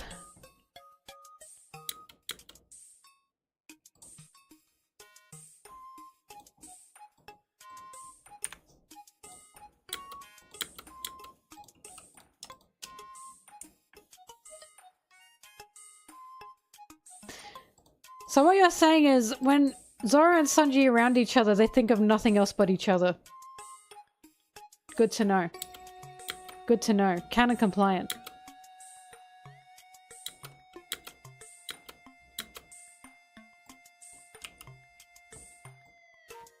We don't pit queens against each other in this stream. We don't do that here.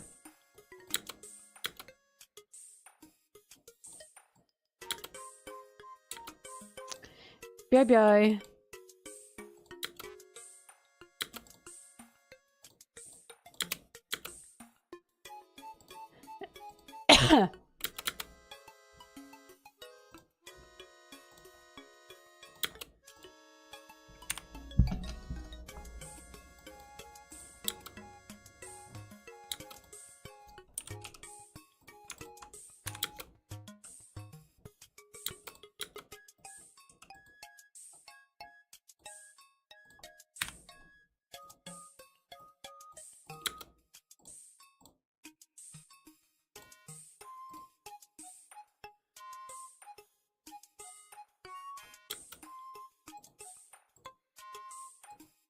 I've commissioned artists.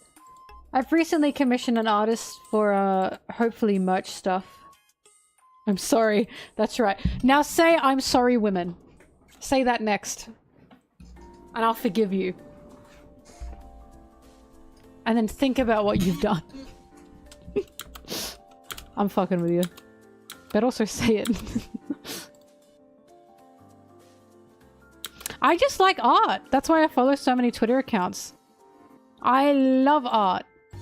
One of the joys of being in fandom is seeing all the art from the fans.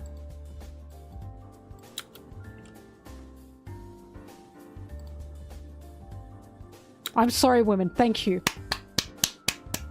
And everyone clapped. That's what I wanted to hear. That is how I ran into the Loki smut.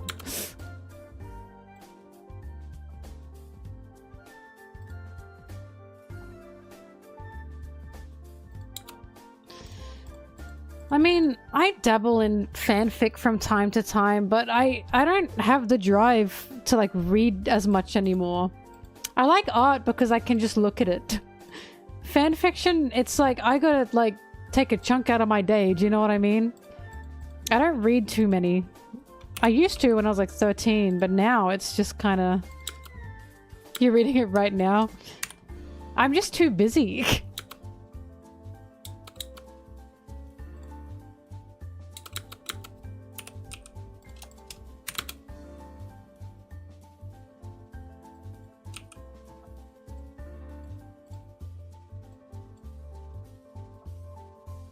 Look art, see men happy. And women, thank you very much. And anyone else.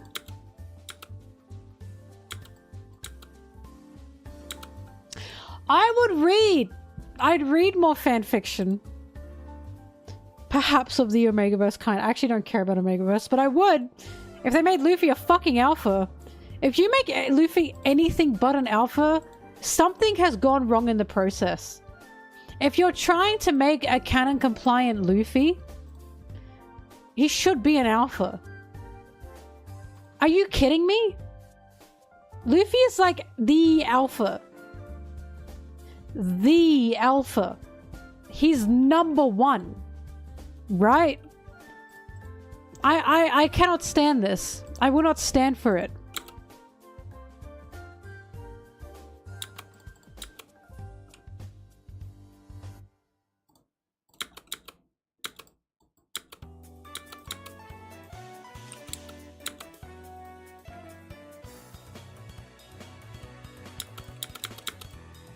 Luffy is alpha maxing.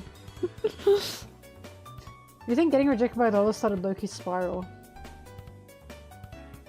I want to imagine Lola rejected Loki because he was already crazy, because it was a political marriage, right? So for all we know, Loki didn't want to marry either, and they both came to that agreement. Do you know what I mean? We don't actually know what happened. So it could be that Lola wanted to marry for love, and Loki just didn't want to marry at all, point blank. But we'll see what happens. Maybe he really did love Lola. How upsetting would that be? But Lola is now married and happy with someone else, so it'll be a mess. But I'm sensing that both of them didn't want to marry the other, and it was just political.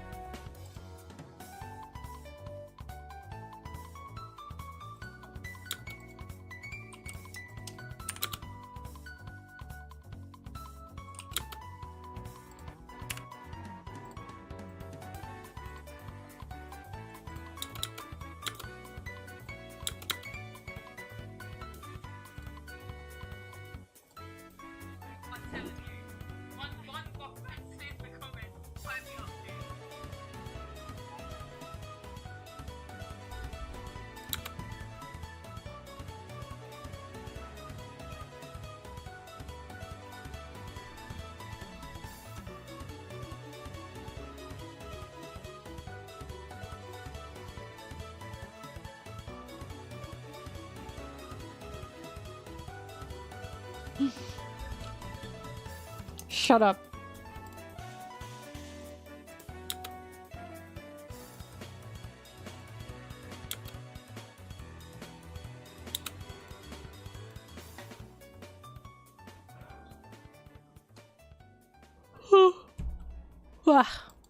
Zimbabwe Queen, are you still here?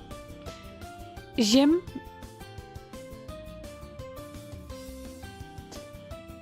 But... Alright.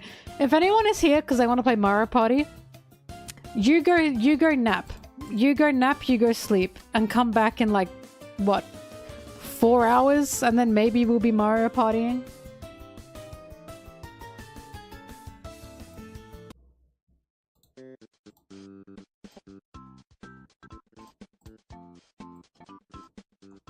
Well, it depends how the editing goes, but 4 hours will be 7 hours of streaming.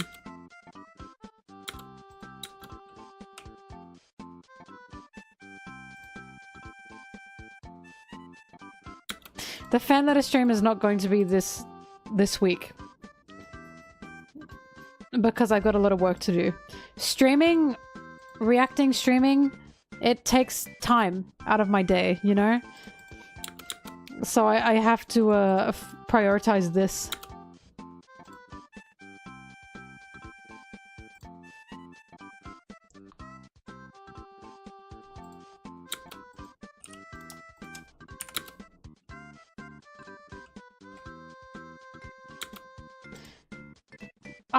Thank you. I've been told so many times that people love this shit. I have been called a natural pinkhead. I take it with pride.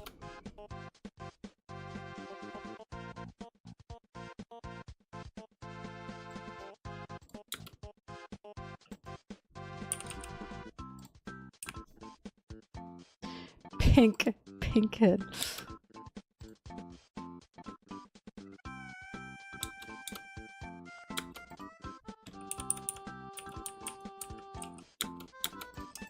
I don't know about the other stuff. For now, I'm gonna say I feel it was political on both sides.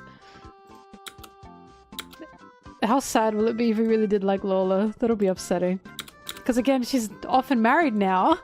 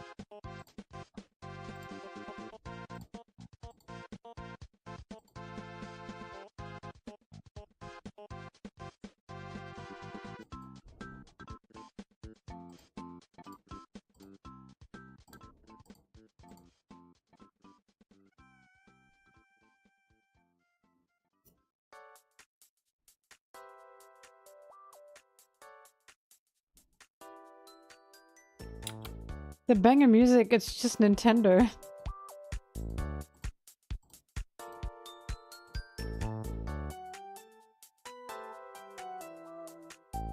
My non-pink hair, I know, right? Dark times. Dark times.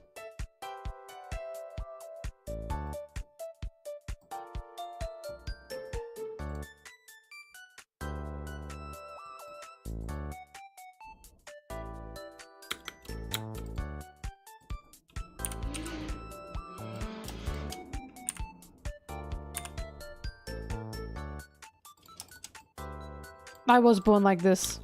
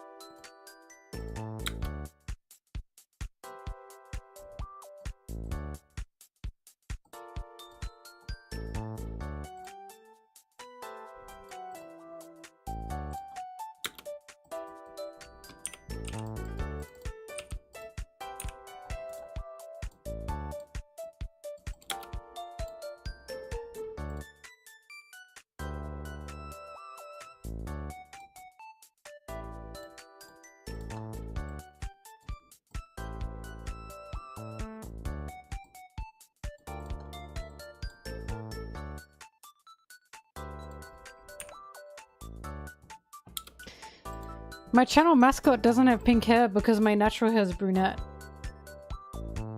And one day I'll be going back to brunette because it's my natural hair.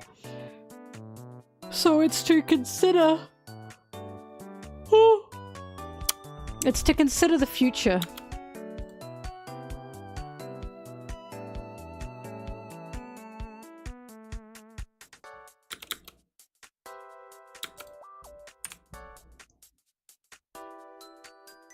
I don't know how long I'm gonna stay bleached. As long as my head allows, I guess. As my head and wallet allows.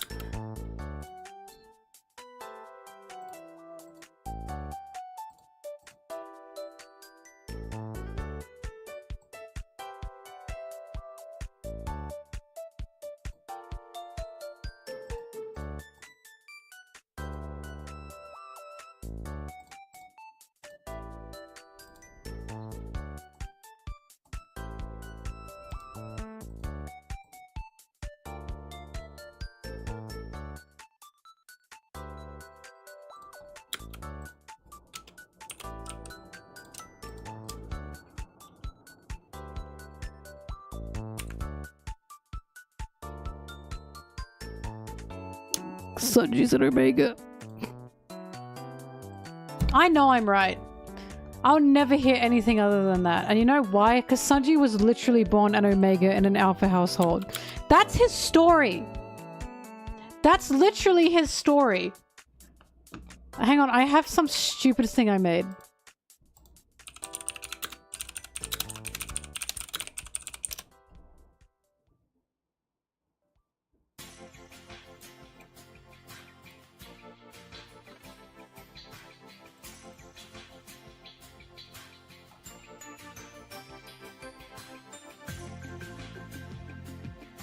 Where is it?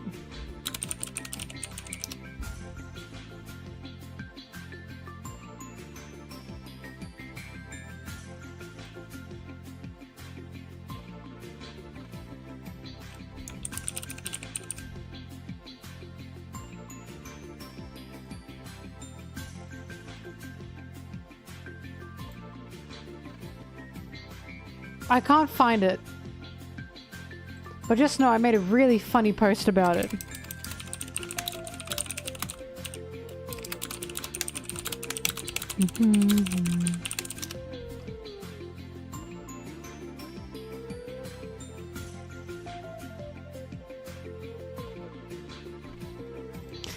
It will not be found.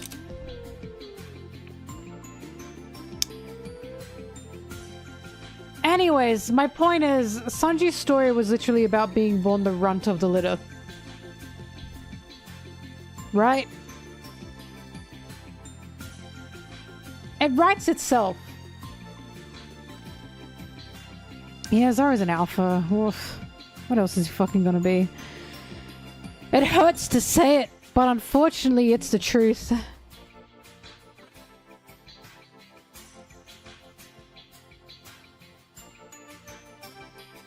Zoro's whole thing is I literally will only follow someone that I think is like stronger than me. That's what an alpha does.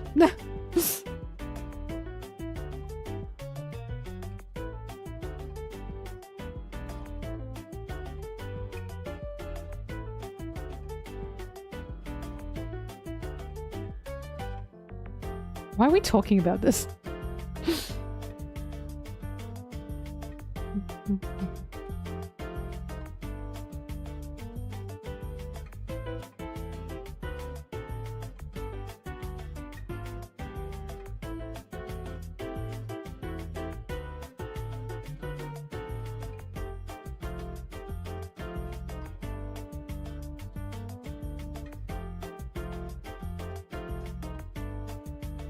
I'm mad I can't find it. All you need to know is it was just a post of Sanji on the table in Whole Cake Island when he's freeing Judge and his siblings.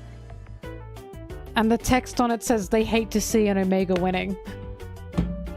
That's it. Funny haha, I know. Sanji's story is Omegas can be strong too.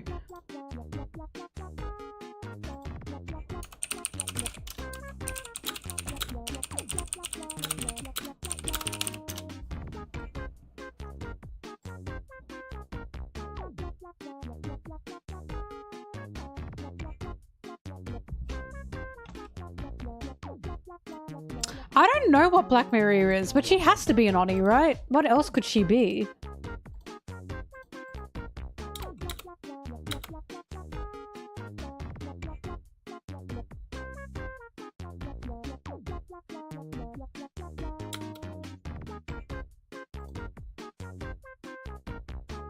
She's huge. But are her horns real? They might be fake.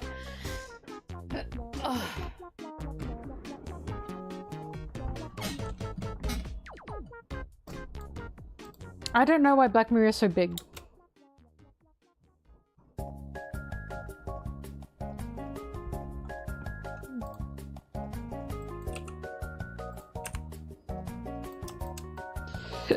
Oh god. Oh my god. Oh.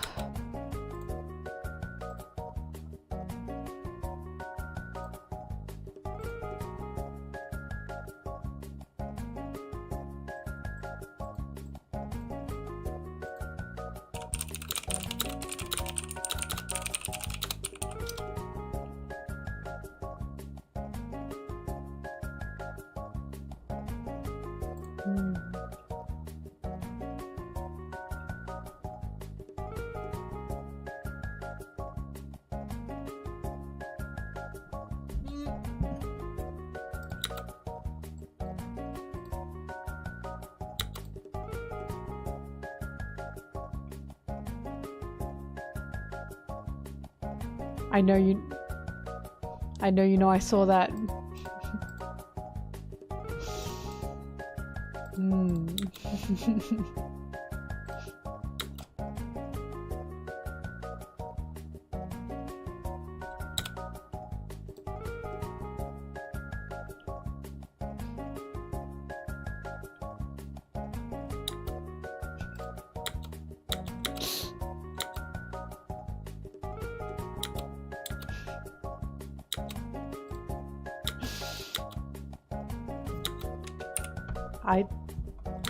I didn't say no.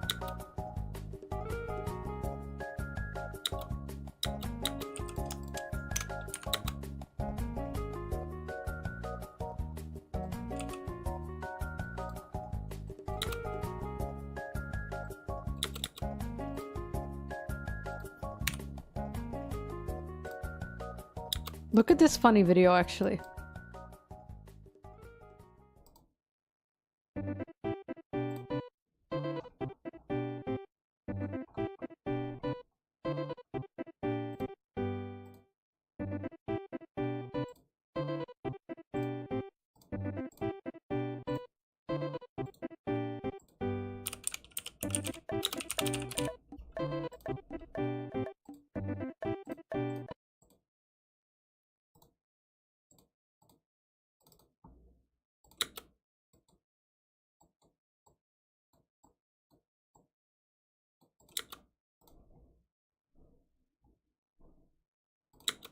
I just realized you can't hear it.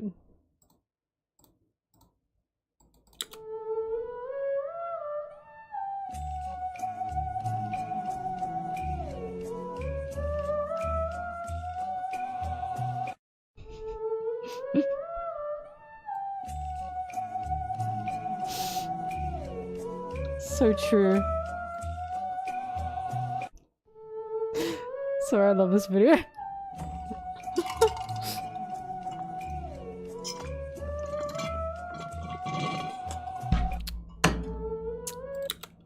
Zora, you're sitting with the salad! Anyways.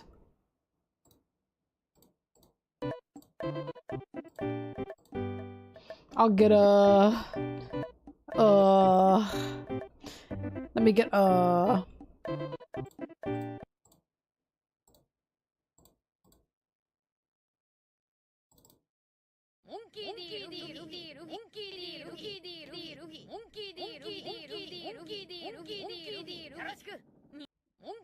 You're welcome. Let's move on.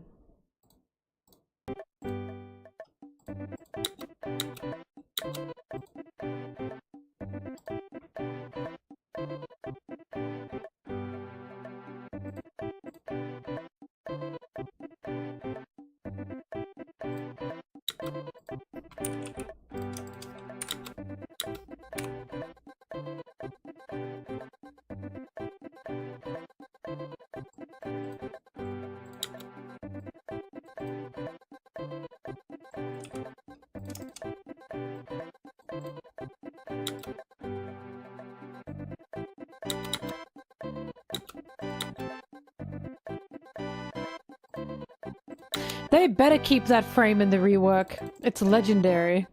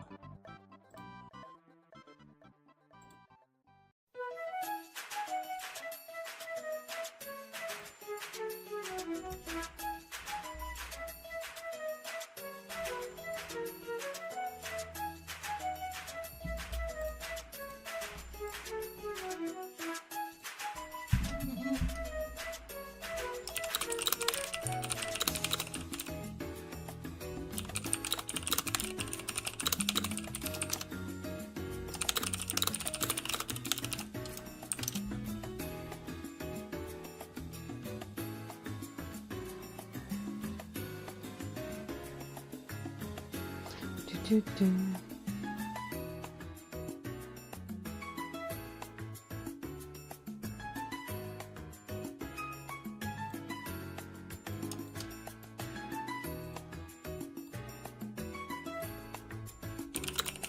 Do-do-do.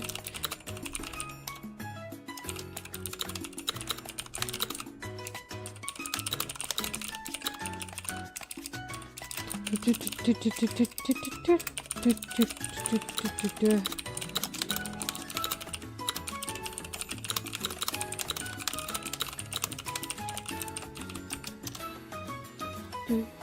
Do-do-do. Do. Hang on, I've lost the Sorry, I'm talking about the Sanji interview thing. With Food Wars. Where is it? There it is.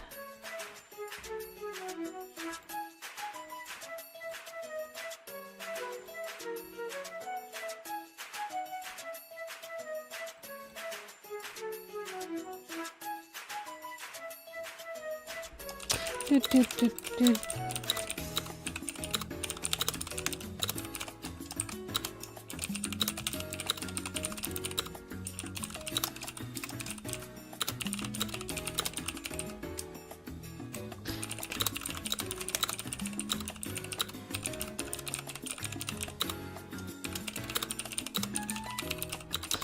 Do. Do, do, do, do, do, do, do, do.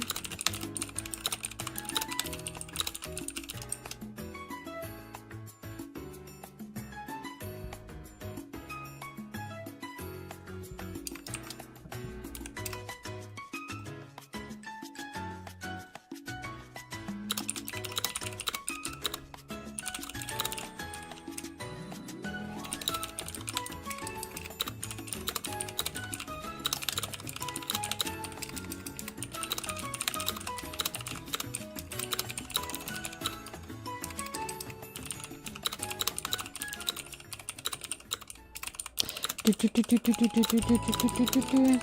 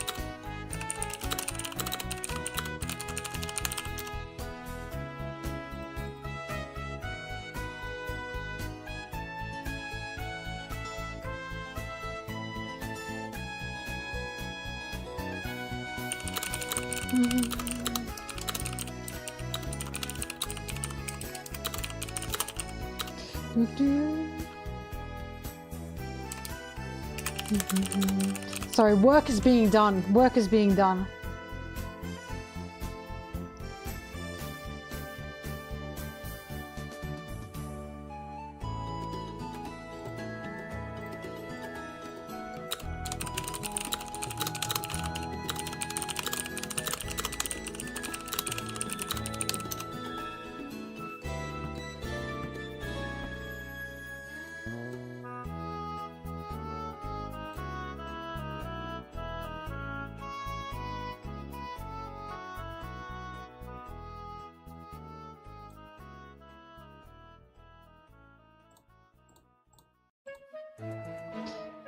Do, do, do, do, do, do, do.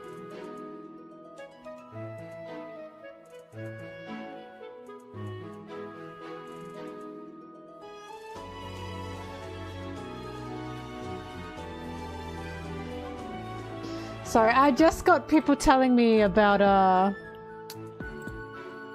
Toa didn't actually refuse Oda in terms of the Sanji Food Wars stuff. It's just that there might be some complications. And a lot of Japanese fans are actually waiting in anticipation for a Food Wars Sanji animation to see if it will happen. So I was just making the post clarifying. Actually, Toei didn't refuse Oda. I'm sure the original poster didn't actually mean anything by it. I think they just misread the interview. But Toei didn't refuse Oda. It's just that there might be some problems. But Oda wants it. So it's very possible it may happen.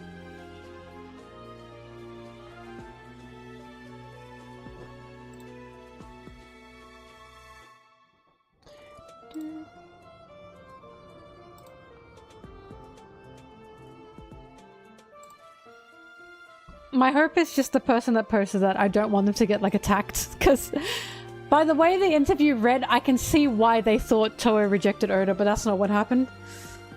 But, I have been indeed told that's not the case. It's more so that, there might be just issues with production. But aside from that, Oda wants it. So it's possible.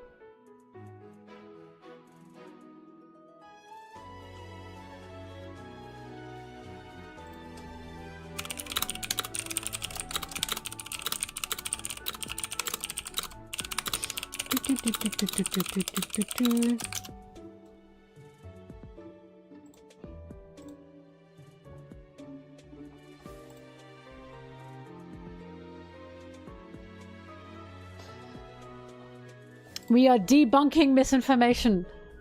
One post at a time. One post at a time. Actually... Hang on, give me a sec.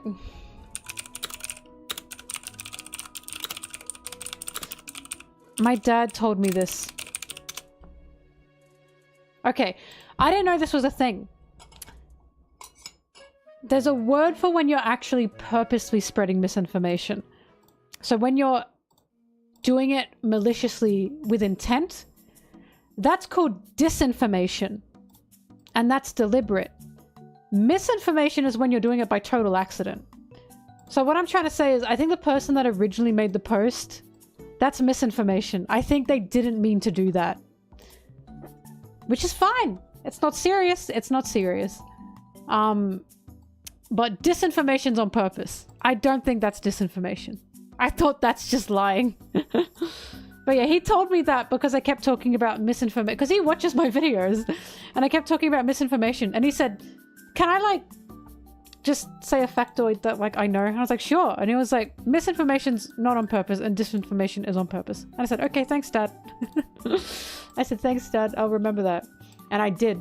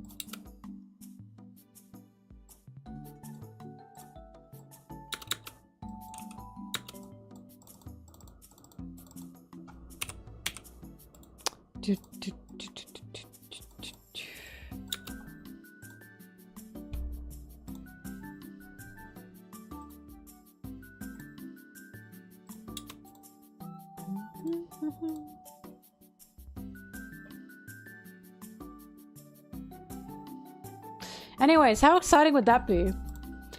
So it's quite possible we're gonna get a Food Wars Sanji animation. Can I throw Sanji? Sure, hang on, let me move this guy out of the way first. I'm gonna throw him high, ready? Where will he land? No one knows. There he is.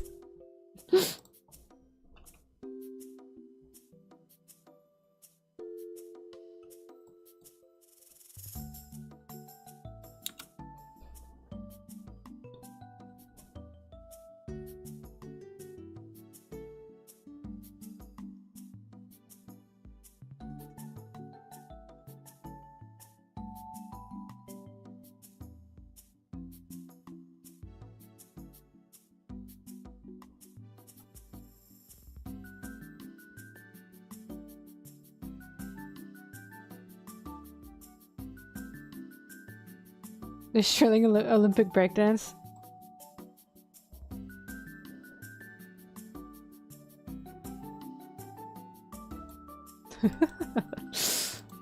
Stupid.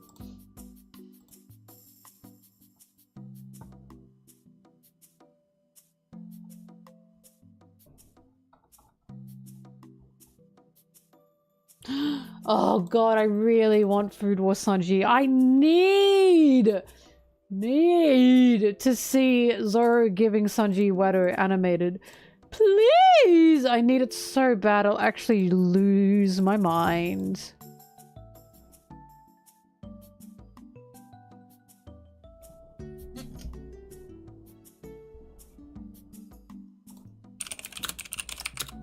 Oops. Do do do do do do.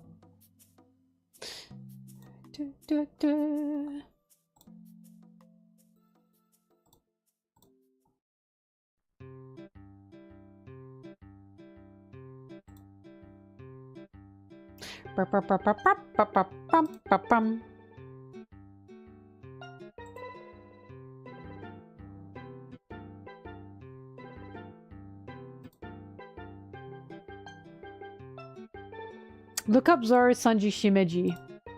It'll pop up. Actually, I've got the link somewhere.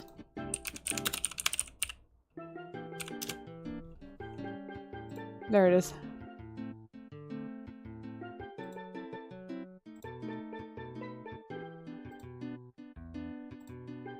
There you go, enjoy that. Oh, sorry, I put that on YouTube. YouTube, you can have it too. Oh, wait, it is YouTube. YouTube, have that. You guys can have it too.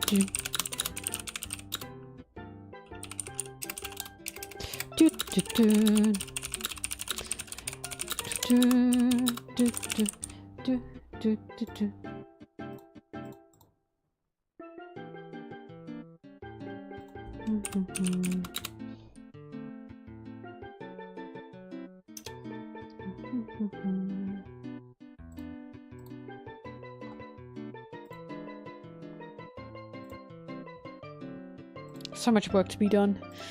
I'm like a bee.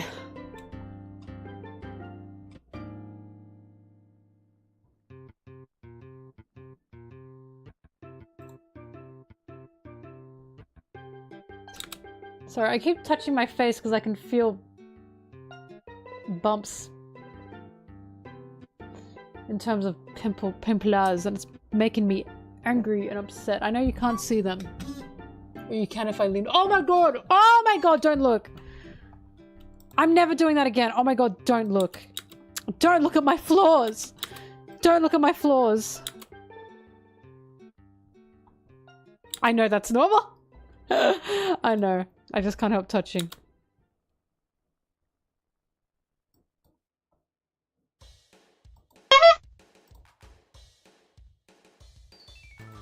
Smelling earwax is for my health. It's for my health. God damn. I don't know why my skin is so shiny. Because it's not grease. I just have beautiful skin. God himself is shining down on me.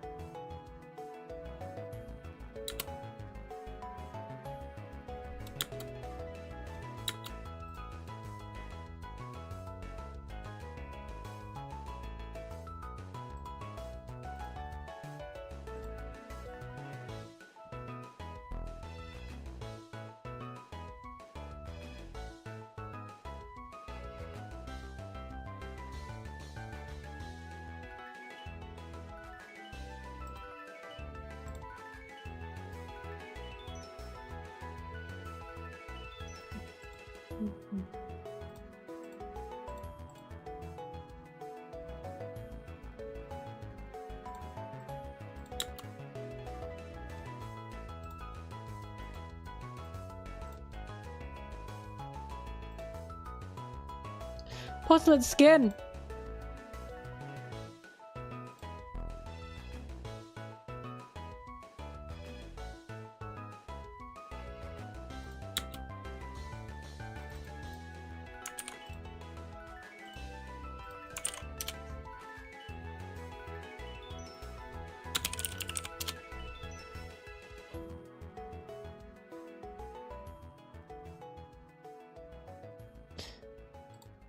Sorry. I don't know that artist.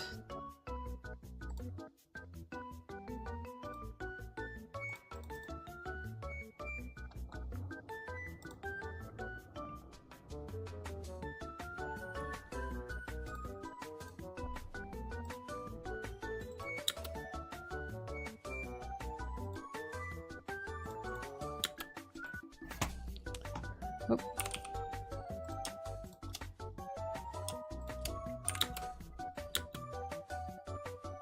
On TikTok.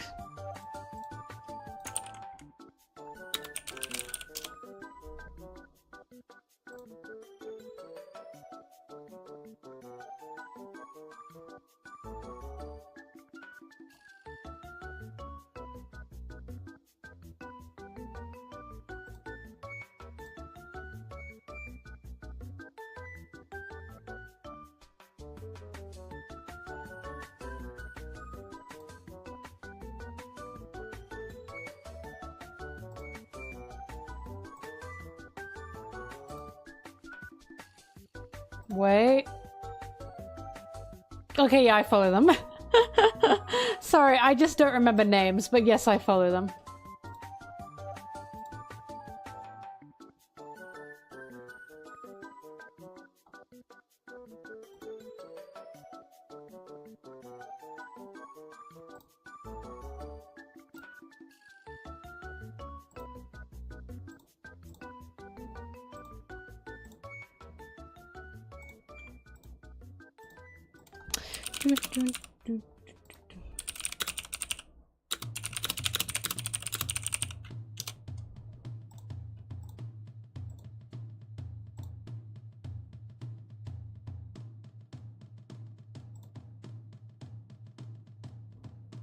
This is banger.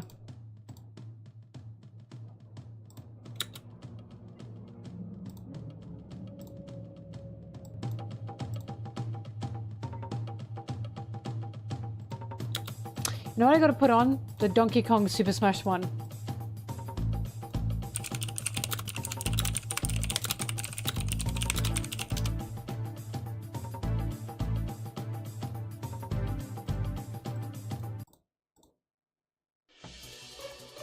No, that's not it. Oh yeah, this is it.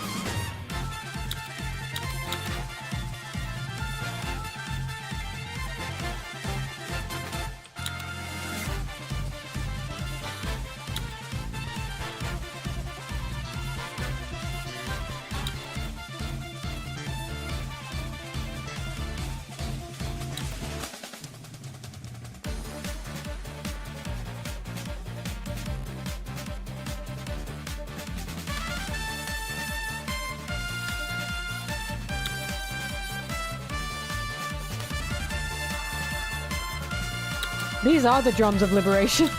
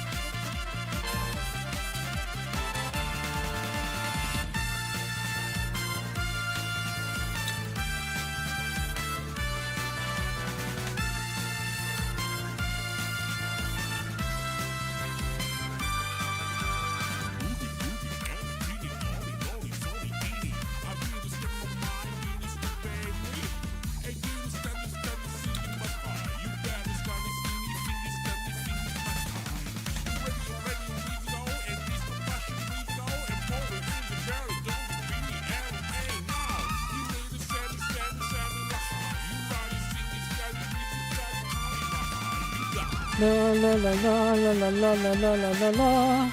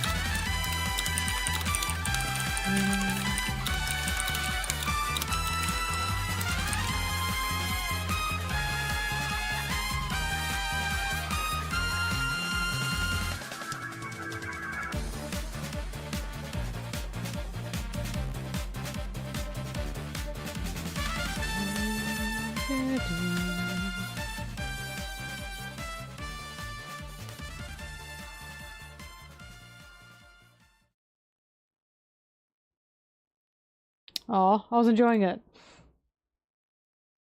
Alright, let's go back to this music.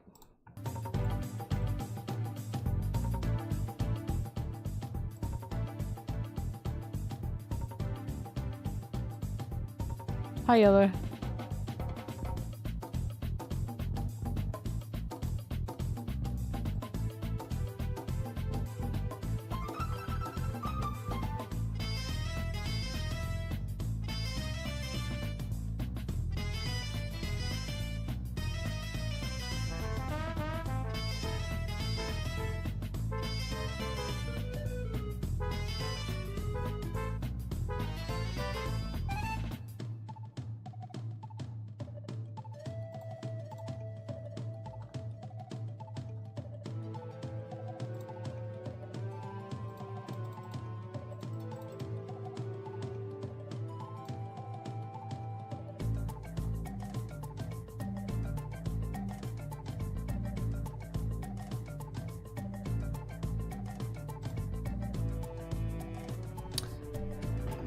Oh.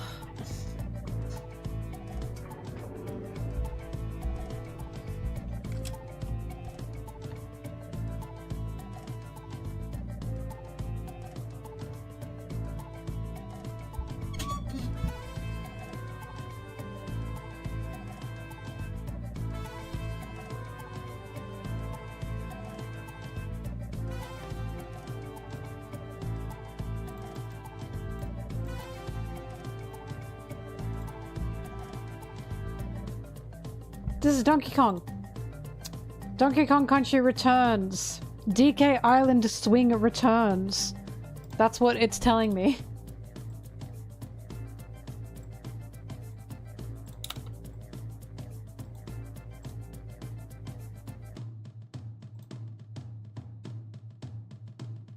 Sorry, I was just mentioning on Twitter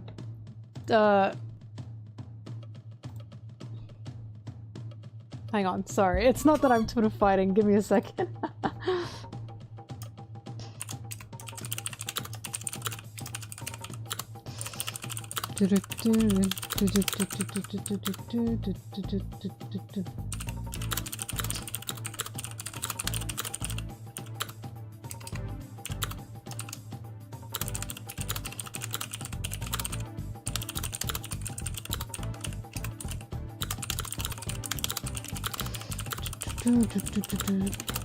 We're just talking about how long it takes to like publish an anime, right? I'm Twitter fighting, but how long it takes to publish an anime? Because the person I'm talking to said it's been 5 years since the interview and there's been no news of it. So the Food Wars thing. So They're obviously not doing it. And I'm saying, combined with... Hang on, give me a sec. I have it here.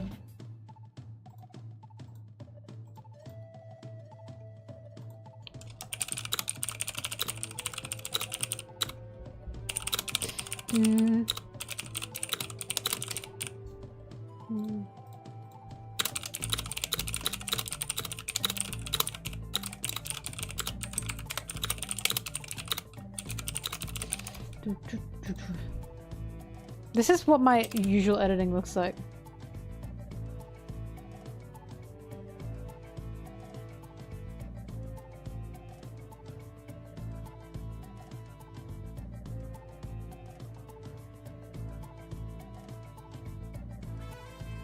Doo-doo-doo.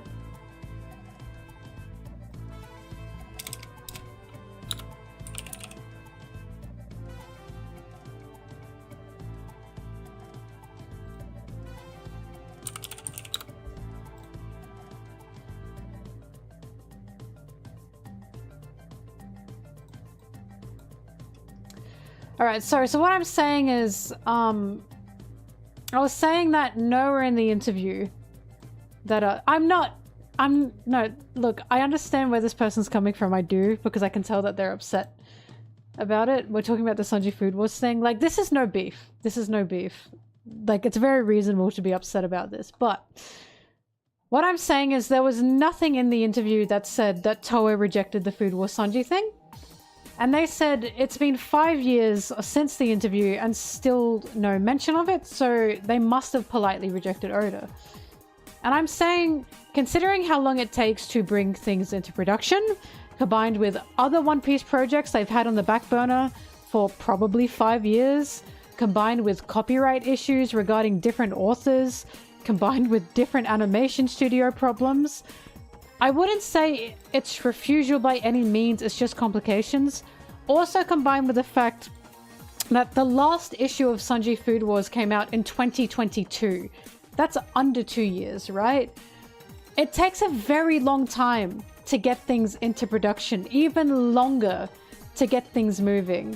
Unless you're an instant hit like One Piece was back in 1996, was it? It takes a long time. 1997? It takes a long time to get things into production. So, what I'm saying is, One Piece is the main point, right? Toei have been making other things around it. They brought up the Ruma spin-off, right? That Oda wrote once upon a time. We don't know how long Druma was in production for. For all we know, Druma was in production for over 5 years, you know what I mean? But it's unfair to say that they're not going to make the Sanji Food Wars thing because it only just finished publishing in 2022. That's quite recent. Druma is also strictly Oda's, yeah. There's a lot of complications surrounding it, so it's like, what I'm trying to tell them is I think it's unfair to say that Toei just refused them. I don't think that's the case. I think if by 2027 there's no news on Sanji Food Wars, it's done. It's done. It's probably cooked, right? And that's fine. I'm just saying that it's a bit incorrect to say that Toei outright rejected it. I don't think it did. But we'll find out. We'll find out either way, right? I'm just trying to say that it's a bit disingenuous to say Toei said no. I don't think Toei said no. I think there's just problems. Cooked, nice one, right? Because it's like, I'm not the biggest fan of Toei either. But like, the fact that Sanji even got a Food Wars spin-off is a lot.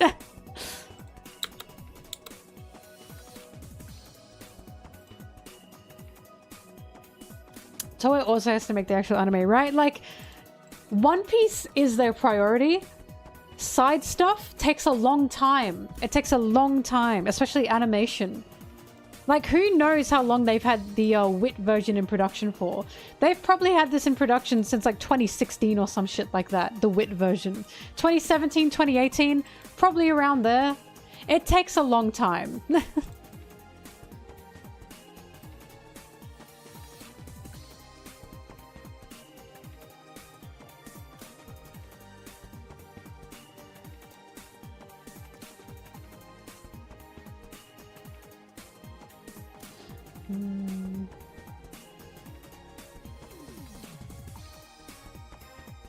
Doo-doo-doo-doo.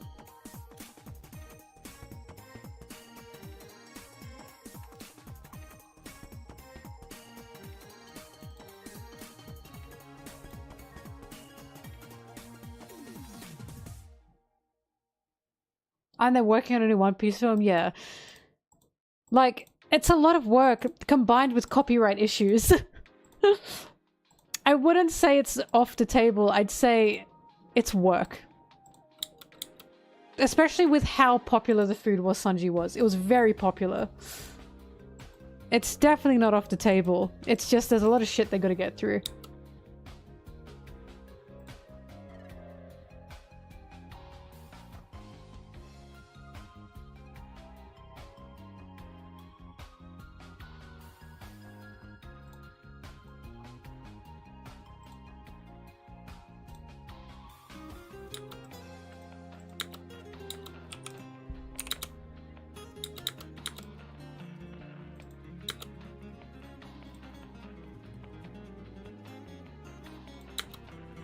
I know, the don't let MelonTeee see it. Ah!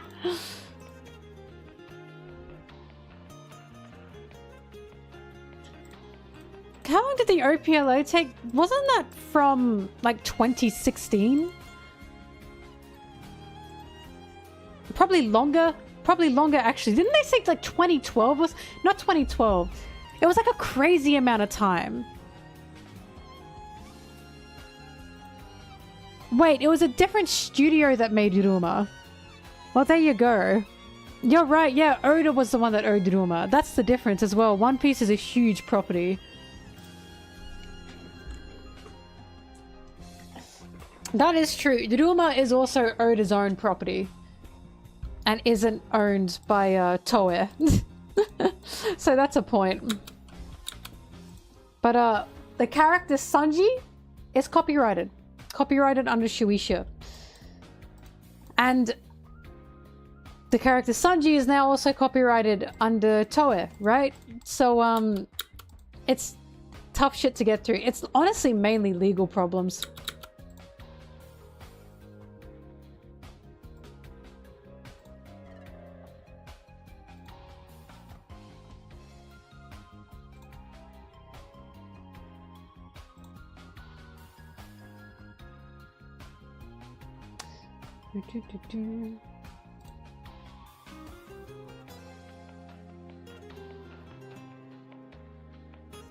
It is hard, yeah. I mean, think about how long it takes for a fucking Kingdom Hearts game to come out each year. Right? That's why it takes so long for Kingdom Hearts to happen. It has nothing to do with the production itself, it's the copyright.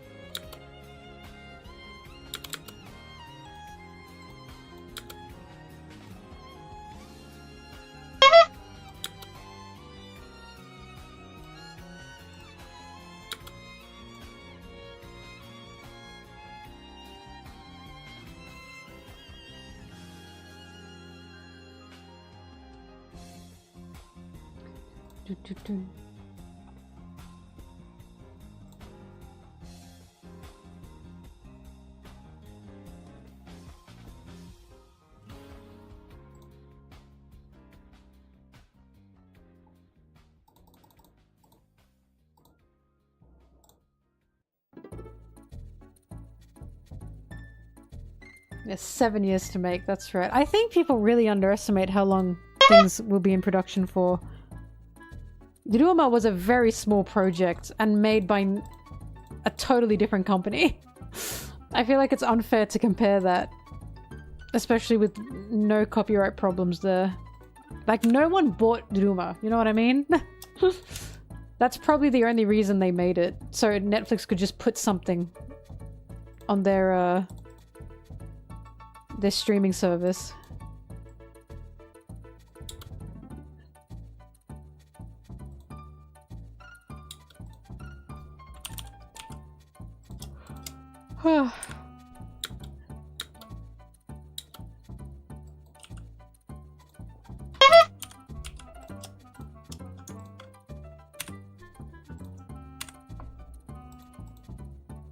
I mean, Sora was very hardly in it. Did they even say his name?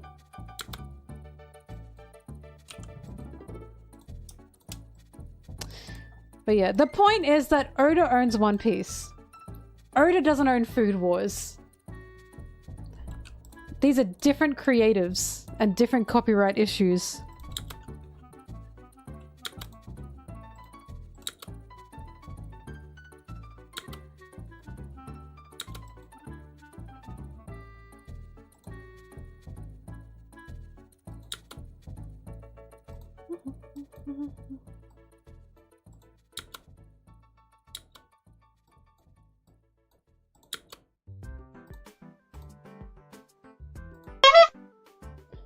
But yeah, making a whole spin-off that's Sanji focused. Like, it's just Sanji focused, right?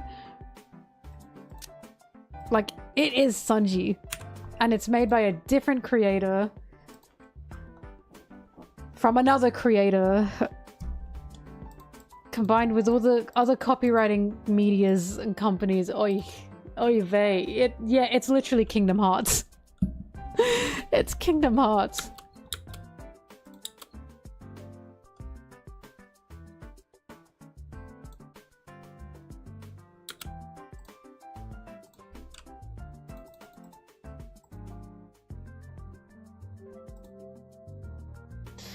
But yeah, I think the main takeaway is Sanji Food Wars only finished publishing in 2022.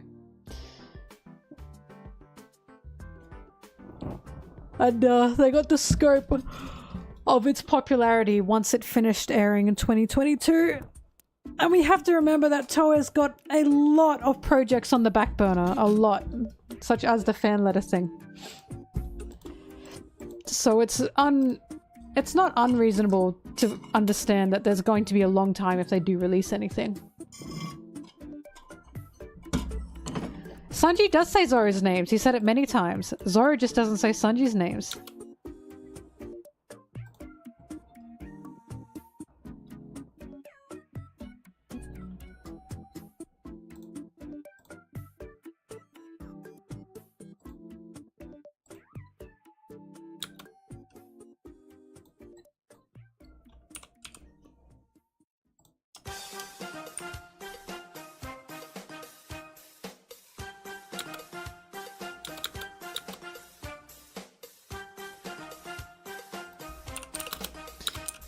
Do.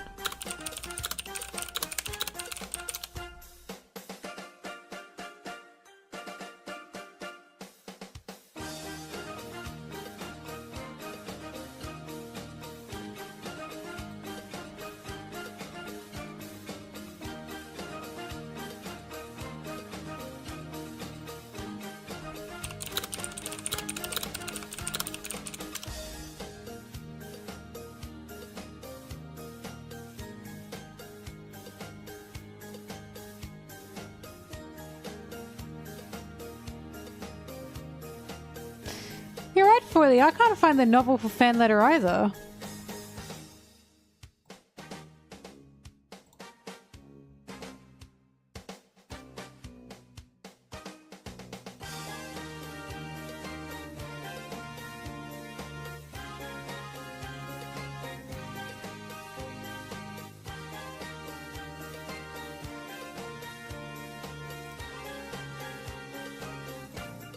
Hang on, wait.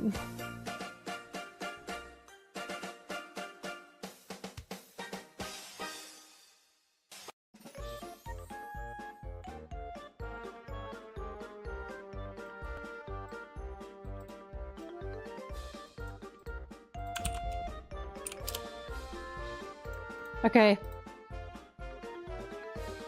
2017, Foily. 2017, I found it. You're right, 2017.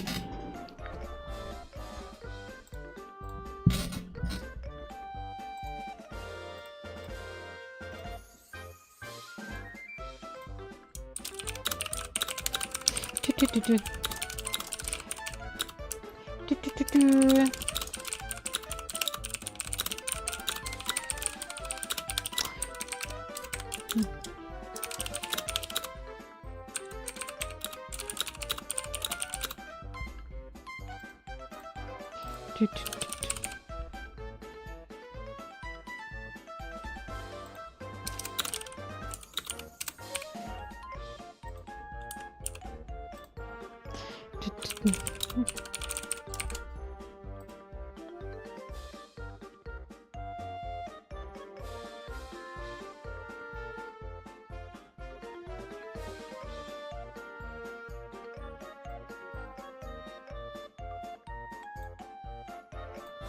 What is this penis music?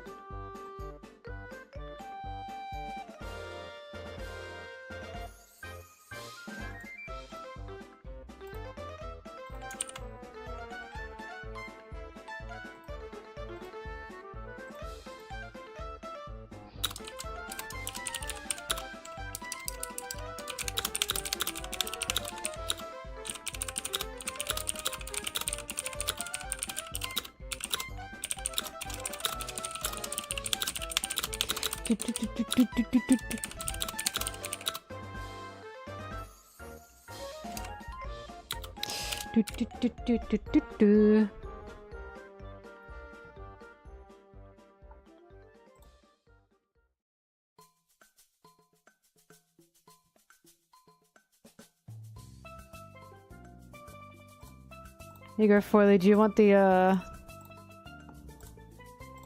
Here's the wiki page for it. Miss Foily, enjoy that.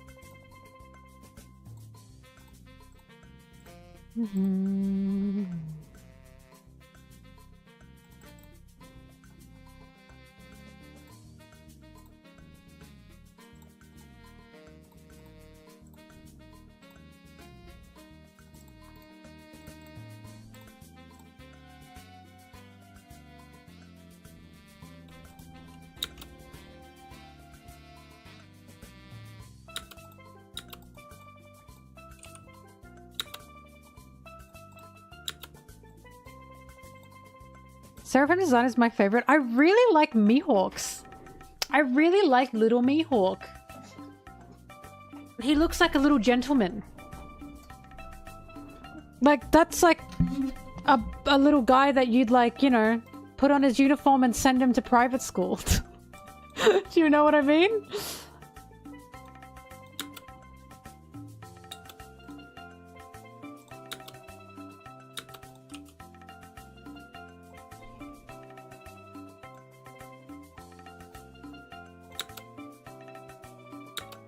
It's cute, right? Like, Mihawk was a cute little guy when he was younger. I mean that in the most normal way possible. I mean, I saw Mihawk and went, aw.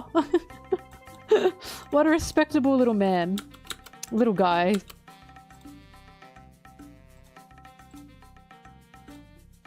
Like, he looks like a kitten. Like, Mihawk has such cat tendencies, or like cat appearance. You know how kittens are like small and round with big eyes, and then as they get bigger they like sharpen out? That's what like Mihawk became. Ah!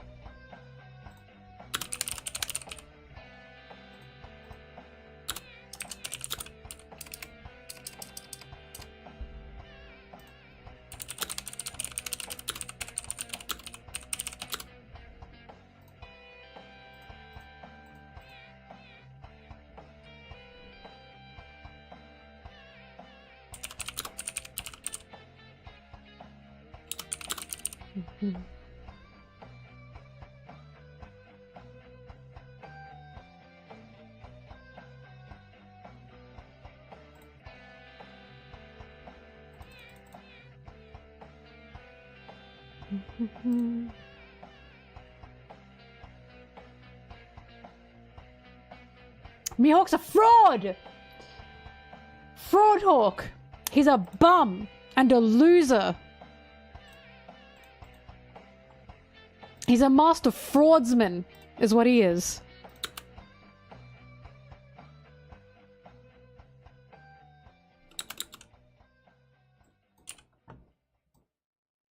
Oh, come on.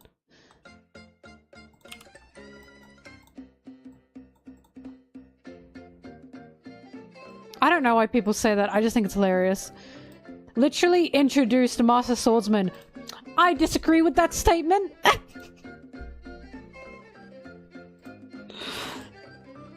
It's so ridiculous.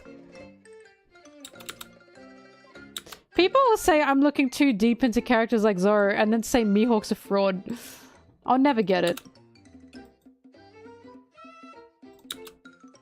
Dude, you kiss your dad on the lips. You kiss your dad on the mouth.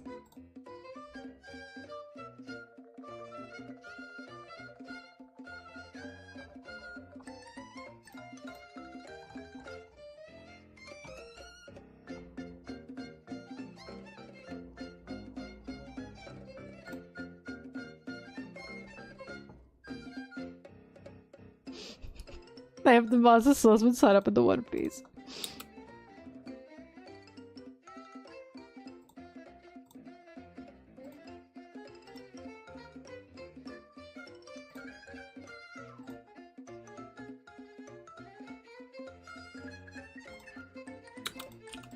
I have to add this scene of Sarah talking about meeting my parents because my dad loves these videos with Sarah.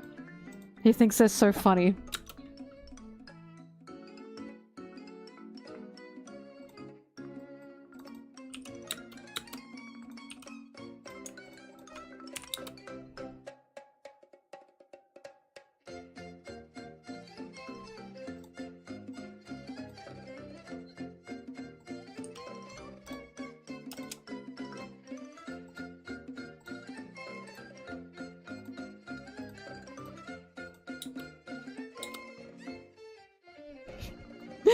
My dad just thinks they're funny. I don't know. He thinks Sarah's really funny. But he thinks they're funny in like the way he was like, you made Sarah a corgi with a little crown.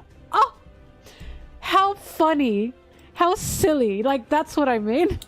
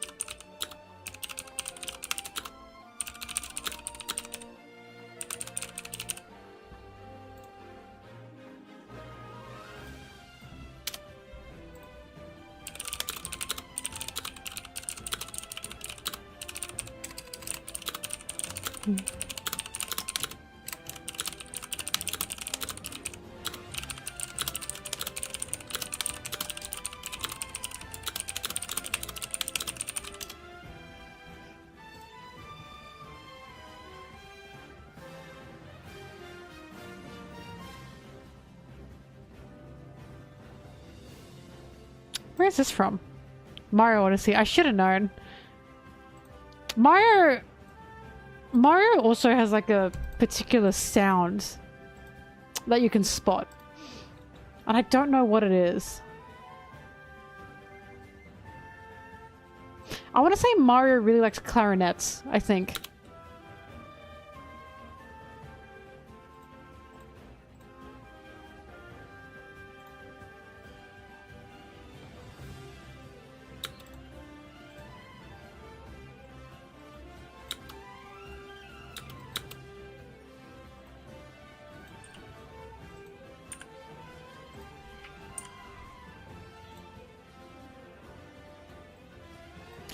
The reason the British accent disappears when a British person sings is because everyone is taught how to enunciate their words when they sing.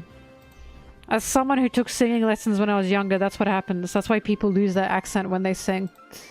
Because when you're trained to sing, you're trained what words to enunciate, what letters to enunciate. And it kind of ends up falling on a nothing accent. Like when Americans sing, you guys don't, you know, you don't say car when you sing. You go, I'm gonna get in the car. You know what I mean? You don't go, I'm gonna get in the car. Unless you're a fucking country singer. It depends on the genre.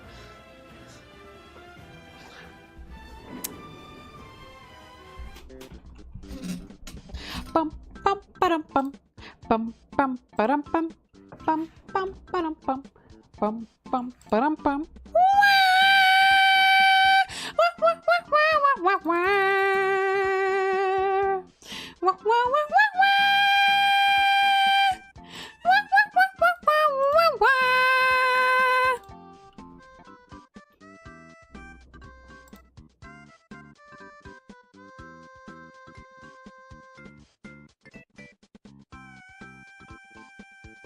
Do, do, do, do, do, do.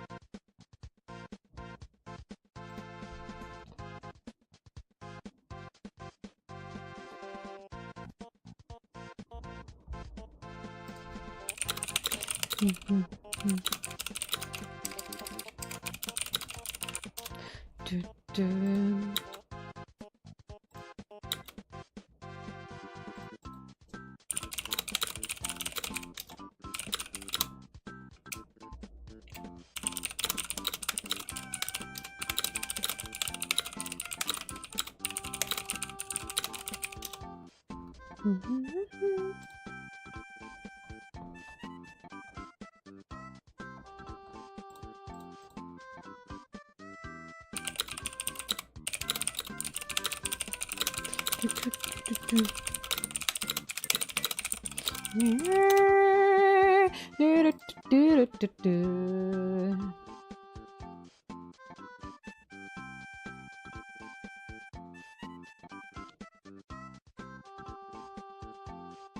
See, I'm right. I'm right about the singing thing. Sometimes I know things. Sometimes I do know things.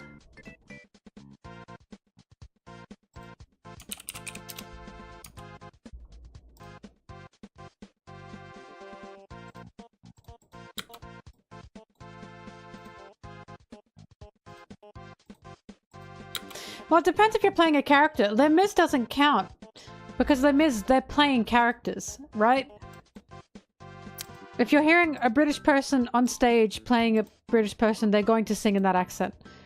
If you were just a singer, you were going to be taught specifically, you know?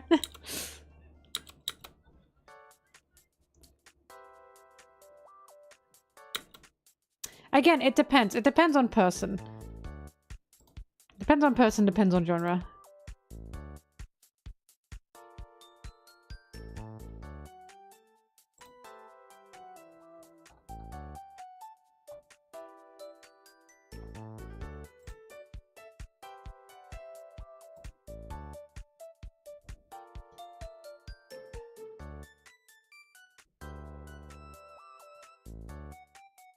Mm-hmm.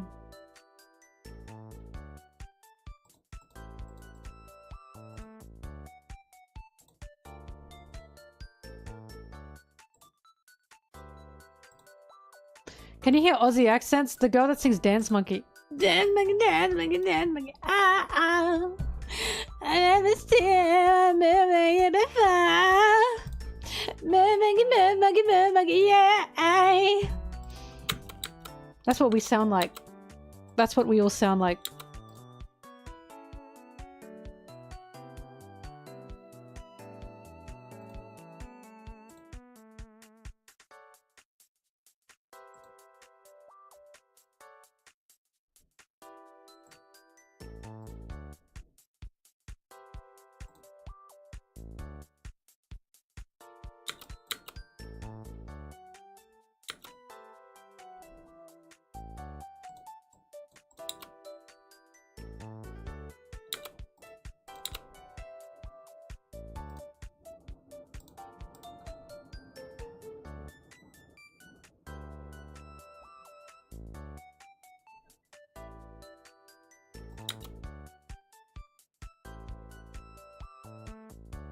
What? Wait, Foily, I can't understand that. Hang on. An account?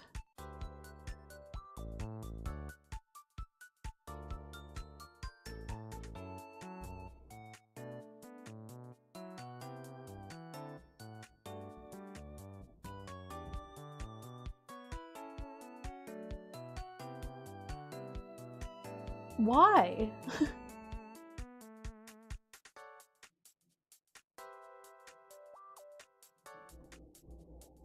Okay, whatever. I mean, no beef with the person. I got no beef with the person.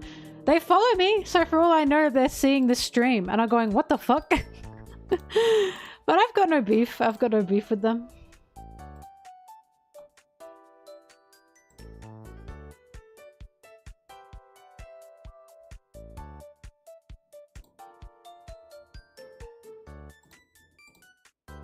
I don't know, who knows? Masterful gambit, sir. I will say that much. I've always thought about maybe if I made an account that had Zoro's face, Zoro's name, and I wrote my Zoro opinions, maybe they'd be taken better. Because every time I have a Zoro opinion, I get hit with a no! And it's simply because I'm known as the Sanji girl. I can't escape it. Sanji icon, Sanji fan, right? And I'm not even trying to slander Zoro. I'm trying to have a conversation about this guy.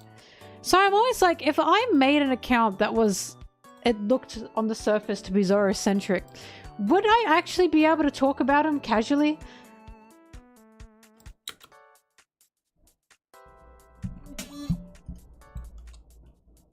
MelonTeee. It'd be MelonTeee.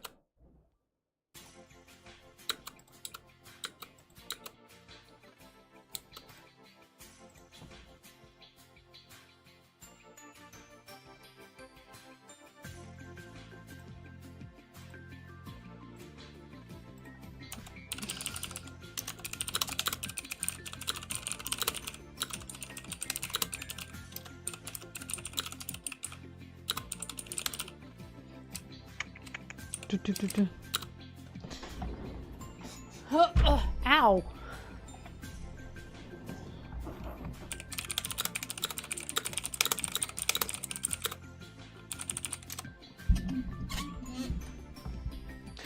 fucking hate One Piece. One Piece has now made me type laughter that is not normal.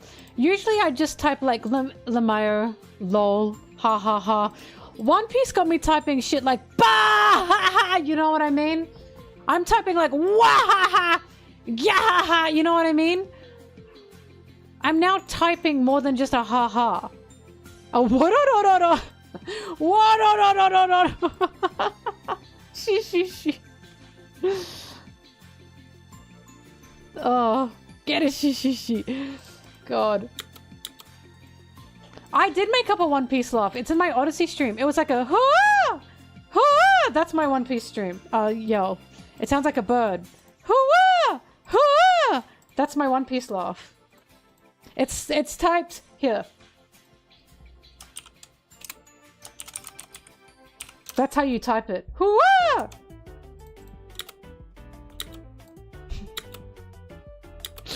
I'm pretty good at that sound though, right? Hoo-ah!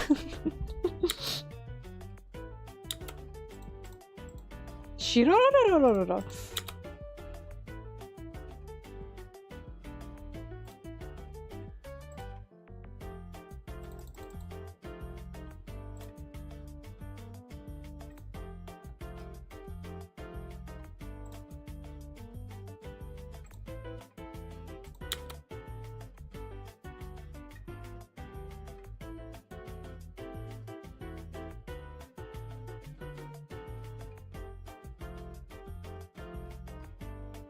Skibbity.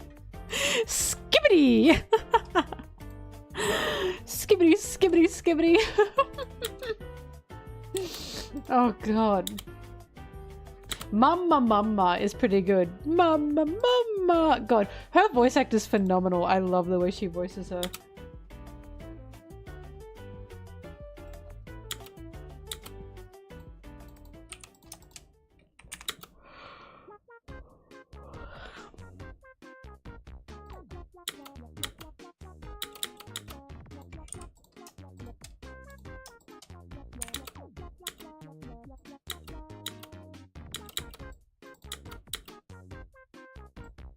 Yeah, Diva, that's you.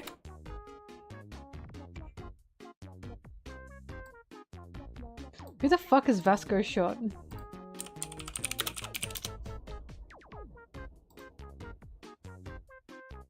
Why don't you like his laugh? Why don't people like his laugh? Get bub. What? That's a good laugh. What is wrong with you guys? What's with the hate? I don't understand.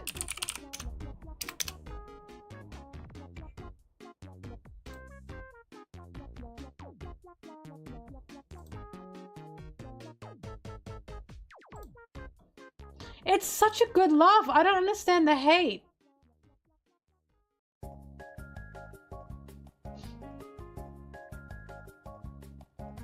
I can't find it. Sorry, I looked up One Piece laughs. Vesco Shot One Piece laugh. Who is this creature on my screen? Who is this creature on my screen? Oh my god, I hate seeing this man. I so hate seeing this man. His whole mouth is taking up over half of this frame.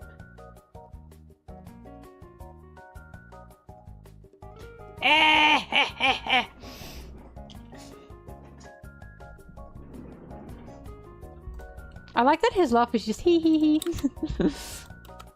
He goes hee hee hee. He's a giggly girl.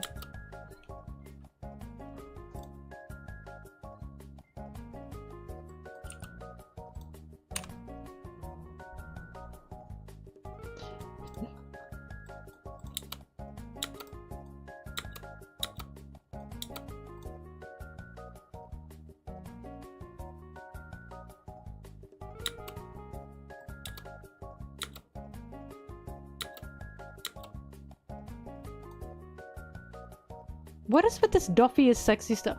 He is so... The only thing that is good on Doffy is his drip. He is ugly. I I don't understand the Doffy lust. I'm like, this is an ugly man. But he's not my type.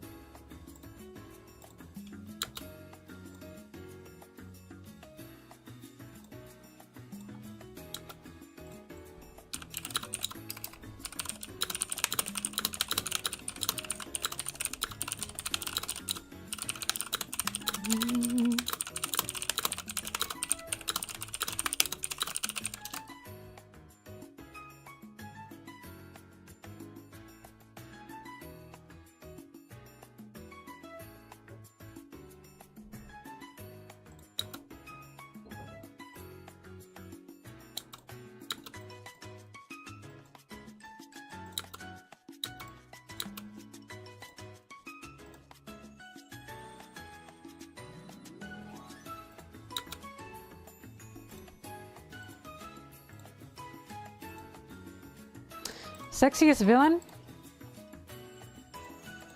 My tier list. I have a tier list. I have a tier list just for this.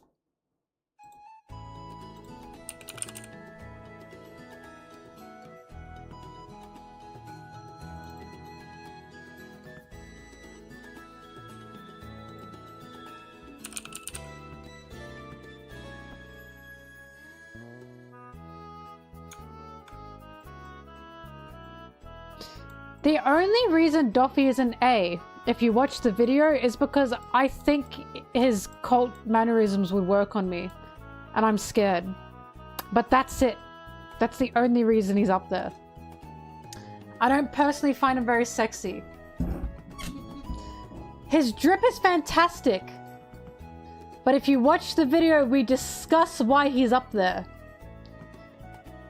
And it's because I am a mentally weak person. And he's a cult leader. And I know that his shit would work on me. I hate sand. I hate sand.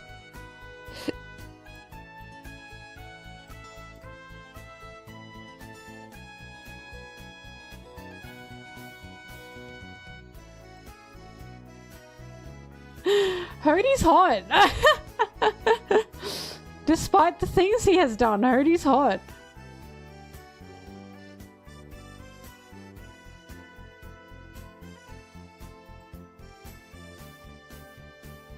Buggy would now be higher. It's true. Buggy would now be higher. Buggy had to have some time to grow on me. Buggy would now be in, like, S. And now, I'm just not attracted to him. Oh my god, watch the video. I'm simply not attracted to him. Oh, Mihawk's in this one. You'll see, you'll see. Here's my other tier list.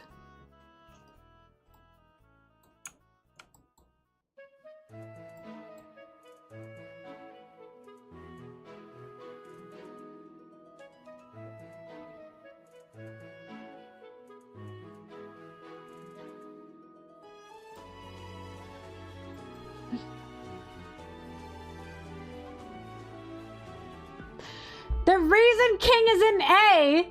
Oh my god, did none of you watch the videos? The reason King is in A is because he's Kaido obsessed. And I get him on that regard. I love him. But he's got too much of a view towards Kaido. Like, if he were open... Yeah, he'd be an S. But because of his Kaido obsession, like he's Kaido's like little baby girl. He's Kaido's kitten. I can't be getting between that.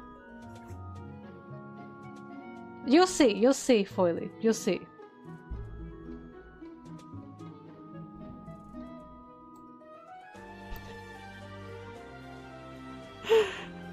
F.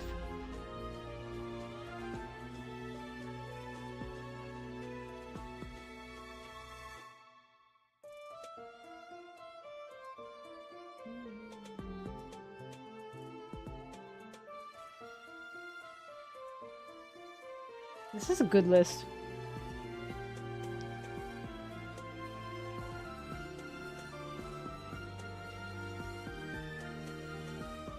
Kuzan is... No, he's still got problems. He's still got problems.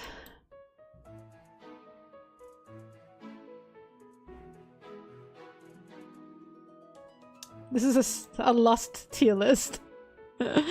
Of how I feel lustfully about these characters.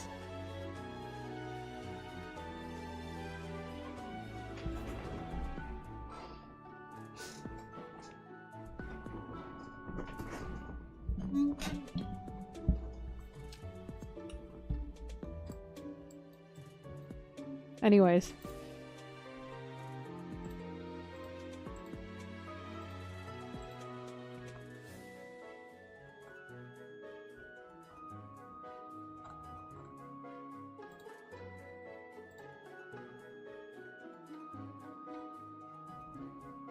Do do do do do do.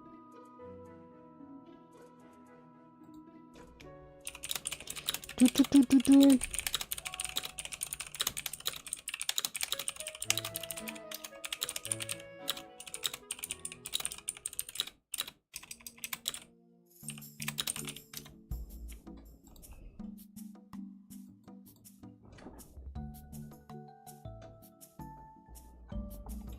Kuzan would now be higher because of the cunty go up fight.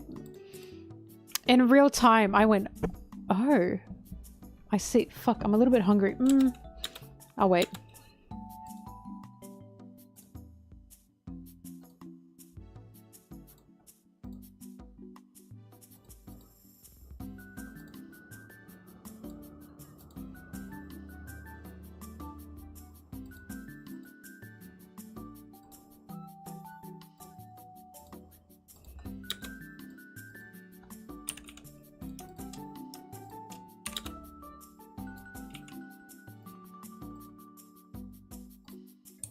Yes, over to your list.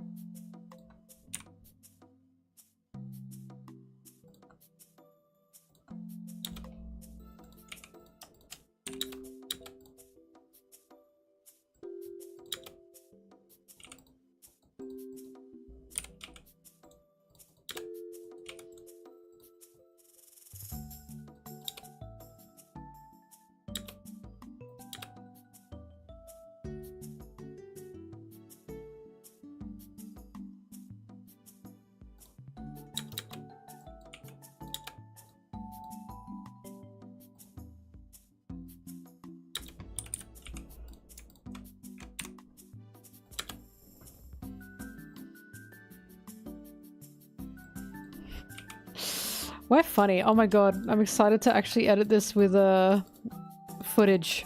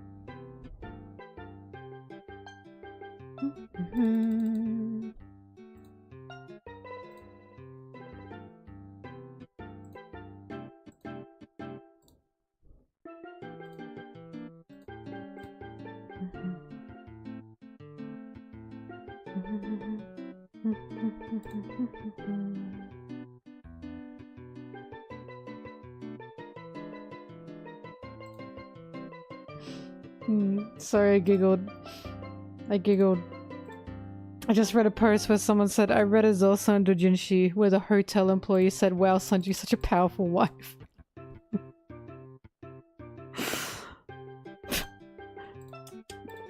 And they're right.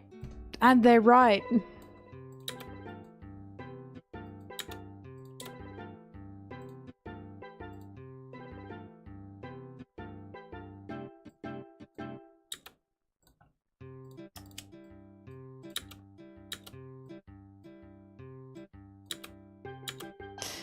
I didn't realize, like, sorry, looking at these comments, I just didn't realize how, negative a lot of fans were towards Toei. Like, Toei's not perfect. I also don't like the things that Toei does sometimes. I think the worst offense, in my opinion, is still when Toei added the scene in Onigashima of Sanji pulling the girl's robes. When, again, the whole point of him getting caught is because he was trying to stop that from happening. And I was like, that's not great. I truly wish he didn't add that. But, because I'm seeing a lot of Sanji fans going, we hate Toei, we've given up on Toei, blah, blah, blah. But you talk to any fan of any Straw Hat. Like, any, right? And they will all say that their character is the one that's been treated the worst. They'll all say, you know, Zoro fans will say, Toei doesn't treat Zoro right. Usopp fans will say, Toei doesn't treat Usopp right. Robin fans will say, Toei doesn't treat Robin right, blah, blah, blah. They'll say it. Even Luffy fans say that. Right? Even Luffy fans say it. And it's like, it's not that, oh, Toei gets everyone wrong. It's, no, my character they hate. They hate my character. And the day I saw, like, the arguments about that, like, of everyone together saying that, of, like, the different fans, it really gave me a new perspective. I was like, I don't think Toei specifically hates one character. I don't think that's what's happening. I just think it's a board of executives and producers just saying, add this, add this, add this. I don't think that's a bias per se. I think it's just the fandom putting their favorite character under a microscope. You know what I mean? Because you even get it with Oda. You even get people saying, Oda hates my character. Oda doesn't like this. Oda doesn't like that. And it's like, I think it doesn't matter who will adapt One Piece. I think no matter what, people will say, this studio hates my character and only my character. I've just seen it now again and again and again. And I'm like, I can't say I quite understand what's happening anymore, but okay. The girl's robes. Basically, the way Sanji got caught in Onigashima is, he heard a girl being, he thought, assaulted. Physically, because it was basically a guy pulling at her kimono to unravel her. So he jumped in to stop that. Which he did, right? But, he found out it was a trap. It was a trick to get him to go there. And Sanji was just relieved that she wasn't actually hurt, this woman. He was just happy that she wasn't actually hurt. Then, after Sanji tries to run from Black Maria, in the manga, this doesn't happen. He's literally just, you know, being talked to by Black Maria. In the anime, they made Sanji grab all the girls' like kimonos and pull them to unravel them. And Sanji's got hard eyes like he's looking like a dog, right? Not a cute one. And then he shakes his head and they make him say, no! Sexual assault is never okay. And I was like, if you're gonna make him say that, then why did you make him do that? He doesn't do that in the manga. And I was like, you removed the whole point of him trying to save this woman and then being so happy and grateful that she's actually okay, just to then make him do that in a future scene, Toa. It was absolutely bizarre. It was really, really bizarre. What exactly? What? Question mark. It was really weird. I really didn't like that. And I was like, why in the world? Why in the world did you add that? Hang on, I even have it. I have the episodes downloaded. Let me try and find it. But I was like, okay. He definitely doesn't do that in the manga, but whatever, I guess.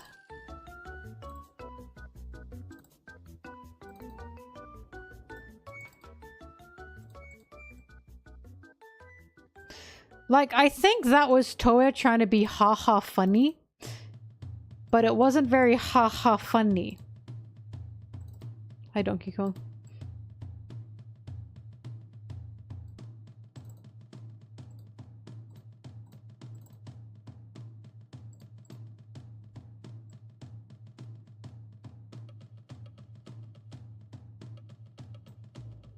Oh, good scene, good scene.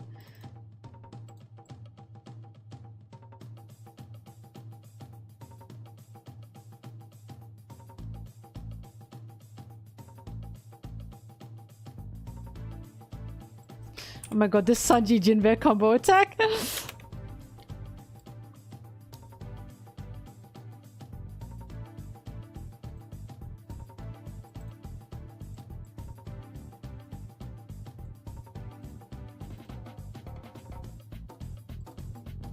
No, now I want to find it.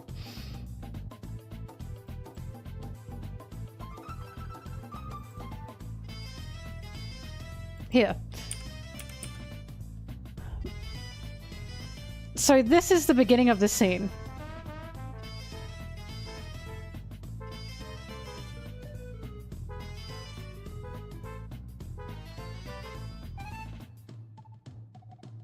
Yeah, and then Jinbe's going, yeah, the Straw Hats rock. Yeah. So this is in the manga.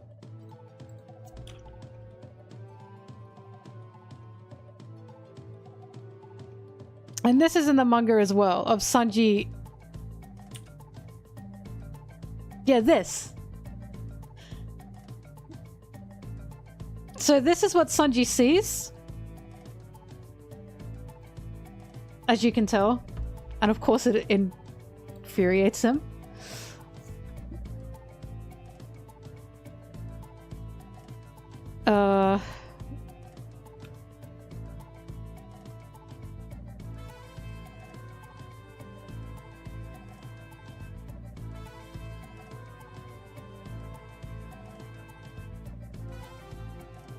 Yeah, see? He didn't say that. He didn't say that old familiar sexual harassment line. But in the manga, yeah. Like, they've extended a bit of this. They've extended a bit of this. Yeah, she loses her dignity. So, like, watching Sanji get mad at this was fine. It was good. Watching him get angry at this and want to jump in and help, fantastic. And this is what happens in the manga. He sees this, he jumps in to help, and he gets caught.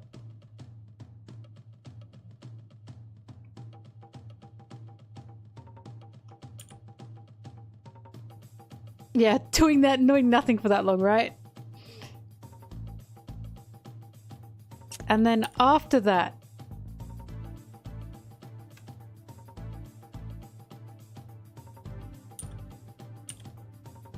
where is it? Fuck, I love this scene, sorry. Anyways. Oh wait, he says it here.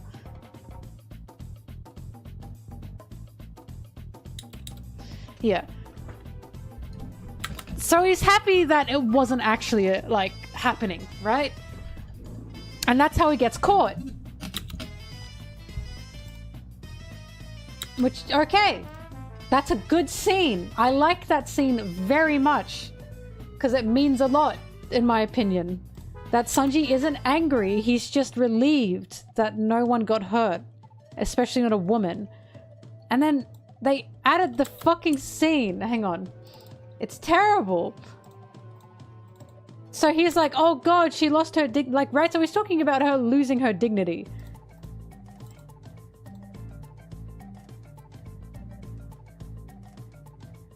Now this happens.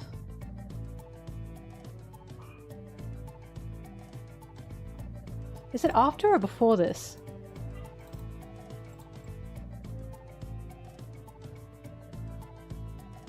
Okay, it's gotta be before this.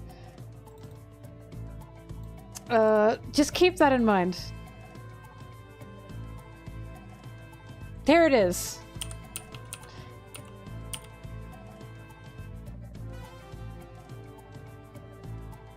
Foily, I'm correct. This wasn't in the manga, was it? First of all, he's using his hands? Like, and then they make him do this! This wasn't in the fucking manga, and I was like, what? What? I can see why if people watch this, they'd fucking hate Sanji. So first of all, he's using his hands, which is absolutely bizarre. Second of all, you've now totally undermined what just happened before. This doesn't happen. And then he makes this face. And then he says, hang on, and then he says this. Then why did you make him do that? That's like absolutely bizarre, right? So they add a scene of Sanji going, oh my god, that's disgusting. That's horrible. I can't believe that's happening to her. I'm gonna come and save her. And then they add a scene of him doing it.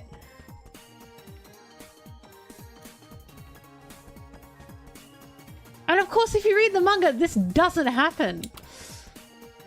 And it's like, what in the world? Oh, okay, Miss Black Maria. Like, that, in my opinion, is the worst thing they did. That's the worst thing they possibly did. I thought that was shocking. I was like, why? What? Why even add the scene of him being worried for this woman if you're just gonna make him do it anyway? It was so shockingly bad. And I was like, oh my god. Of all things Toei have done, that's probably the worst. Because it ruined a really good scene.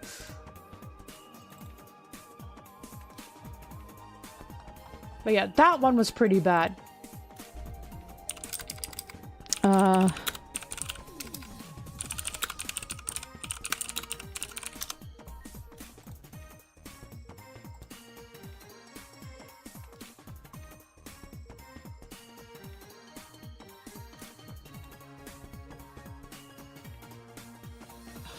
Fuck, what manga panel was this? What chapter?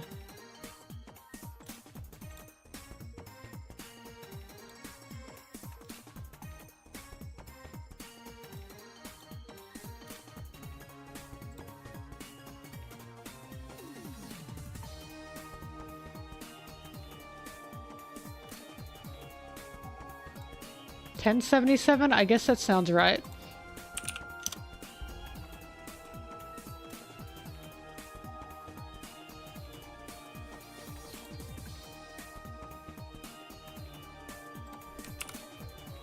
Okay, it is not 1077. That's Egghead. 997. Yeah, that makes more sense.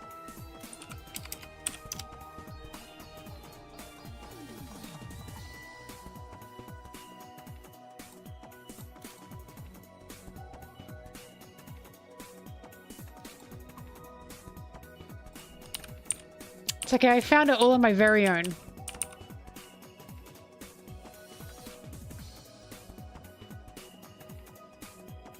See, look how good this scene is. So this is canon Sanji. So I don't know if you can see this properly. But he's running and it says huff huff, it's so naughty. I can hear it, there's a woman calling for help. Come my dear, you mustn't. Please stop my lord, it's so naughty. He literally says that's the famous sexual harassment technique of the Land of the Samurai. The powerful man tugs on the sash of the helpless woman, and with each spin, she's not just losing part of the cloth that covers her body, she's losing herself. And he's yelling, "Hang on, I'm coming to save you." And as he jumps in to save her, he says, "Don't you dare get away from her." And he gets caught. And it's literally naughty trap, right?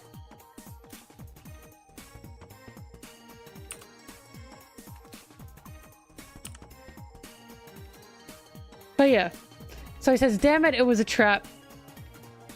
Untie me right now and I'll let you go. I'm in a hurry." So he's upset, but like he's not angry. You know what I mean? So yeah, the fact that he was caught because he thought a woman was being assaulted, right? And he was trying to save her. And the fact Toei then added him going, "Oh, thank God nothing happened." Either way, the fact he got caught and he was just because he was trying to save a woman who he thought was being assaulted. That's awesome! That's awesome. And then all this shit. But then, this shit, I say. But, from there, there's nothing to do with him doing that later. So do you see what I mean when I say that totally undermines, like, ruins that scene? He's literally saying, "Oh my God, she's being assaulted." He says it. "Oh my God, she's being assaulted. I'm gonna go save her." And then Toei adds him doing it. But he doesn't do anything of the sort. It's just that was so bad. But yeah, you get my point.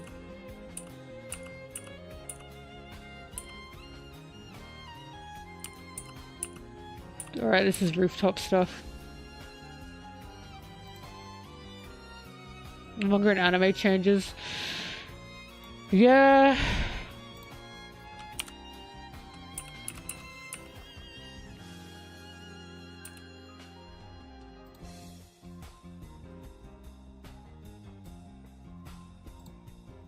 Toei very rarely add a good Sanji scene. They can be good, and that's the sad part. They can be good. 998. Oh, it's immediately next, is it? Okay.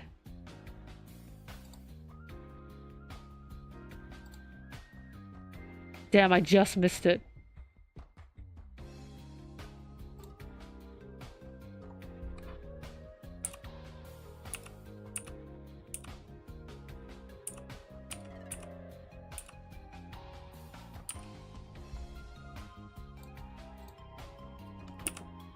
God, I love this. This is like one of my favorite panels. Everything about this. Everything about this is so good.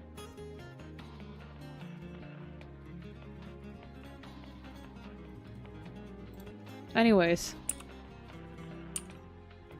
But yeah. So, Toei added him doing the kimono thing. This was the moment, right? This is it. And then it just cuts to him being chained up by Black Maria, or like webbed up by Black Maria. And it's like, why did you add... If you're gonna make him say that sexual harassment is never okay, why did you make him do it?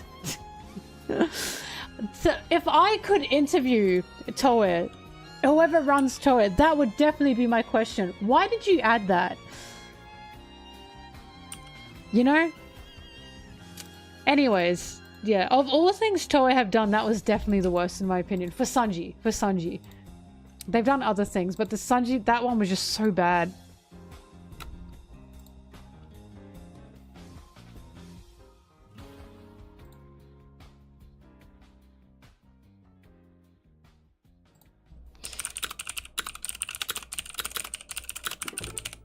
Do, do, do, do, do.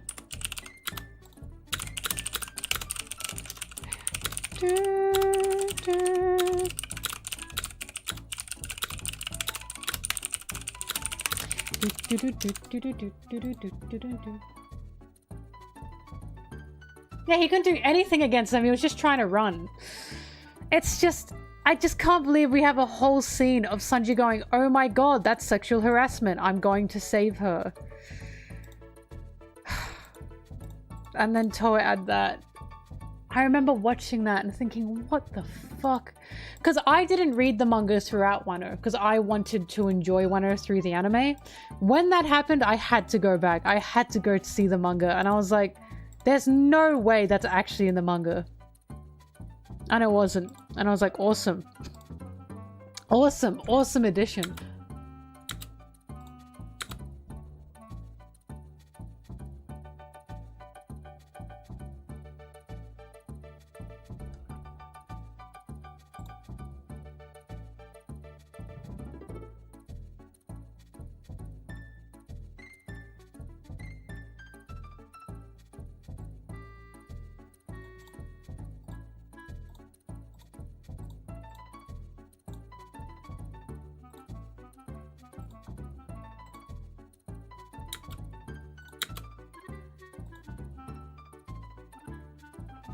I mean, these things are why it's like, I'm really excited for the Wit Studio remake. I really am hoping Wit do all of One Piece.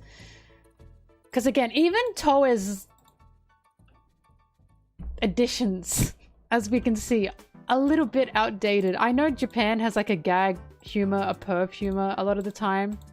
Many countries have a perv humor, it's not just Japan. But the fact it's not even in the manga, and Toei's the one adding additional perv humor, it's like... I feel like this is a company problem.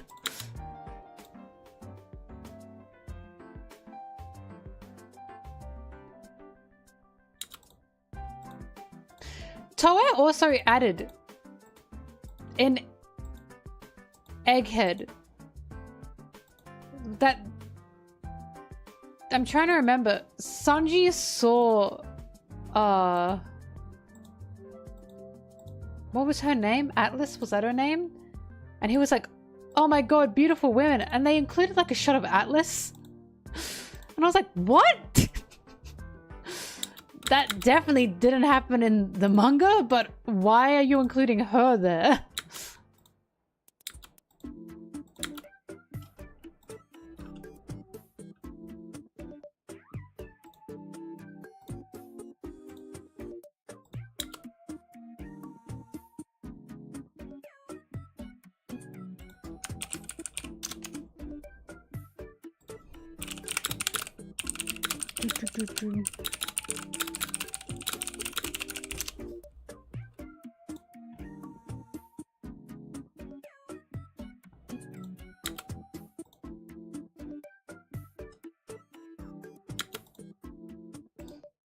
I do understand why Sanji fans particularly hate Toei a lot. Again, every fan does, but I do understand the Sanji fan hate for Toei.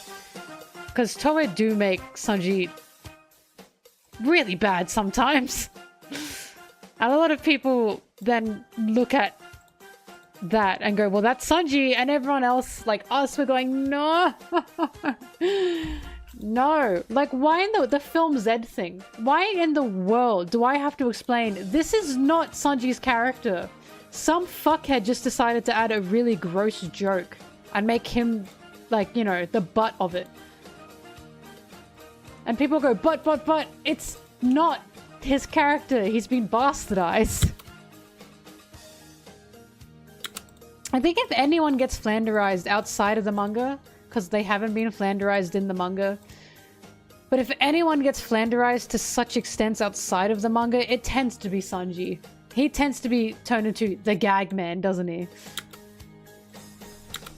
Although Nami gets a lot of it too, to be fair, with her insane sexualization and a lot of stuff.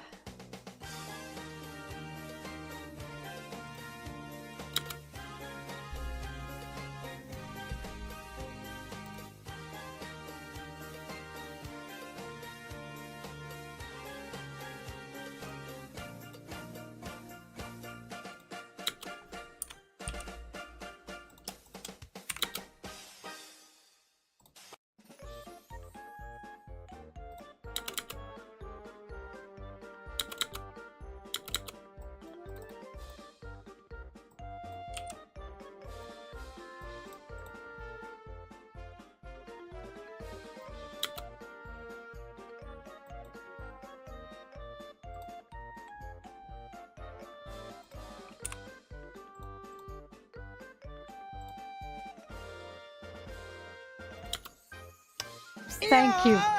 Thank you, Voticon. You've made him moan yet again. Here he goes!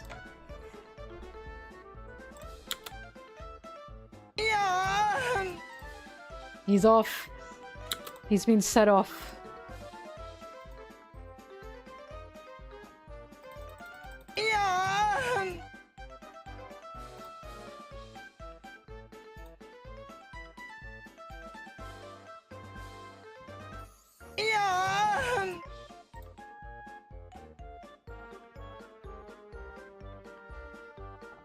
The funniest thing is, with the Sanji Food Wars thing, it very well may not even be Toei that makes it if it happens. They'll be part of a production.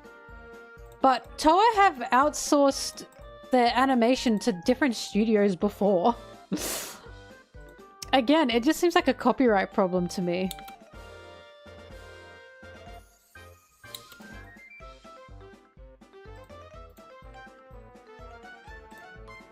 The moan be randomized. Oh my god, don't make me do things.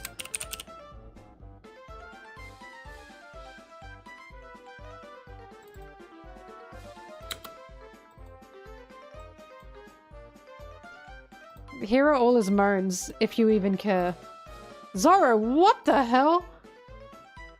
Calm down.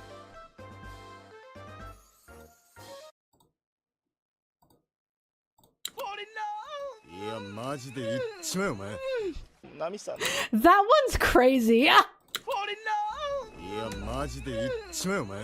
What's he like whining for? Oh my god.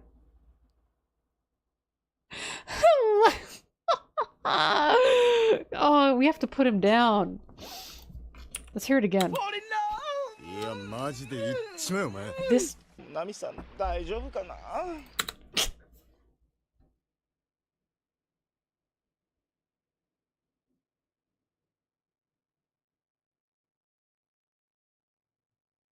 This is your goat?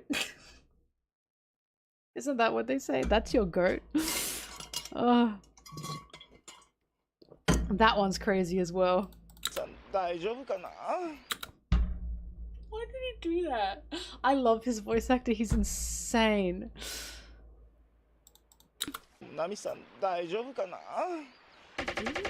This one's funny.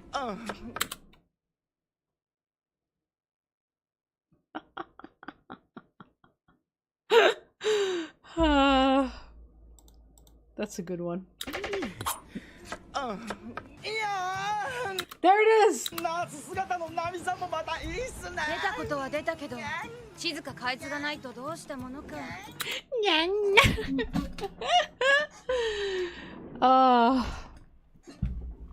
See, I told you, it's because she's in the little nurse outfit.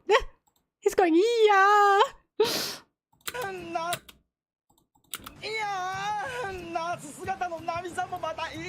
His little leg popped is so cute. Ah! I can't. Look at that! Oh, I like him. I like him. I'm sorry. He's a little weird, but he's chill. Anyways, there you go. There you go.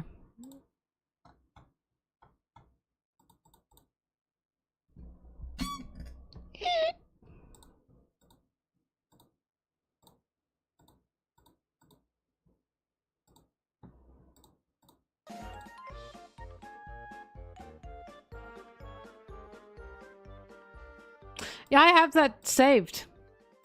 The BLCD, I have that. Don't worry about it. It's very possible you might have found that because I posted that somewhere.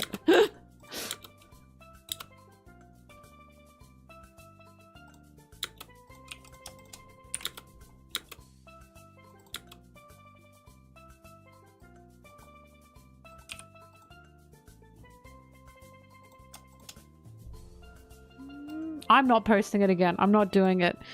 I've already exposed too much about myself on these streams. It's not happening. On a Yao account? Ah, okay. It was not me this time.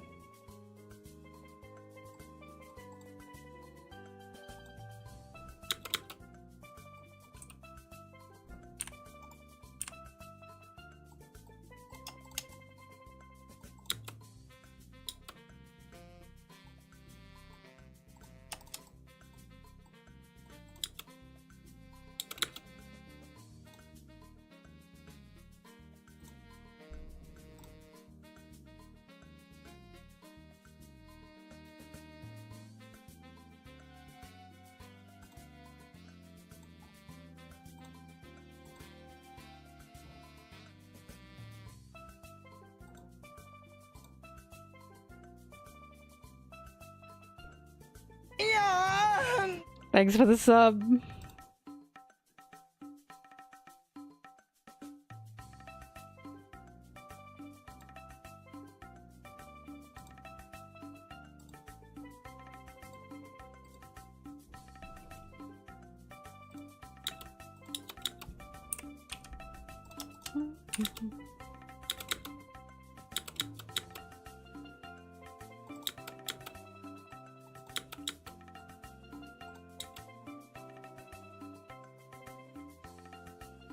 I think when Zimbabwe Queen comes back, I'll play Mario.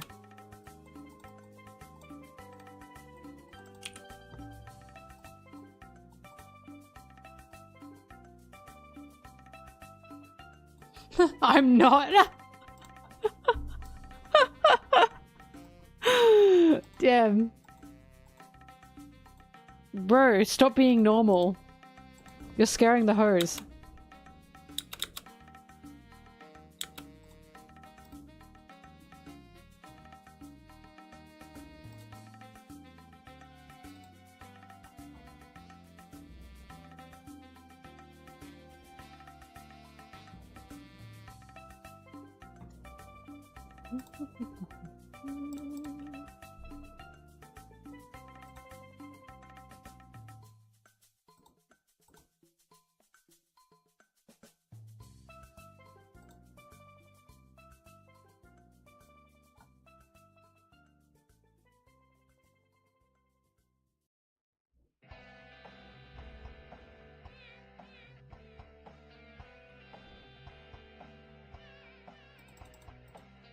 God, I nearly called it Squid Game music.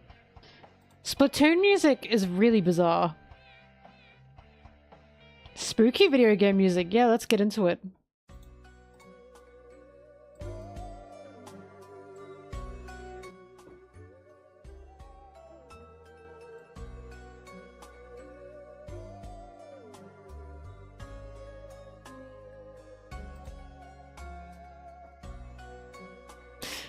I changed my mind. You guys are gonna hate this. I never liked spooky music. I never liked it. It's too slow. It's too annoying. Ooh, like, okay, we get it. We get it. Move on. Move on. Go to something else.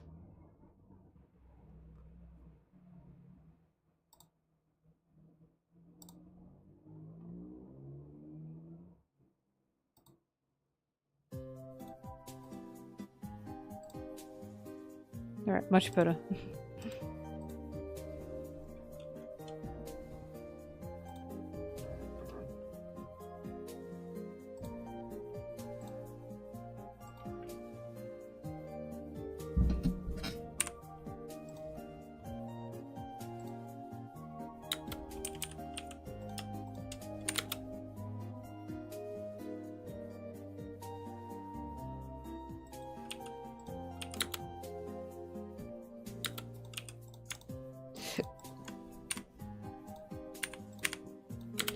Oh god. Ugh.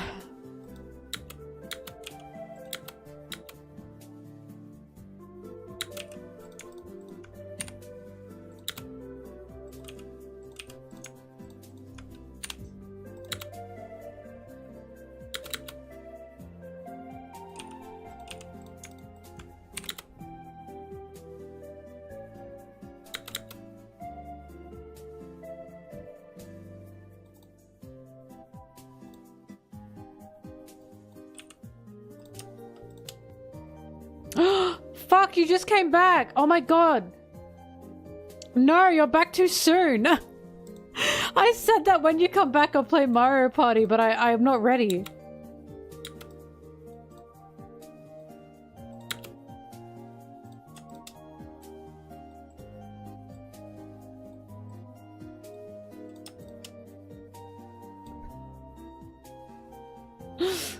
No, Zim, come back. Okay, I gotta keep working, but we will play Mario Party like in an hour.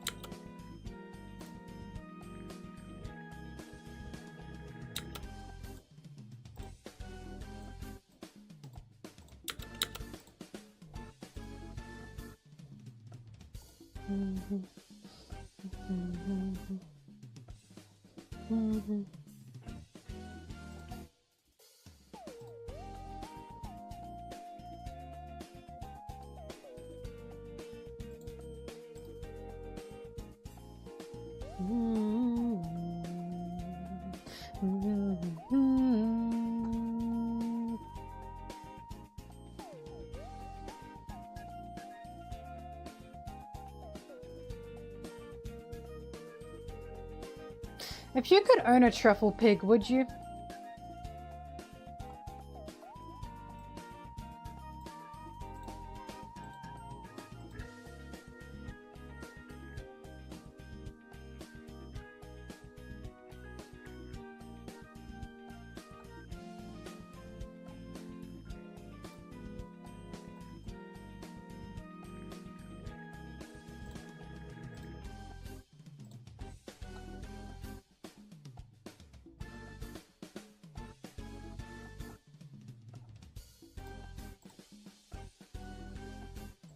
You can do anything you want with the truffles.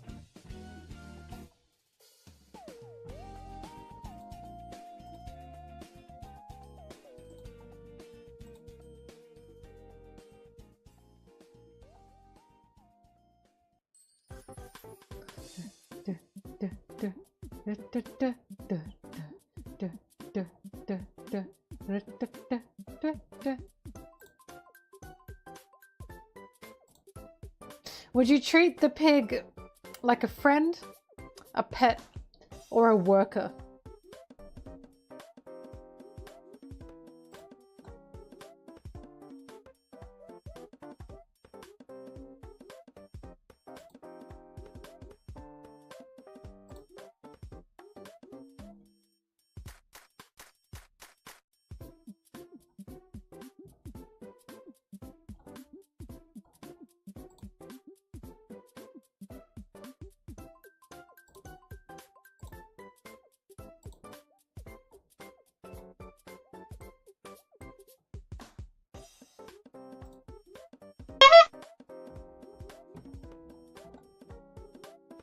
How many times a week would you search for truffles with your truffle pig?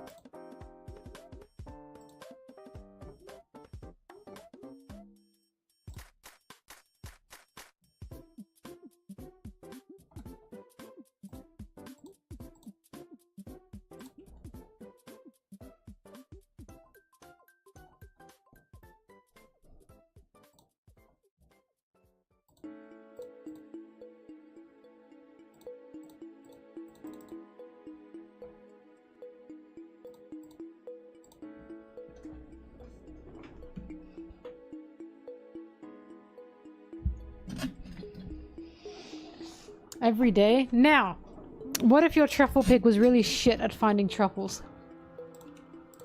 Would you continue to keep the pig, or would you sell the pig for another truffle pig?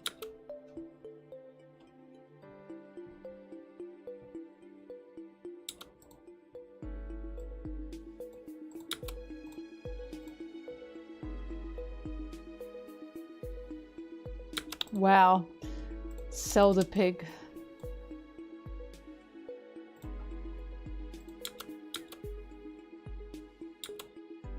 So you have only gotten this pig for the sake of truffles, and not for the sake of companionship for either you or the pig.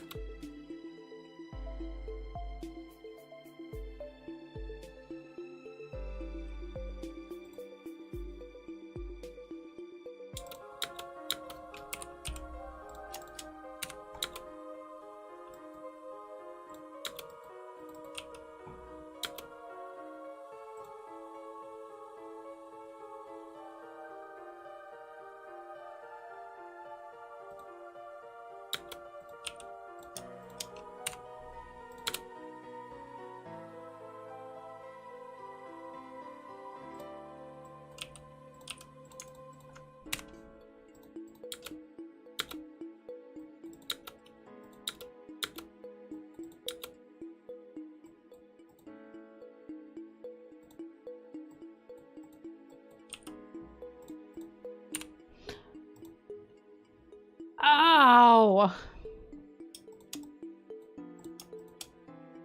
Okay, if you didn't have your dog, you had no pets, would you still get the truffle pig?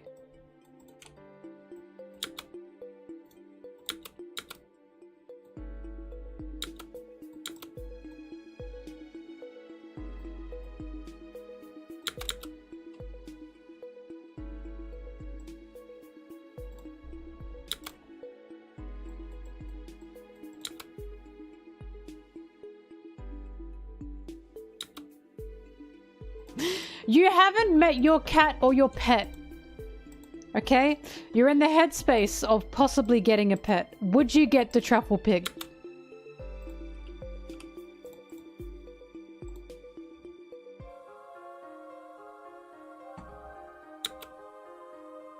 You'll sell him if he doesn't serve his purpose?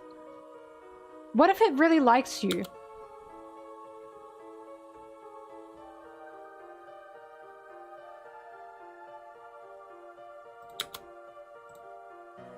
Yoga we fit, apparently.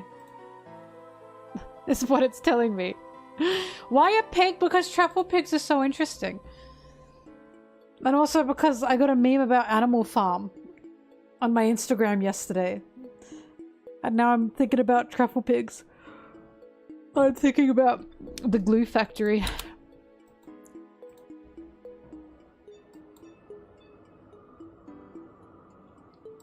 But what if the truffle pig only likes you if you like it first? That's unfair on the truffle pig that it has to like you first.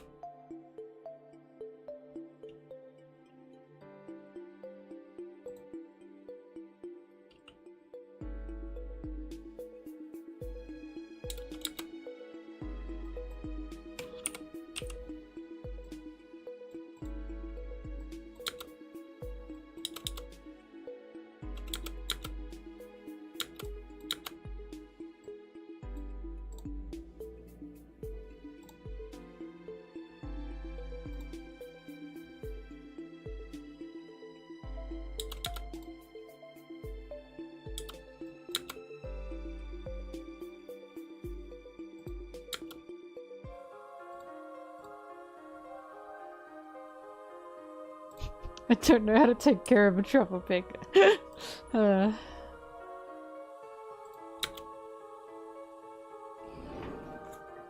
Teach it algebra. What if it's not good at algebra?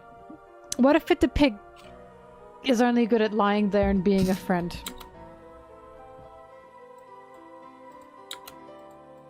And get ready for this. The pig in question was actually Sanji. I'm kidding. I just wanted to talk about truffle pigs. I mean, sure, you can eat the truffle pig if you choose.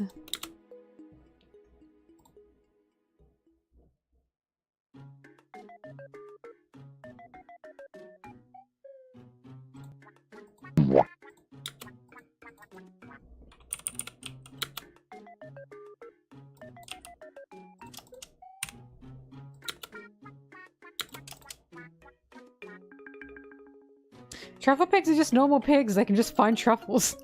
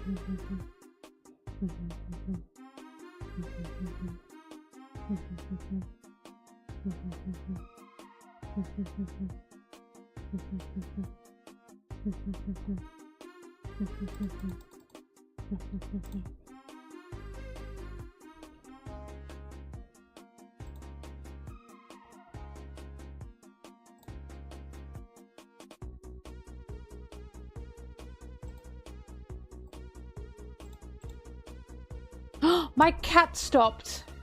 Why did no one tell me? Oh my god, I'm so embarrassed. Why did no one tell me?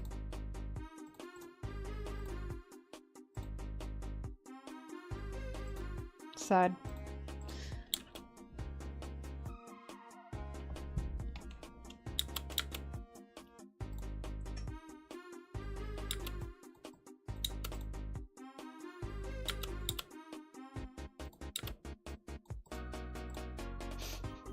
Your duty.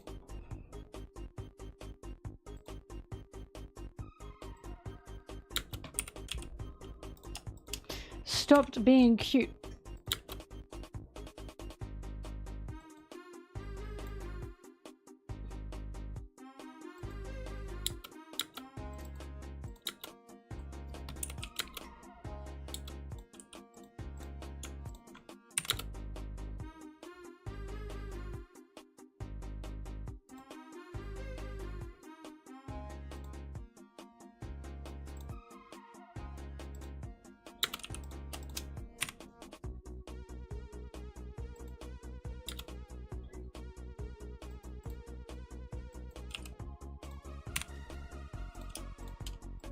This music's nice. Why is it called Submission Plaza? What? This is gonna sound so weird. This is making me want to put on Dramatical Murders music. The Dramatical Murder music is so strange. Now, I bet half of you just asked, what the fuck is Dramatical Murder? Oh boy, do I wish I were you.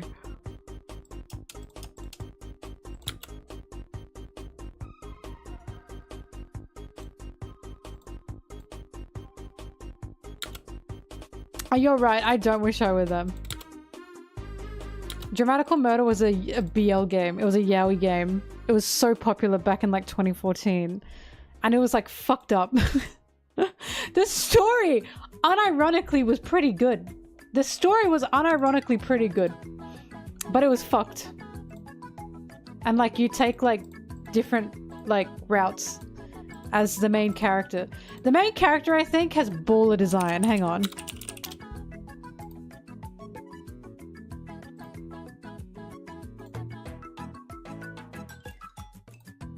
Wait, you guys want to... Okay, so first of all, this is the main character from the little BL game. His name is Aoba. Now, you might be thinking, hang on a mo, why does he look a little bit familiar? And they'll tell you right now why he looks a bit familiar.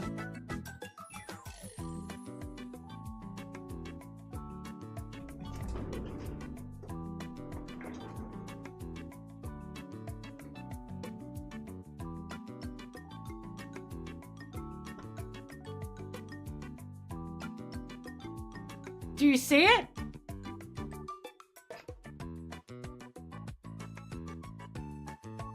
You see it, yes?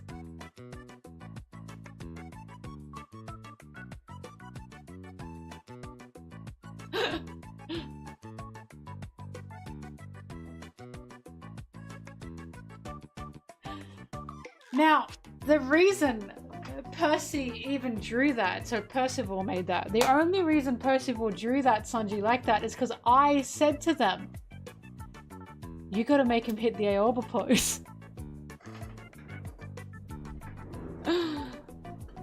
I sent that to them and I said, you gotta make him, you gotta put him in the Aoba pose.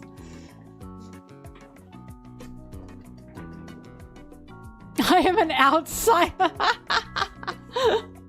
I need to know I got that body pillow for free. I didn't buy that. Percy, in all their generosity, gave me that for free.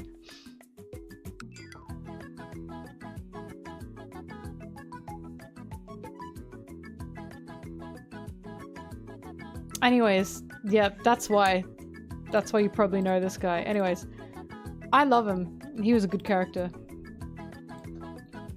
So in saying that, I want to put on Dramatical Murder's soundtrack.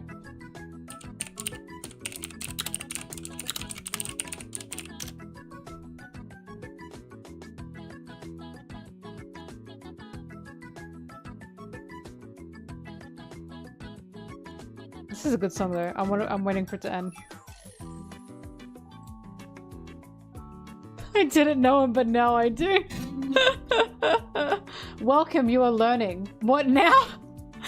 Now you will become Fujo invested. You will now be like, why am I craving boys kissing boys? Why am I looking at Zoro and Sanji?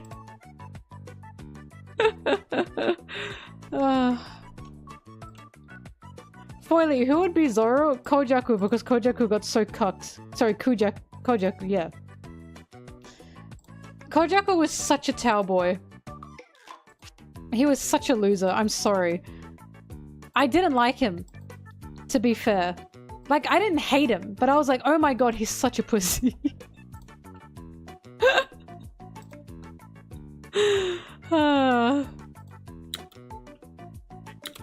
I thought it was really funny. I don't think there's any equivalent, to be fair.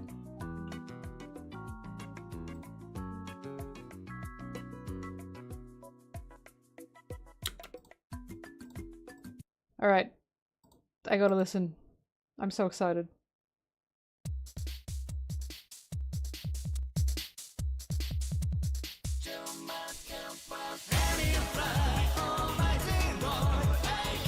Oh yes!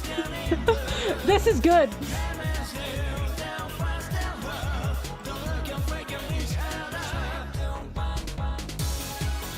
Oh! This is good shit. This is good shit.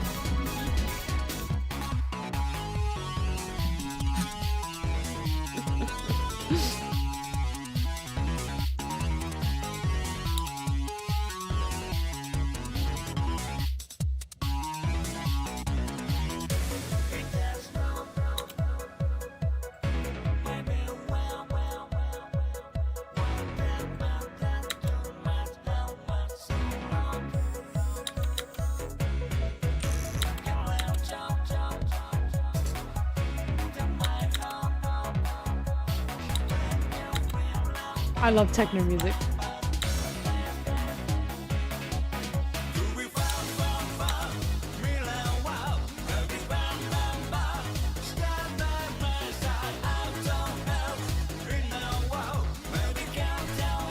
Damn.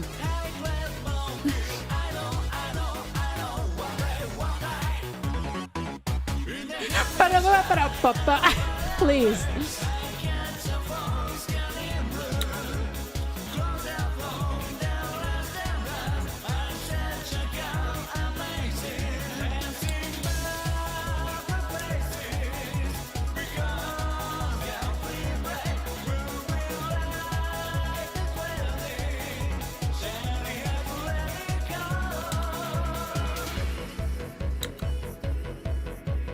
Oh wait, shithead.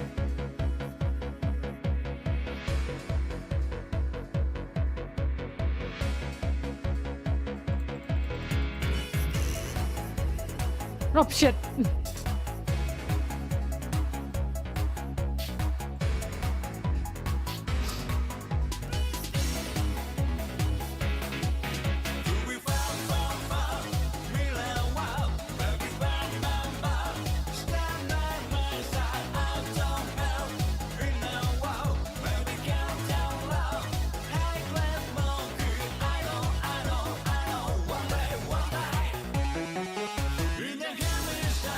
I'm done.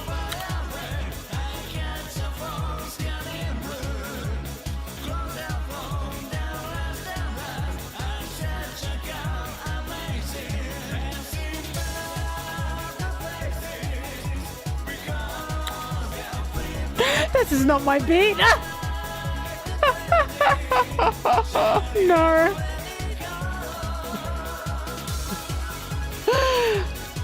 The yaoi beat, maybe. I wish I could cook like this.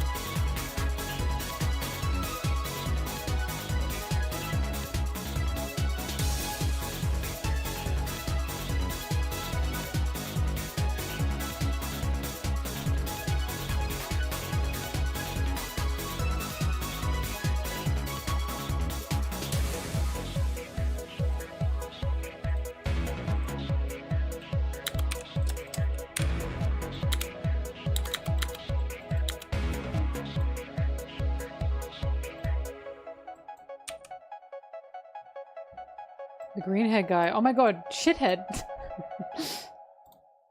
I see you're new here, welcome.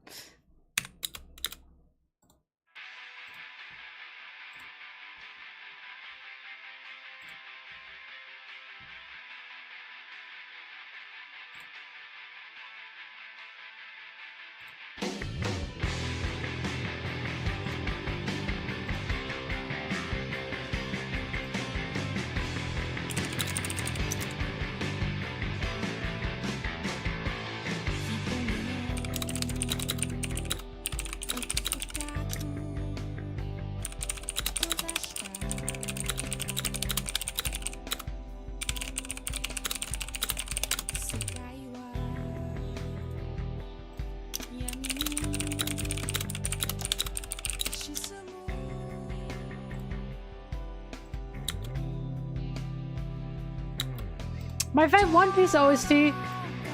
Ichni Sunshine, here we go!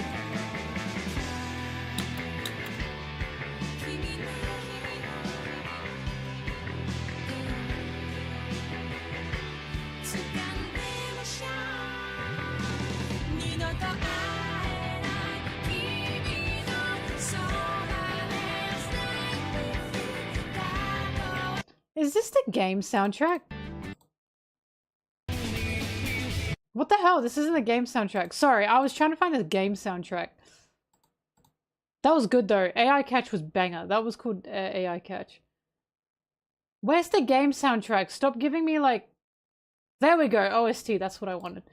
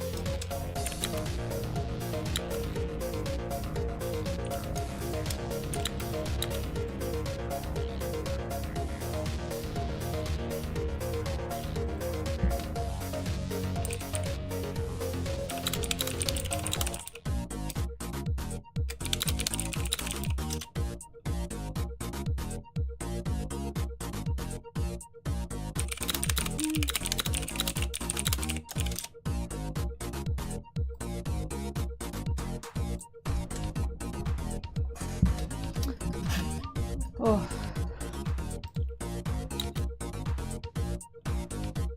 A bit gloopy glop music.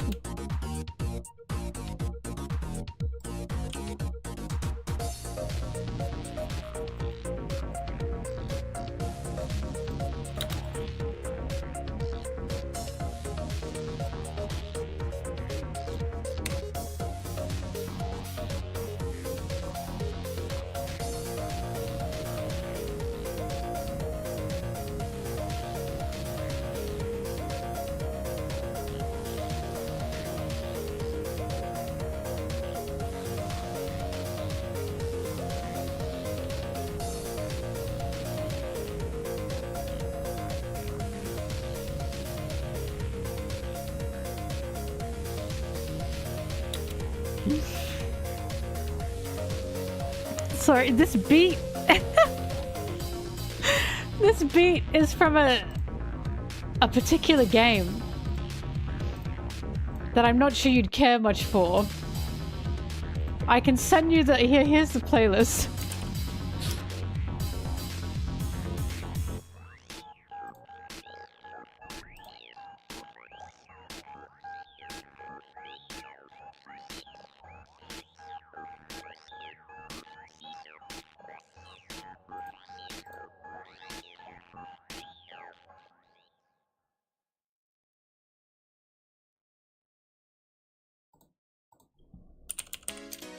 Oh god, this one.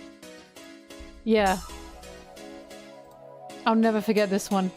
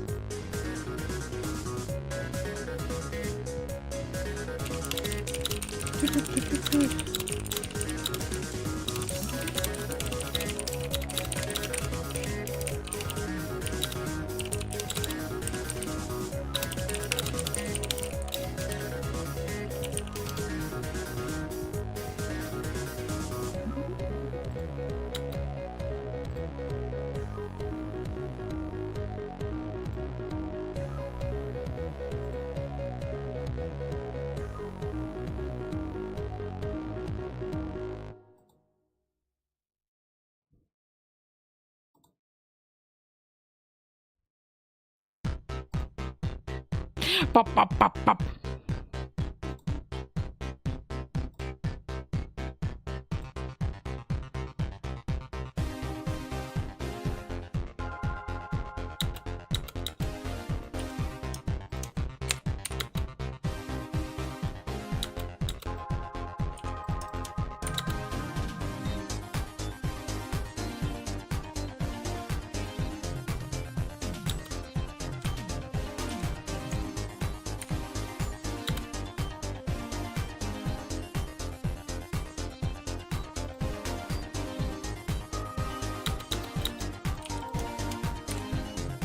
Hi, Crash.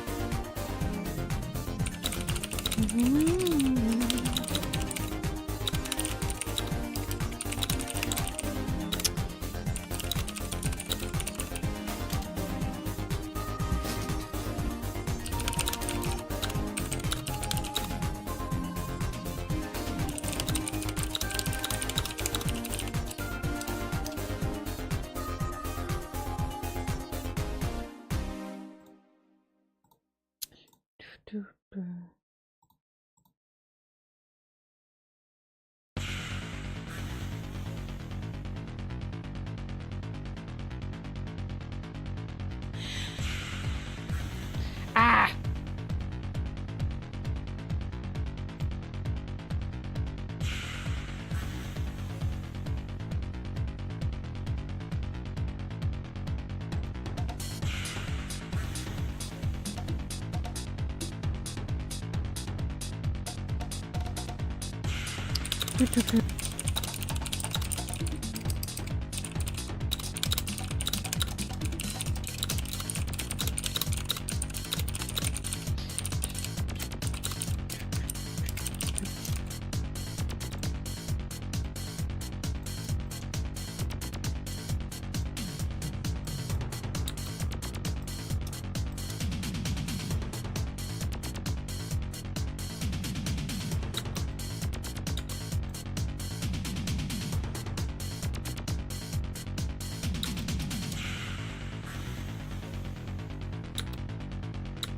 Evil and fucked up beats.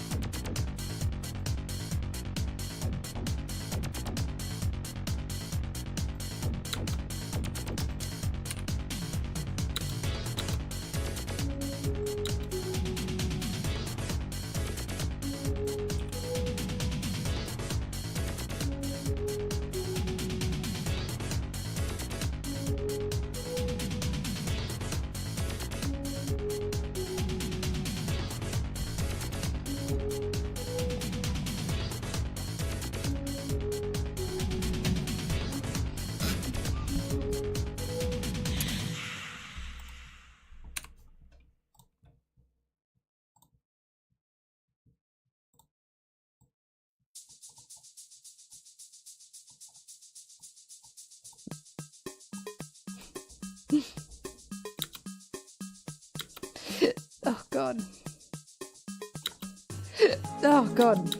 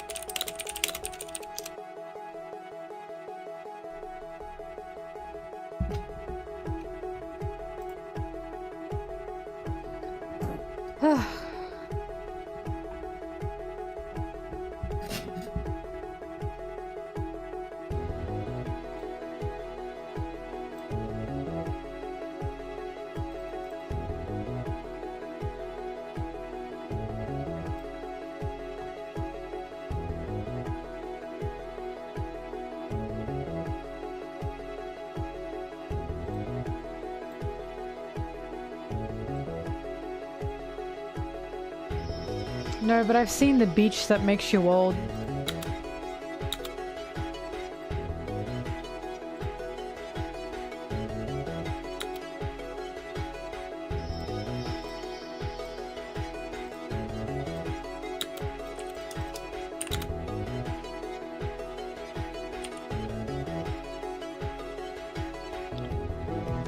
Did you get old?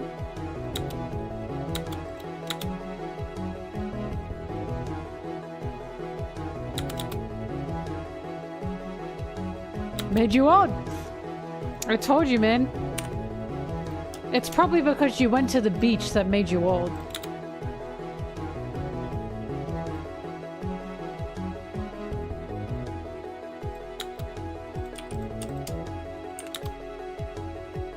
Oh, this music's so nice.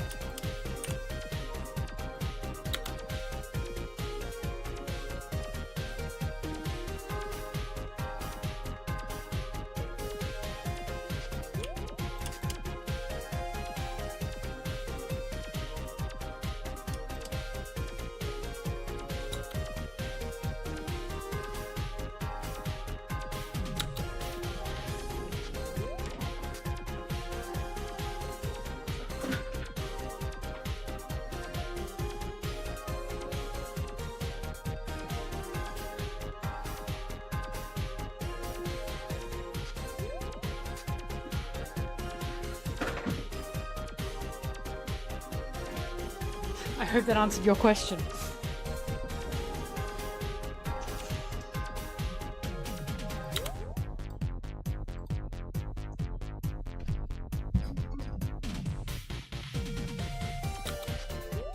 Bro, that was One Piece.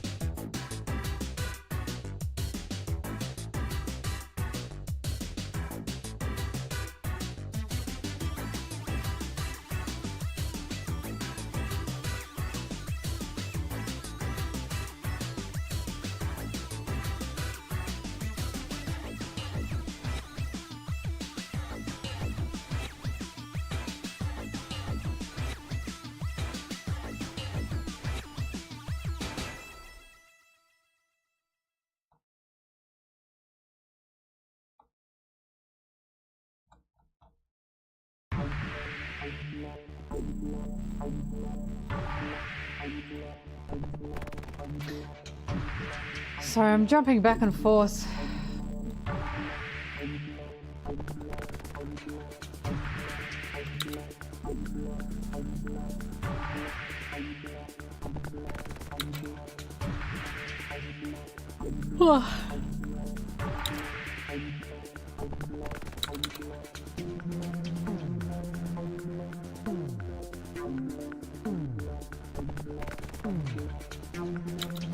Zimbabwe Queen, ban yellow. Ban yellow. Now.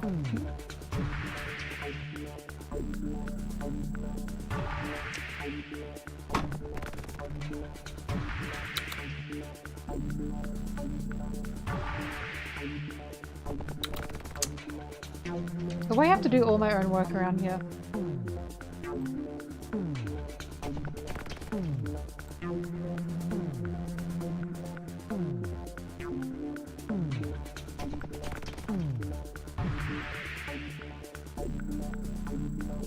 My god. Zim, what do you mean I ignored you?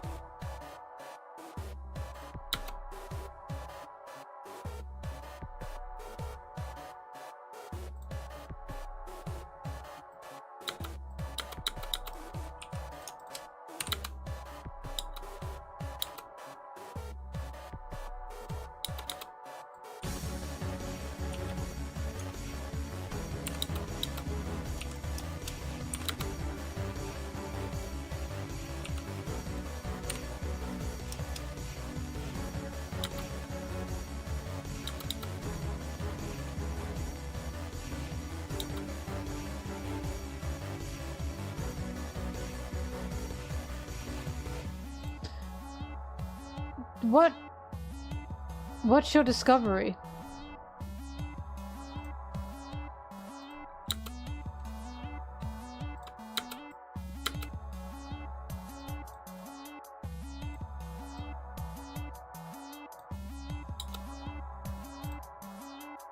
What discovery?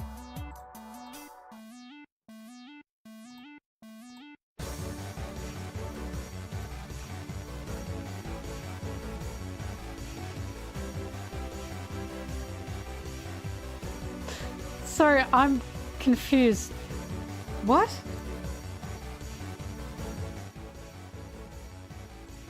Why is this a discovery? Sorry? I'm serious. Like what's the discovery? I see it, but what do you mean? So I see the photo. What are you talking about? I don't know. What? First you say I ignore you, and now you're going, I don't know. Oh my god, you're like Sanji for real. Is this your manga, Zimbabwe Queen? Do you own these?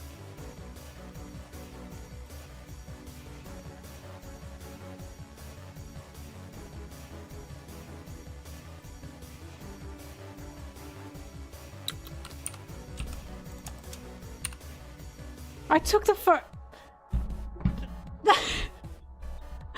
Wait, so you're sending me a photo of One Piece manga and saying, look at this.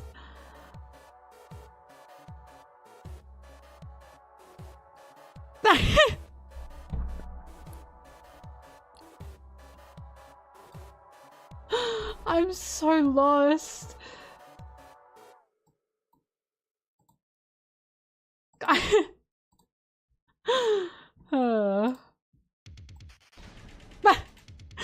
Sorry, I guess maybe I'm spoiled because not only does Aaron, my roommate, own all the volumes of One Piece and he has it on his shelf, on like a bookshelf. But we have a lot of manga cafes in Australia, so I guess I see it a lot. I'm sorry, I apologize. Whoopee! Yippee! Woo! One Piece manga! Yippee! Very exciting. Yeah, he owns all of them.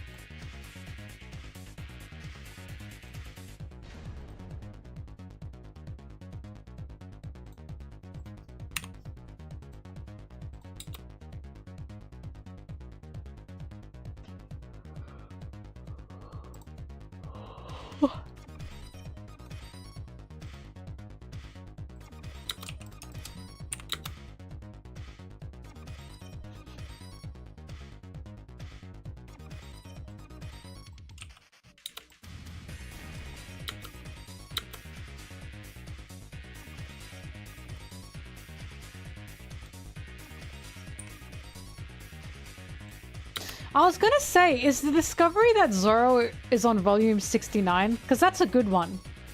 That's a good discovery. I like that. Open with that next time.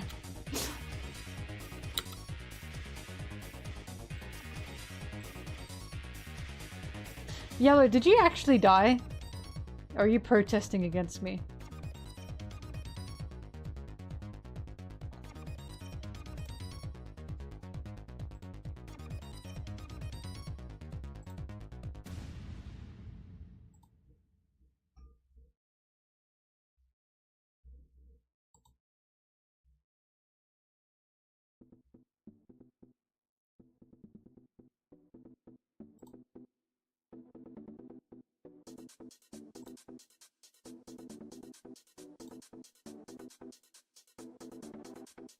Yeah, we haven't. Brother, that's hell. I don't know what to tell you. There is no such thing as yaoi heaven.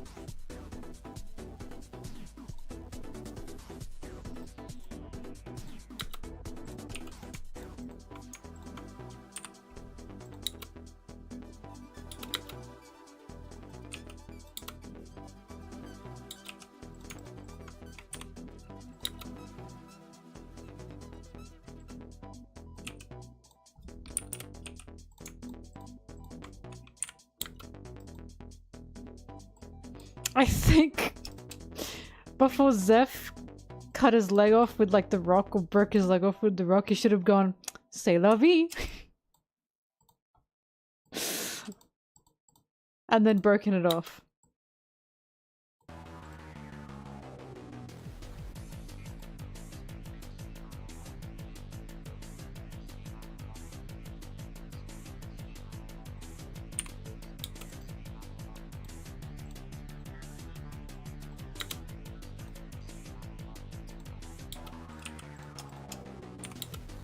How do I know he didn't? Because we saw his last words.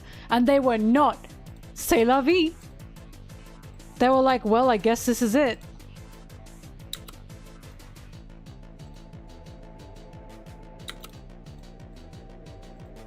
C'est la vie.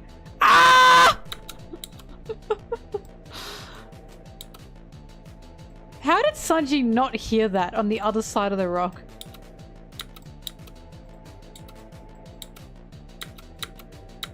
Sanji. What is this screaming and bone crunching noise I am hearing? And why am I now smelling cooked meat?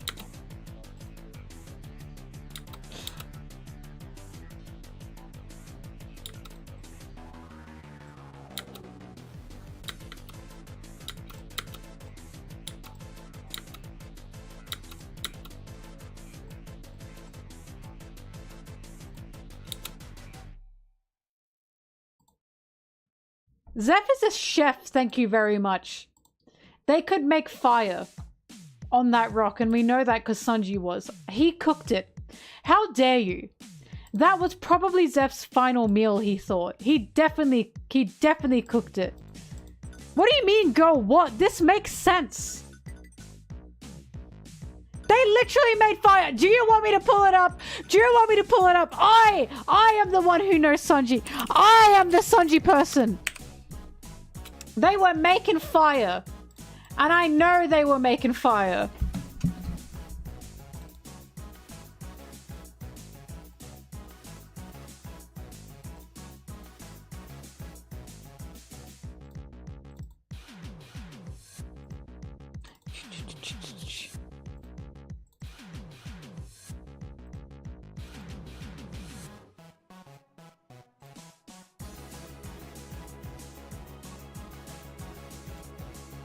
Let me get it up.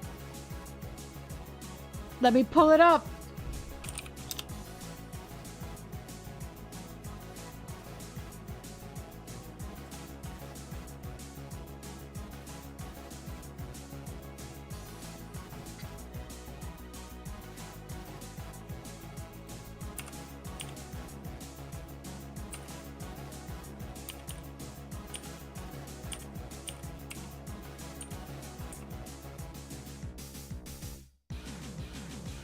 You're about to feel really silly.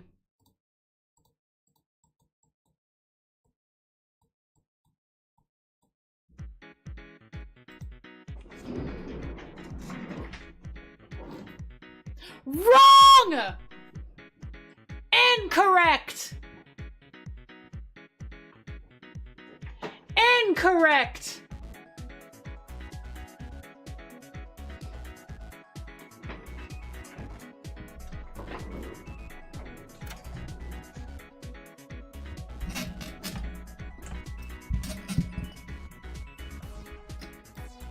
Myth busted.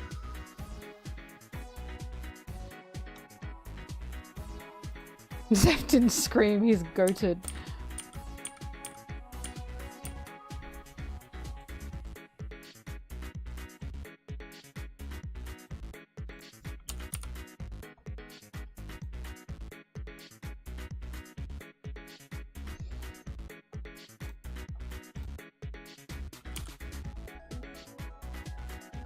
See? I don't actually know what he said in Japanese. So this is the end of Zeph's red shoe. And he should have said, C'est la vie. Crack! Anyways.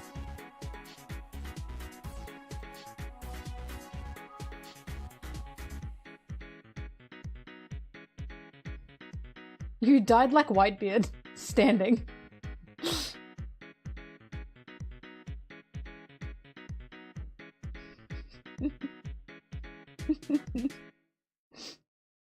Anyways, my point is that Zeph 100% cooked his leg. 100%. He's a chef. A cook. He takes pride. Of course he cooked his leg.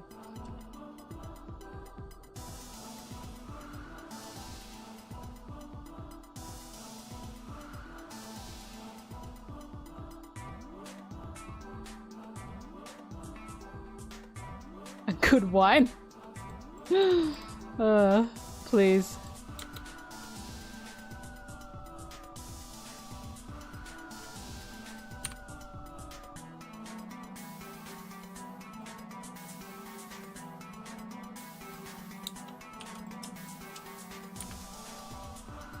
He said my red leg is red dead today.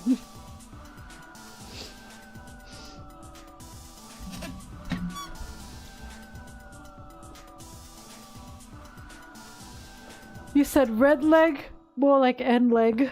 Farewell. Shut up. Oh my god, ban them again. Ban them again.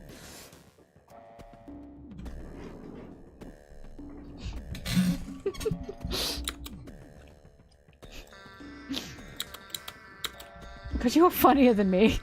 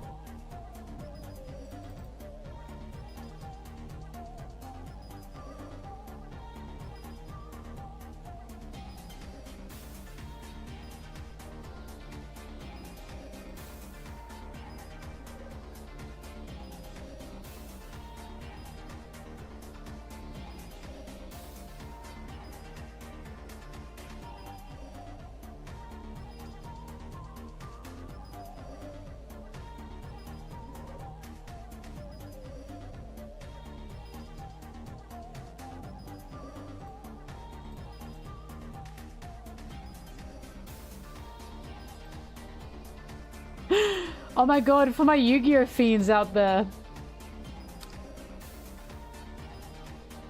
Today is the day. It's the anniversary of Janochi dies.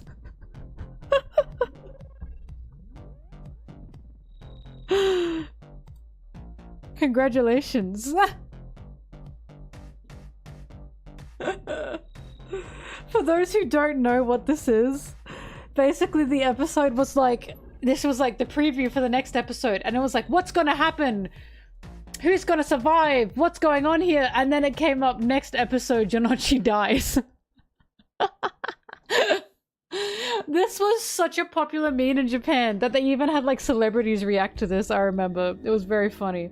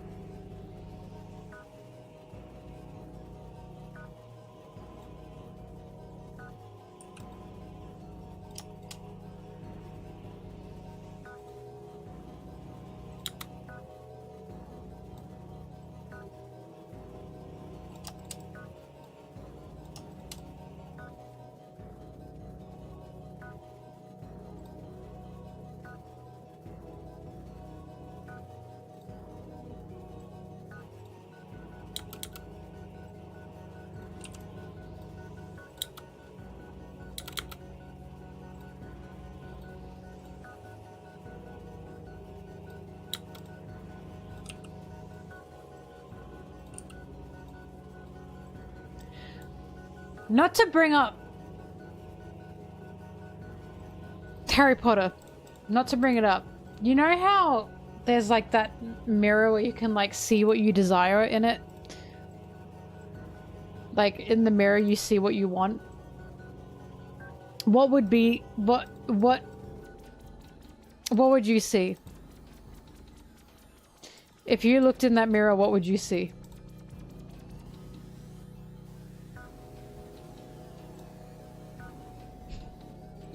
Finally, you stole my answer! This is not about me! Oh my god! Luffy. Look, you shallow people. There's a whole world out there and all you want is an anime character.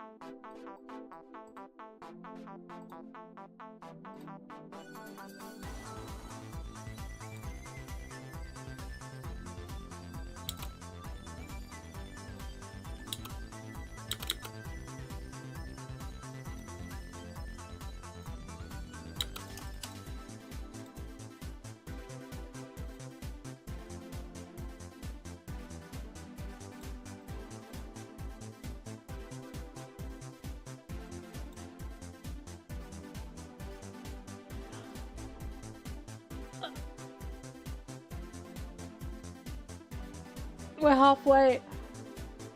We're halfway. Oh my god, we're halfway. We're halfway. Ah! Ah! Ah!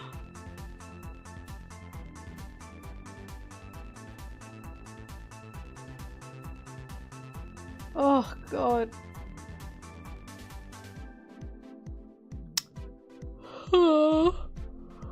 We're halfway.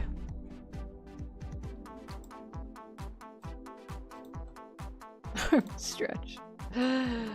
It's been 7 hours. I'm hungry.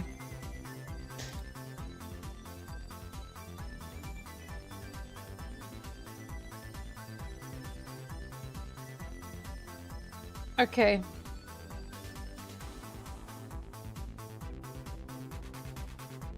I've got just over an hour of audio left to edit. That's not too bad. That's very doable. Very doable. Okay. Okay. Here's what's gonna happen. I'm going to eat, and I'm going to end the stream, and in 20 minutes, I will be back to play Mario Party. Okay? Okay. 20 minutes. When I say I'm gonna go eat, I'm saying I'm going to... I don't have any food in the house. Oh my god, kill me. So when I say go eat, I mean I'm gonna order food. And then I'll be back to play Mario Party with maybe food in hand. We'll find out. 20 minutes, probably not. It probably takes 30 minutes, but we'll find out. Eat my food. Yeah, c'est la vie. All right. Thank you, everyone. Thank you. Let me get to my box. Yippee. All right. Thank you, everyone. Thank you for joining. I really appreciate it. If you're going to leave me after this, see ya. It was good to see you. You will be missed. Actually, that's a lie. It's good to see you. If not, I'll see you in the Mario Party stream in 20 minutes. Jamboree. Here comes Bowser. See you later. Bye bye bye bye bye bye.